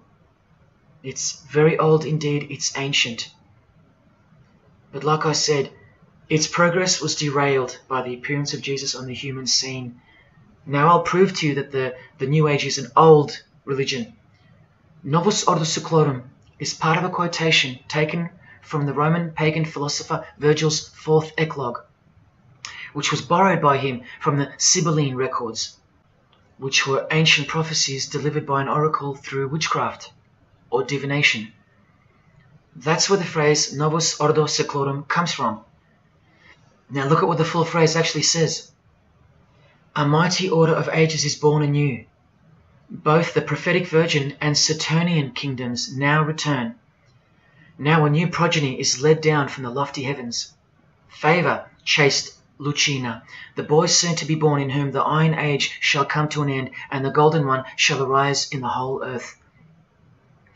We've just been told that the new age is a Saturnian kingdom, which returns. So it's been here before. Next we see that a new progeny, meaning a new seed, a new race, there's that race again, is coming to earth. And that a boy will be born who will bring the Iron Age, which is the age we're currently in, to an end. And that the Golden Age, the new age about to begin, will again arise over the whole world. Now, what is the Saturnian kingdom? Well, for starters, this is a band called Saturnian Mist. And here on their front cover, we have a reference to magic. Then we see by the singer's shirt, they're Satanists. Then with his other shirt, we see the connection once again between the inverted pentagram of Satanism and the one eye of Freemasonry, the secret religion of the who's who of planet Earth. Freemason and Satanist Marilyn Manson has a song called Saturnalia, and on a satanic website on ritual offerings for demonic bindings, we find that Satan is Saturnian in nature. Here on the front page we see the inverted pentagram under the head of the Baphomet, and right next to it, a version of the square and compass of the Freemasons, of which a lodge is located near a suburb near you, no matter where on earth you live. The Satanic Church hidden in plain sight. Now let's go straight to the source so you can see for yourself the nature of the New Age Saturnian kingdom found in the full quote of the Freemasons' New World Order seal. From this book, which is a factual study of the single most influential occult organization in modern Germany, the Fraternitas Saturni, or the Brotherhood of Saturn. We learn of the path of the Saturnian initiate, which is outlined in detail with the meaning of all 33 grades, 33 degrees of Freemasonry. This is the very same thing, the same objectives. All secret societies work for the same goal because they all have the same spirit. The only difference between Freemasonry and this Saturnian fraternity is that your local Masonic lodges are veiled and camouflaged filtering systems for future Satanists, from which all influential figures of society are chosen, where the real religion begins at the 33rd degree. Whereas with orders like the Saturnian Brotherhood, there is no filtering system. As such, you're a student of Satanism from the first degree. That's why Satanism's takeover would have been impossible without international Freemasonry. The Saturnian teachings include sexual mysticism, sex magic, and Nietzschean Thelemism. Nietzsche, remember the guy who says that Christians and the mindset to help the weak makes up the sick animal man? The guy who wrote this book and doesn't believe in good and evil. And Thelemism, from 33rd degree Freemason, who says that in this book that to initiate the New Age, the whole world must be bathed in blood in a bloody sacrifice before man can accept the law of Thelema. Nietzschean Thelemism. That's what the New Age Saturnian kingdom, from which the Freemasons took this phrase from, actually looks like.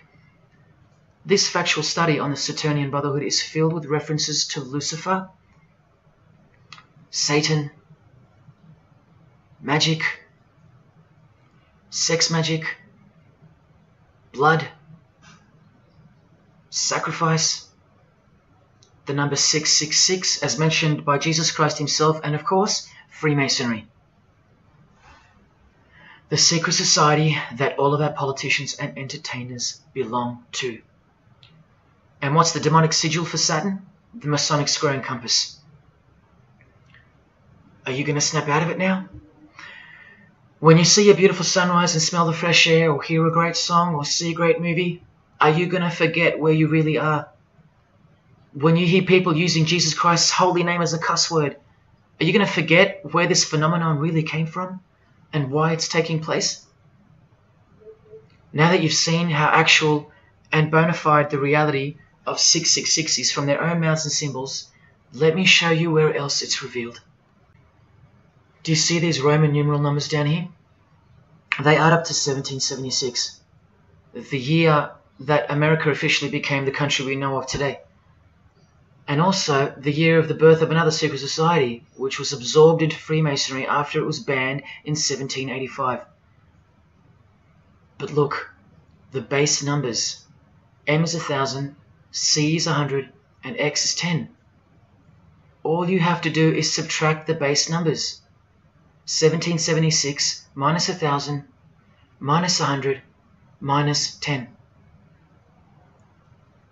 Or simply remove the Roman numerals which represent the base numbers. No, I'm not playing tricks on you. Neither are your eyes. But someone else is. Now that you've seen the prevalence and seriousness of this horrid number, now that you've seen what you've seen, I can show you where else it appears. This figure is represented by the numbers. To make this work, they had to remove the number 1 altogether and separate the 2.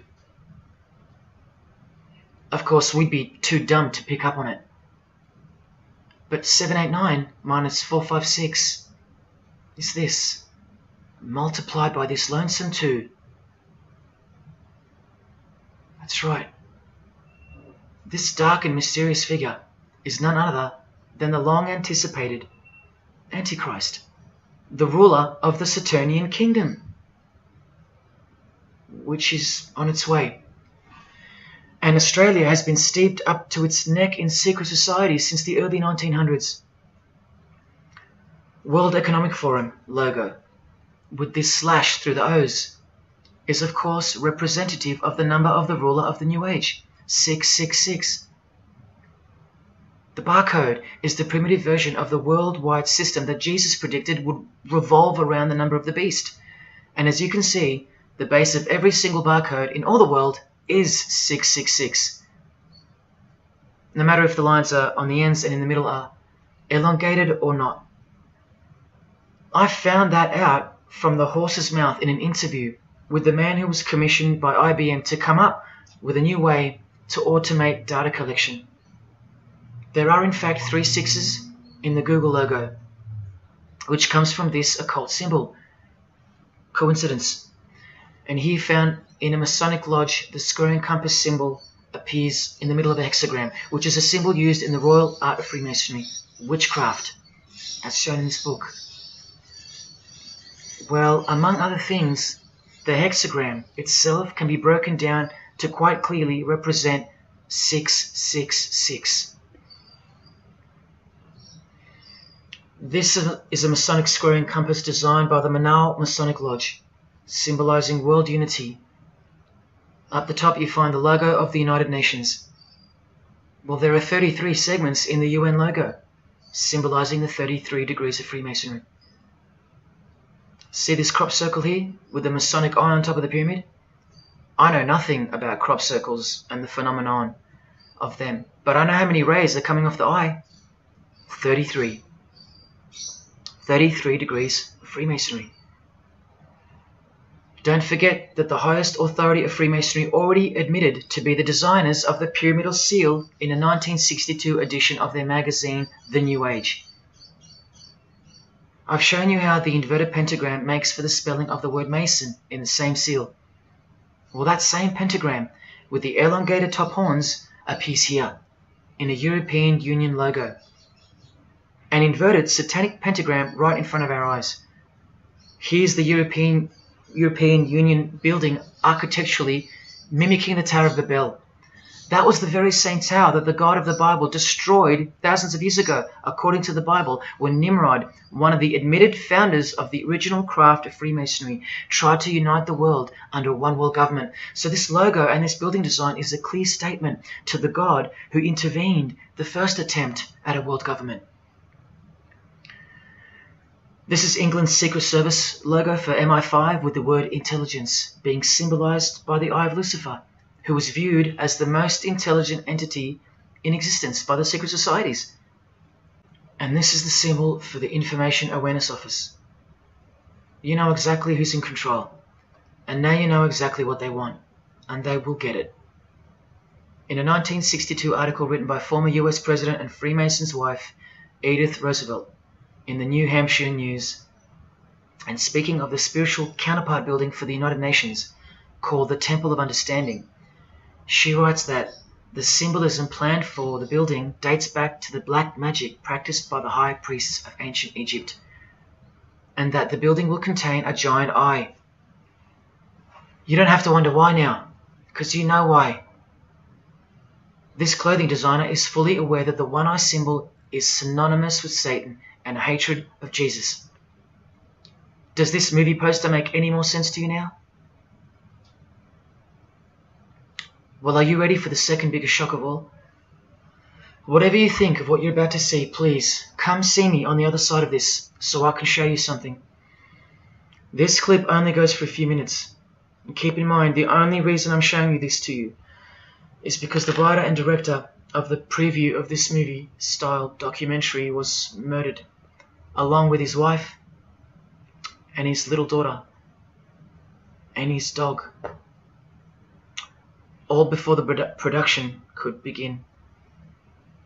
The murder was made to look like a murder-suicide, the news of which never made national broadcasts, just the local news. Case closed, nothing to see here. You have to ask yourself why, after so many movies with a dystopian, World War, totalitarian type theme, why was this movie so dangerous and strictly unacceptable for public viewing, that a whole family would be murdered? Well, this movie was going to tell us about America's secret destiny. And one other thing which you'll see on the other side of this clip, an amazing thing. As titled by Manly P. Hall over 100 years ago, what's the secret destiny of America? Well, it's this.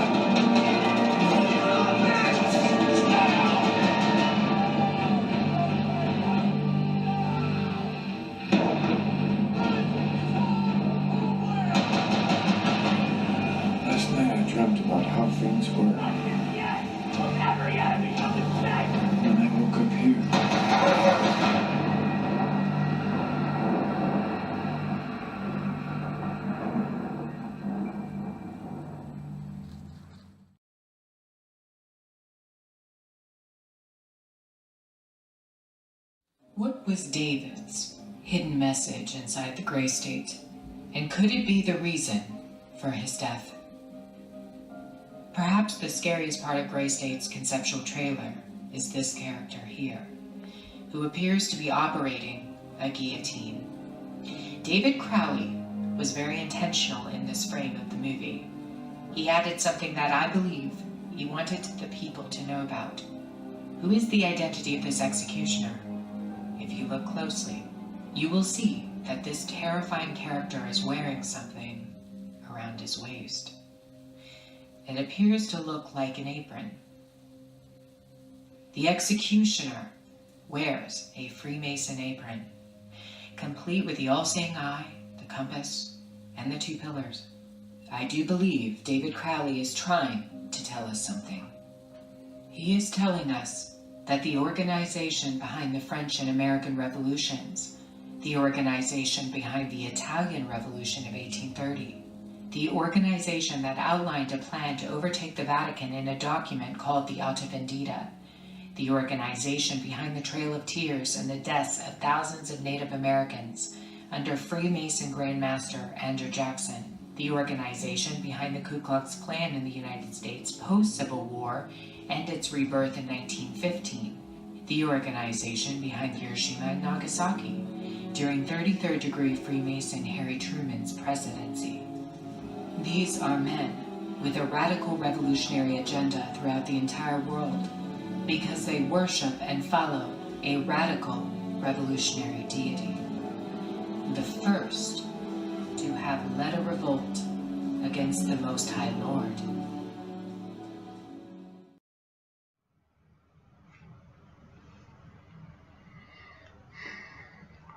When I was in high school, coming from a completely non-Christian and non-religious family or background, I distinctly remember the first time that I decided that the Bible, or the New Testament, to be more precise, was definitely not true. Made up, fairy tale, whatever. It was one verse, one scripture that to me at the time proved unequivocally that it wasn't written for our time. A prophecy that was impossible to be fulfilled. Here's the verse. And I saw thrones, and they sat upon them, and authority to administer justice was given them. And I saw the souls of those who had been beheaded, because of the testimony they bore of Jesus, and because of the word of God. No way could guillotines be introduced as a form of execution in the 21st century, right? No way. Proof that the Bible was a prehistoric book written for prehistoric people. And this is long before he woke me up on a midnight highway to spare my life from a high-speed collision into a concrete wall.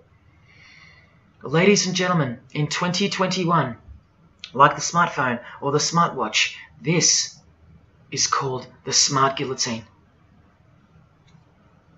Built by Chanel. You know, the perfume and clothing and accessories brand for the rich. What on earth does a perfume company have to do with chopping people's heads off? Well, I thought I told you that all of this is just the tip of the iceberg. I wonder who really owns Chanel. Well, here's their logo, and there is an eye in the design. And have you seen their drip design? How odd. Welcome to the real world. You ready? This is from a legislation archive from the Georgia House of Representatives in the 1995-96 sessions. This is Bill HB 1274 on the death penalty, guillotine provisions. How far along are we into enacting these bills worldwide? I don't know. Maybe they've been enacted already. But I just wanted to show you that in 1995 the ball was already rolling. Another ball that's rolling are the 7 universal Noahide laws. They sound great from the outside, designed so to conceal some terrifying details on the inside. Firstly, they were signed into US law in 1991 by George H.W. Bush on March 26. Here's the bill and resolution. It was named Education Day. As you can see in the details of Resolution HJ 104, they are the 7 Noahide laws, resolved by the Senate and House of Representatives of the United States of America in 1996. Every single president since H.W. Bush has annually re-signed this resolution.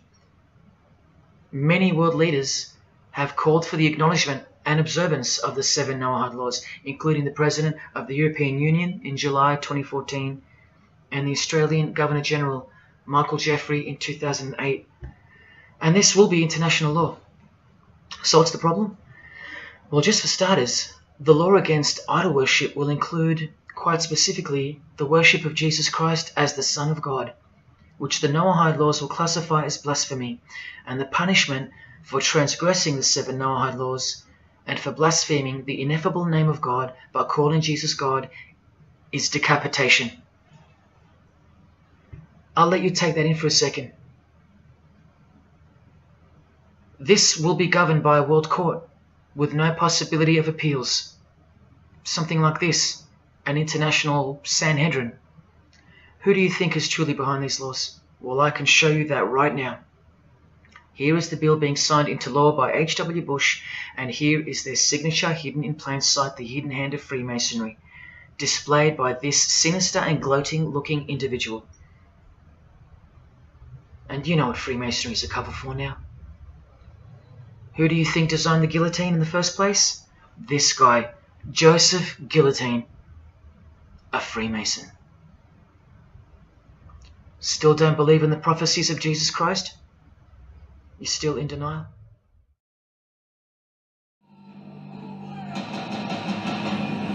Last night I dreamt about how things were. When I woke up here.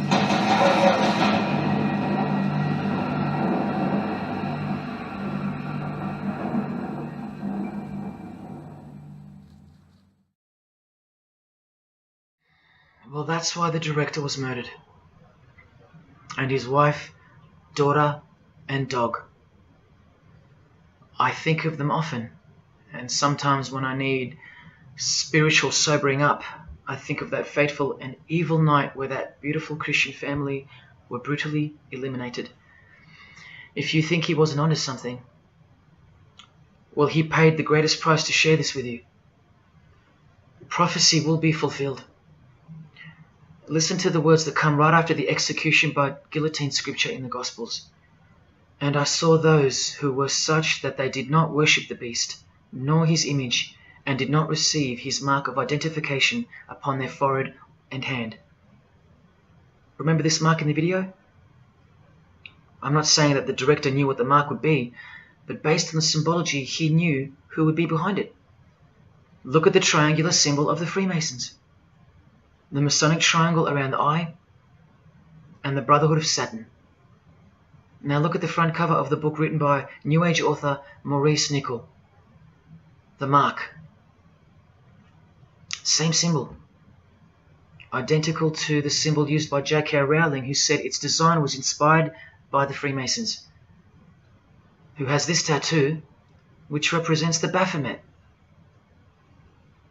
Well, Solve Coagula is the process in which they will bring this New World system to life. It's identical to the Masonic motto of order out of chaos. Solve means dissolve or destroy, and coagula means to bring the elements back together into a new and higher form, a new and higher system. Jesus described it as the beast system, and one way or another, we will be marked as a form of identification in order to participate. But first, chaos must ensue. A deep Masonic truth, which is mostly true anyway, is that destruction precedes construction. It's like having to destroy a tree in order to create a table.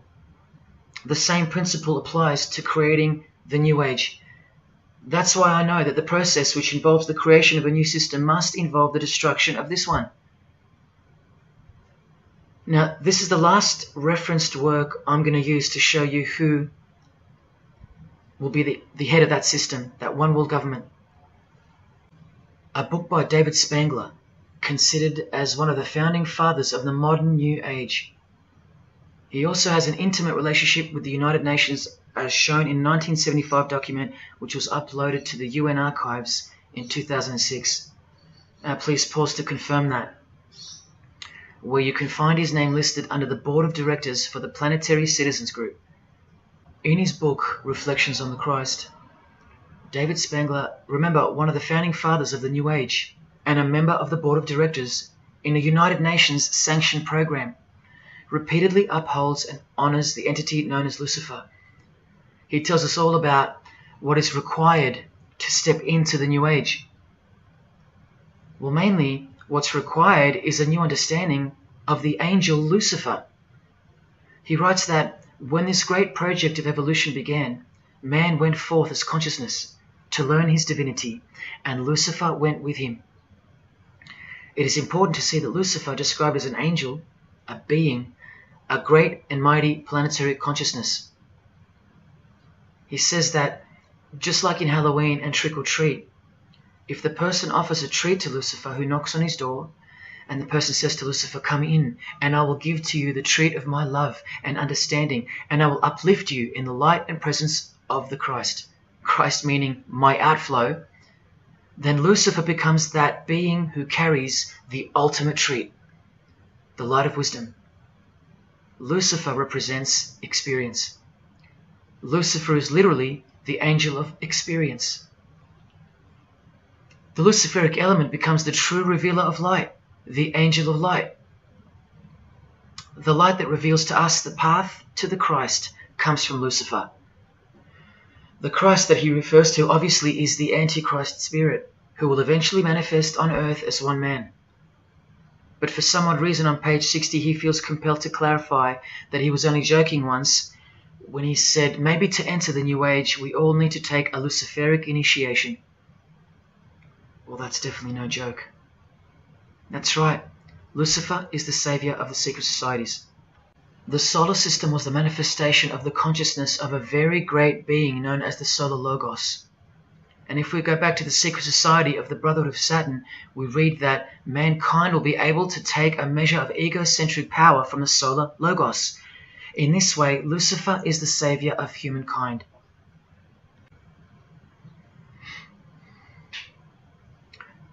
Do you see who you're dealing with? These are the people above you, the rich, powerful, influential, overflowing in all areas of those who are steering society, and they're about to reach their destination. Who showed you? Who told you? Who warned you? Jesus Christ did. Oh, those pesky Christians.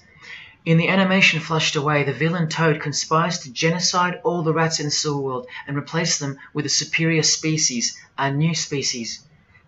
No one is aware except for this one rat who's briefly seen in the beginning. He's a Christian rat, a nut job, carrying around a plaque, as some real-life Christians used to, warning everyone of the impending doom that is upon them. What's the twist that's hidden in plain sight for no one to see? Well, the villain Toad, planning the New Age, wears the ring of a Freemason. This ring. And he wears it exactly on the finger that a Master Mason should. It is worn on the third finger of the right hand. There is one who predicted it all, and they know that. That's why he's been so thoroughly discredited, or so it seems. Yes, the nutjob Christian was right all along. Remember one last thing before I close. From Masonic New Age author Christopher Hyatt, who spoke of the well-planned-for and long-awaited invocation of the Prime Minister of the world, when he wrote in his book, "A massive truth that I wish with all my being that you would grasp. Both satanic cults and Christian fundamentalists are closer to seeing the truth than most normal people. The world has always been at war, a spiritual war from the beginning. And if you don't know it, then you're losing the battle. The Gospel tells us so accurately that the enemy we wrestle against is not made of flesh and blood, but it is made of spiritual forces of evil in heavenly realms. That's where the real war is being waged, in the spirit. And now that we know what secret societies are and what they've tapped into, we can rest assured that that statement from the Gospels is true. That's why the common denominator between all of the secret societies is the anti-Christian sentiment. You need to ask yourself why. Why the negative obsession with Christianity? It's not as if Christians run the game. Freemasons have banned Bibles from schools. They teach evolution as a fact. Pornography is thriving. There are no Christian protesters left. Homosexuality is rampant and protected, and Christianity is buckled. Which church preaches against Freemasonry? Which church is telling you about Satan and his hidden church, which has permeated every vein of society? So why do they hate Jesus if they're at the top of their game? Because Jesus Christ is real, that's why. And he left us prophecy that they can't escape. See, the more they win, the more they fall into the hands of the prophecies of Jesus and his Gospels. What a blessing for you, those who would grasp this as truth. What good news for you, and what a terrifying conundrum for them. If you've come this far and you still don't care or still unwilling to trust, then you deserve what's coming as a law of nature. because you've been warned of all of it. The one world government clearly on its way. Cashless society, inevitable. The mark that each person will receive, without which you won't be able to buy or sell or participate in this world. And the manifestation of the name, the number of the name of the one who will implement this system. 666. All of it is coming to pass. Inescapable we are from him. Everything and everyone will fall back into his hands, where he will finally separate the goats from the sheep.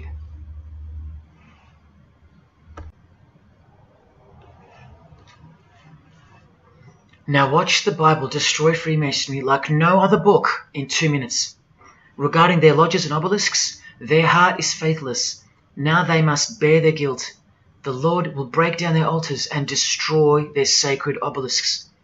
And speaking of the bloodline that gave birth to Jesus, God says, "You shall not set up for yourselves a sacred pillar, which the Lord God hates." See what you're up against, Freemasonry? While Freemasonry meets and speaks in darkness and secret, Jesus said, "I have spoken openly for all the world to hear, and in secret I've said nothing." Freemasons are known as builders. Well, the stone which the builders rejected has become the cornerstone. Everyone who falls on that stone will be dashed to pieces. Anyone on whom it falls will be crushed. Every Masonic lodge is built so that all the members face the east. Who are these men with their backs toward the temple, facing the east and worshipping the sun? It is detestable. Freemasonry does evil in secret with their hidden hand, but they blow a trumpet over the hand that does good. But Jesus says, when you give to the needy, do not let your left hand know what your right is doing. Your good deed must be in secret, and your Father who sees what is done in secret will reward you. You can't become a Mason if you're broke, blind, maimed, or have a criminal record. Jesus said, but when you give a banquet, invite the poor, the crippled, the lame, the blind. Freemasonry takes pride in its secret rituals and is hungry to rule the world. The Gospels say that their destiny is destruction. They make appetite their God. They take pride in what should bring shame. Their minds are set on earthly things. Freemasonry believes that the light is but darkness visible. The Bible says, woe to those who call evil good and good evil, who put darkness for light. And Jesus further said, if therefore the light which is in you be darkness, how great a darkness that would be. Freemasons spend their whole lives taking gruesome oaths of secrecy. Jesus said, but above all things, my brethren, stop the practice of putting yourselves under oath. Freemasonry is built upon a hierarchical system, a pyramidal system. Jesus said, for everyone who exalts themselves will be humbled, and whoever humbles themselves will be exalted. We could go on and on, but we're going to end on this one. Exclusively written for the practices in the lodge room of political Freemasonry. A troublemaker and a villain who goes about with a corrupt mouth, who winks with his eye, signals with his feet, and teaches with his fingers, who plots evil with deceit in his heart. He always stirs up conflict. Therefore, the disaster will overtake him. He will suddenly be destroyed. That is Freemasonry through and through. And apart from the man in the mirror, prior to your baptism of the Holy Spirit, Freemasonry is the villain. They do go about with a corrupt mouth as they are sworn to secrecy. They do proverbially wink with the eye, making the one eye. They most certainly signal with their feet and teach with their hands and fingers. In the lodge, I can vouch. And they do plot evil, stir up conflict, in order to further their goal of the New Age and the New World Order, the greatest conflict being up ahead. But thank God Almighty above, the verse also tells us that disaster will overtake them, and they will be destroyed. One frightful and glorious day, you can count on that. Because the only thing you can count on in this world, more than death, more than taxes, is the Son of God.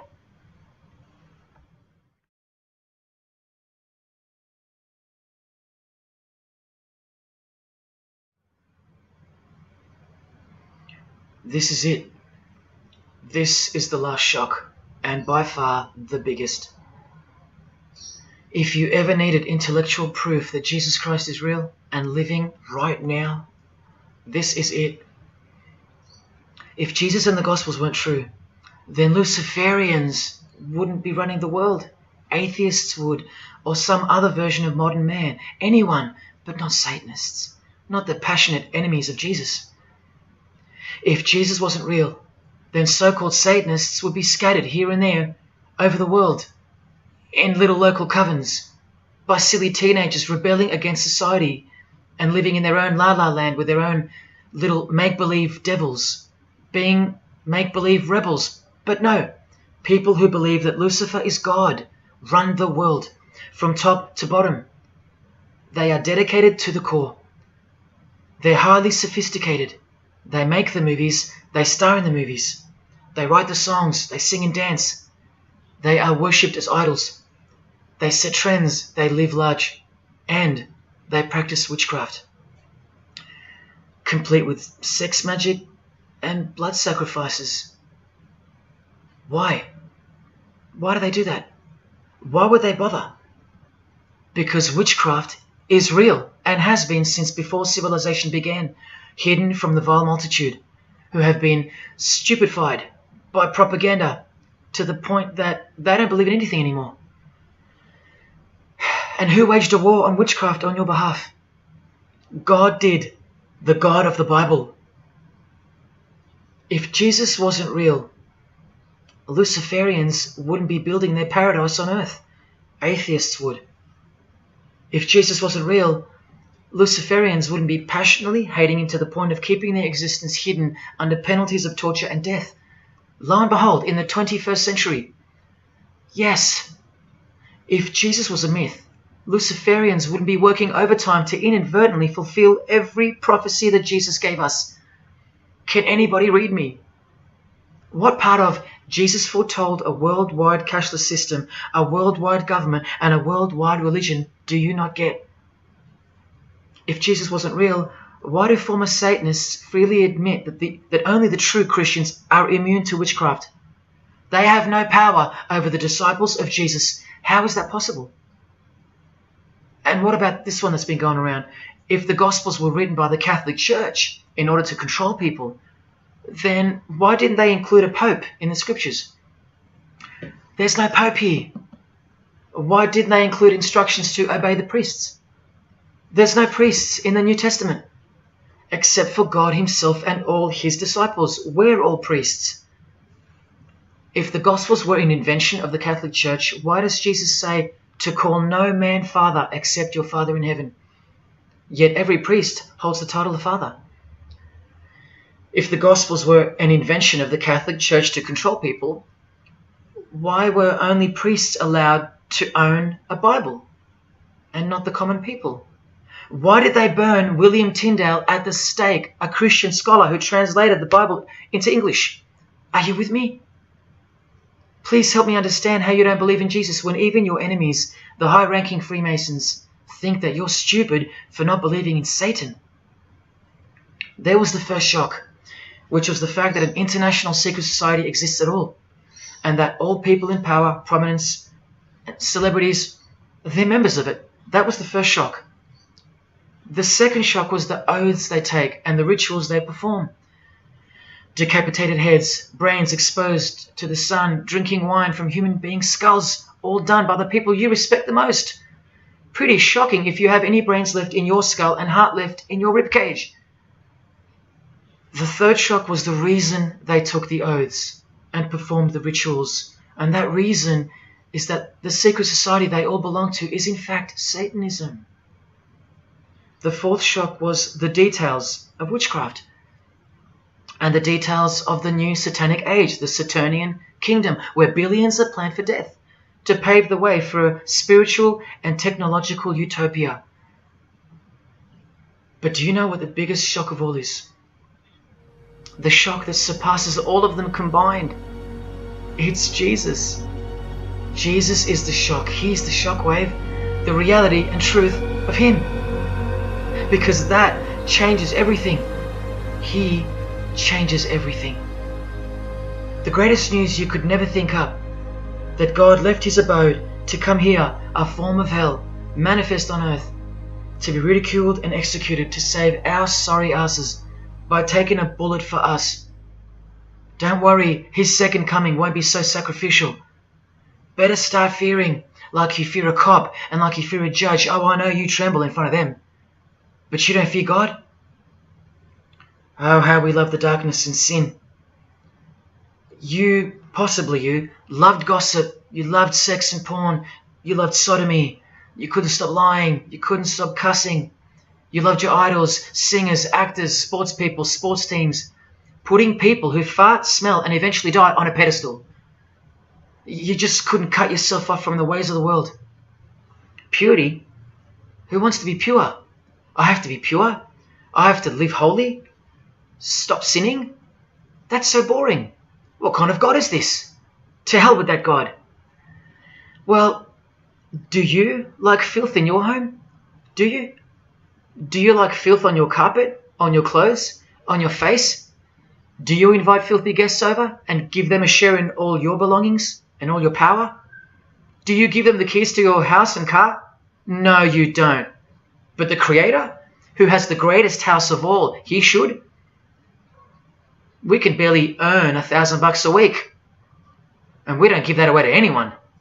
But now God should share his wealth with you, the unclean, the unrepentant. Is it too much to ask your filthy guests to clean up before they enter? To watch their mouths, to control their willy? Is that too much to ask? Oh, but if God was real, what about all the children that die? What about them? What are you doing about them? Are you still stuck on which phone you're going to upgrade to or what's for dinner? Why don't you leave your abode, your luxuries and your loved ones and risk it all to go save some children yourself? Oh, but what about all those who've never heard of Jesus? Let me ask you, what's your excuse?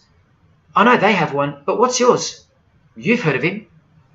Every morning you wake up and look at the calendar is a testament to his name, because it's 2021 in Australia, it's 2021 in Brazil, it's 2021 in China, it's 2021 in every single country in the world. So let me ask you, 2021 years since what? Like I said, just waking up in the morning and knowing what day it is a testament to him. But if God was real, why wouldn't he just show himself? Show himself to who? To you?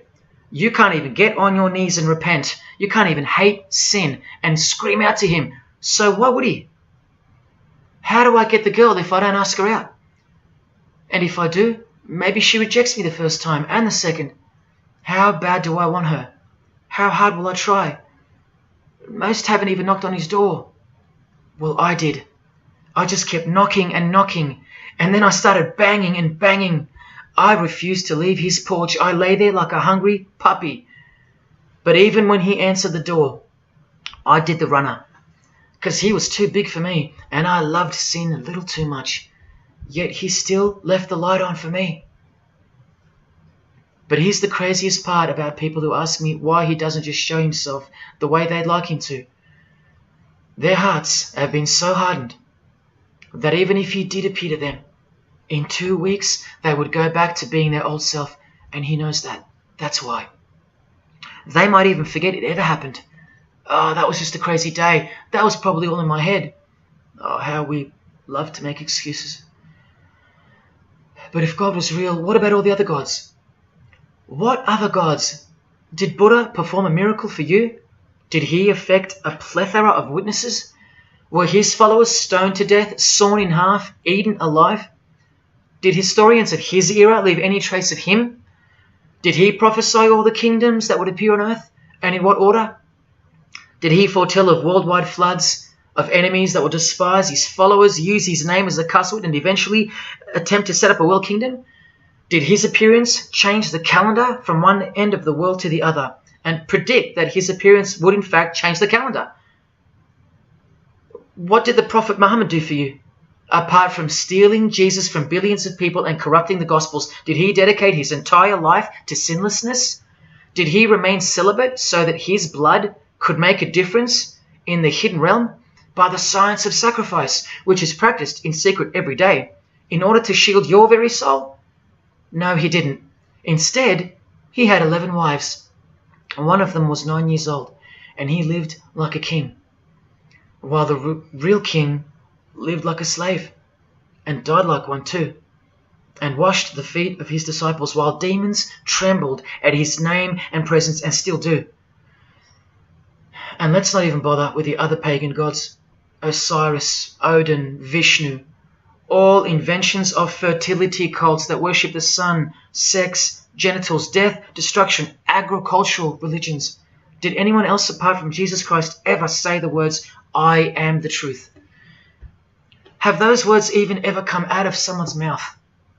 I've heard of, I know the truth, I have the truth, but I am the truth? That doesn't even make sense. Unless truth itself was once upon a time born on earth as a man. Well, of course he's the truth.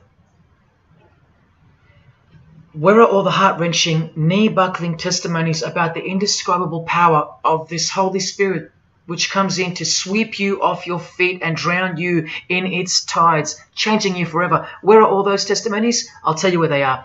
In the Christian column. That's where. Oh yeah, you'll get them here and there in every genre, but Christian testimonies simply outclips the rest.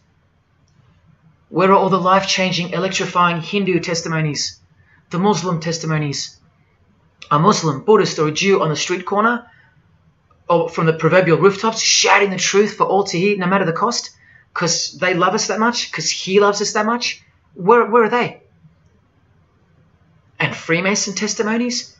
Have you even heard of one of those? Satanic testimonies? You ever heard of one of those? A Freemason on his knees, sobbing from joy because of the overwhelming knowledge that Lucifer loves him?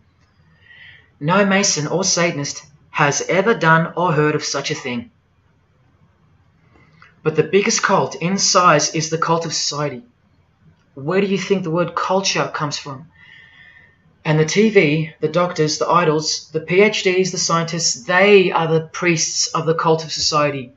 You atheists think you don't live in a religious world of your own, filled with daily rituals and daily worship? Even your beliefs require faith in what your priests teach you. Evolution, no proof. Age of the earth, no proof. Distance of the sun, all faith-based on what you are told by strangers. You can see the rings of Saturn with your telescopes, but you can't see the buggy on the moon that was left behind in 1969, yet you still believe, because you have faith. Don't you worry, no matter who you are, you live in a religious world, because life is religion. And if you're still in the I'm not religious category, think again. You all worship something or someone, and your religion is futile. But for you, for the one, whoever you are, remember the advantage that evil has over good. A little good doesn't destroy evil, but a little bit of evil destroys all good. See this glass of water? One single drop of poison is enough to render the whole lot useless or deadly. That means that 99% of the goodness and purity of that water amounts to nothing, all because of one single drop. The whole glass is evil. And so it is with the human soul. You better believe it. Does anyone go out with a stain on their face or on their shirt? You think the soul can't be stained? Think about it. Just one lie makes you a liar. So you can't go where life is, stained with death? Now, in case someone thinks I'm playing the high and mighty role, I tell you this. I used to be a liar. I used to be a pervert. I used to be a drunkard. I used to smoke all kinds of poison. I used to have angry outbursts, use a filthy mouth, indulge in filthy humor. I used to. Past tense. But no more. He finally summoned me. He called my name for the last time. He took my dog, then my music. He took my band, broke it all, and broke me, flooded me clean. He sent for me.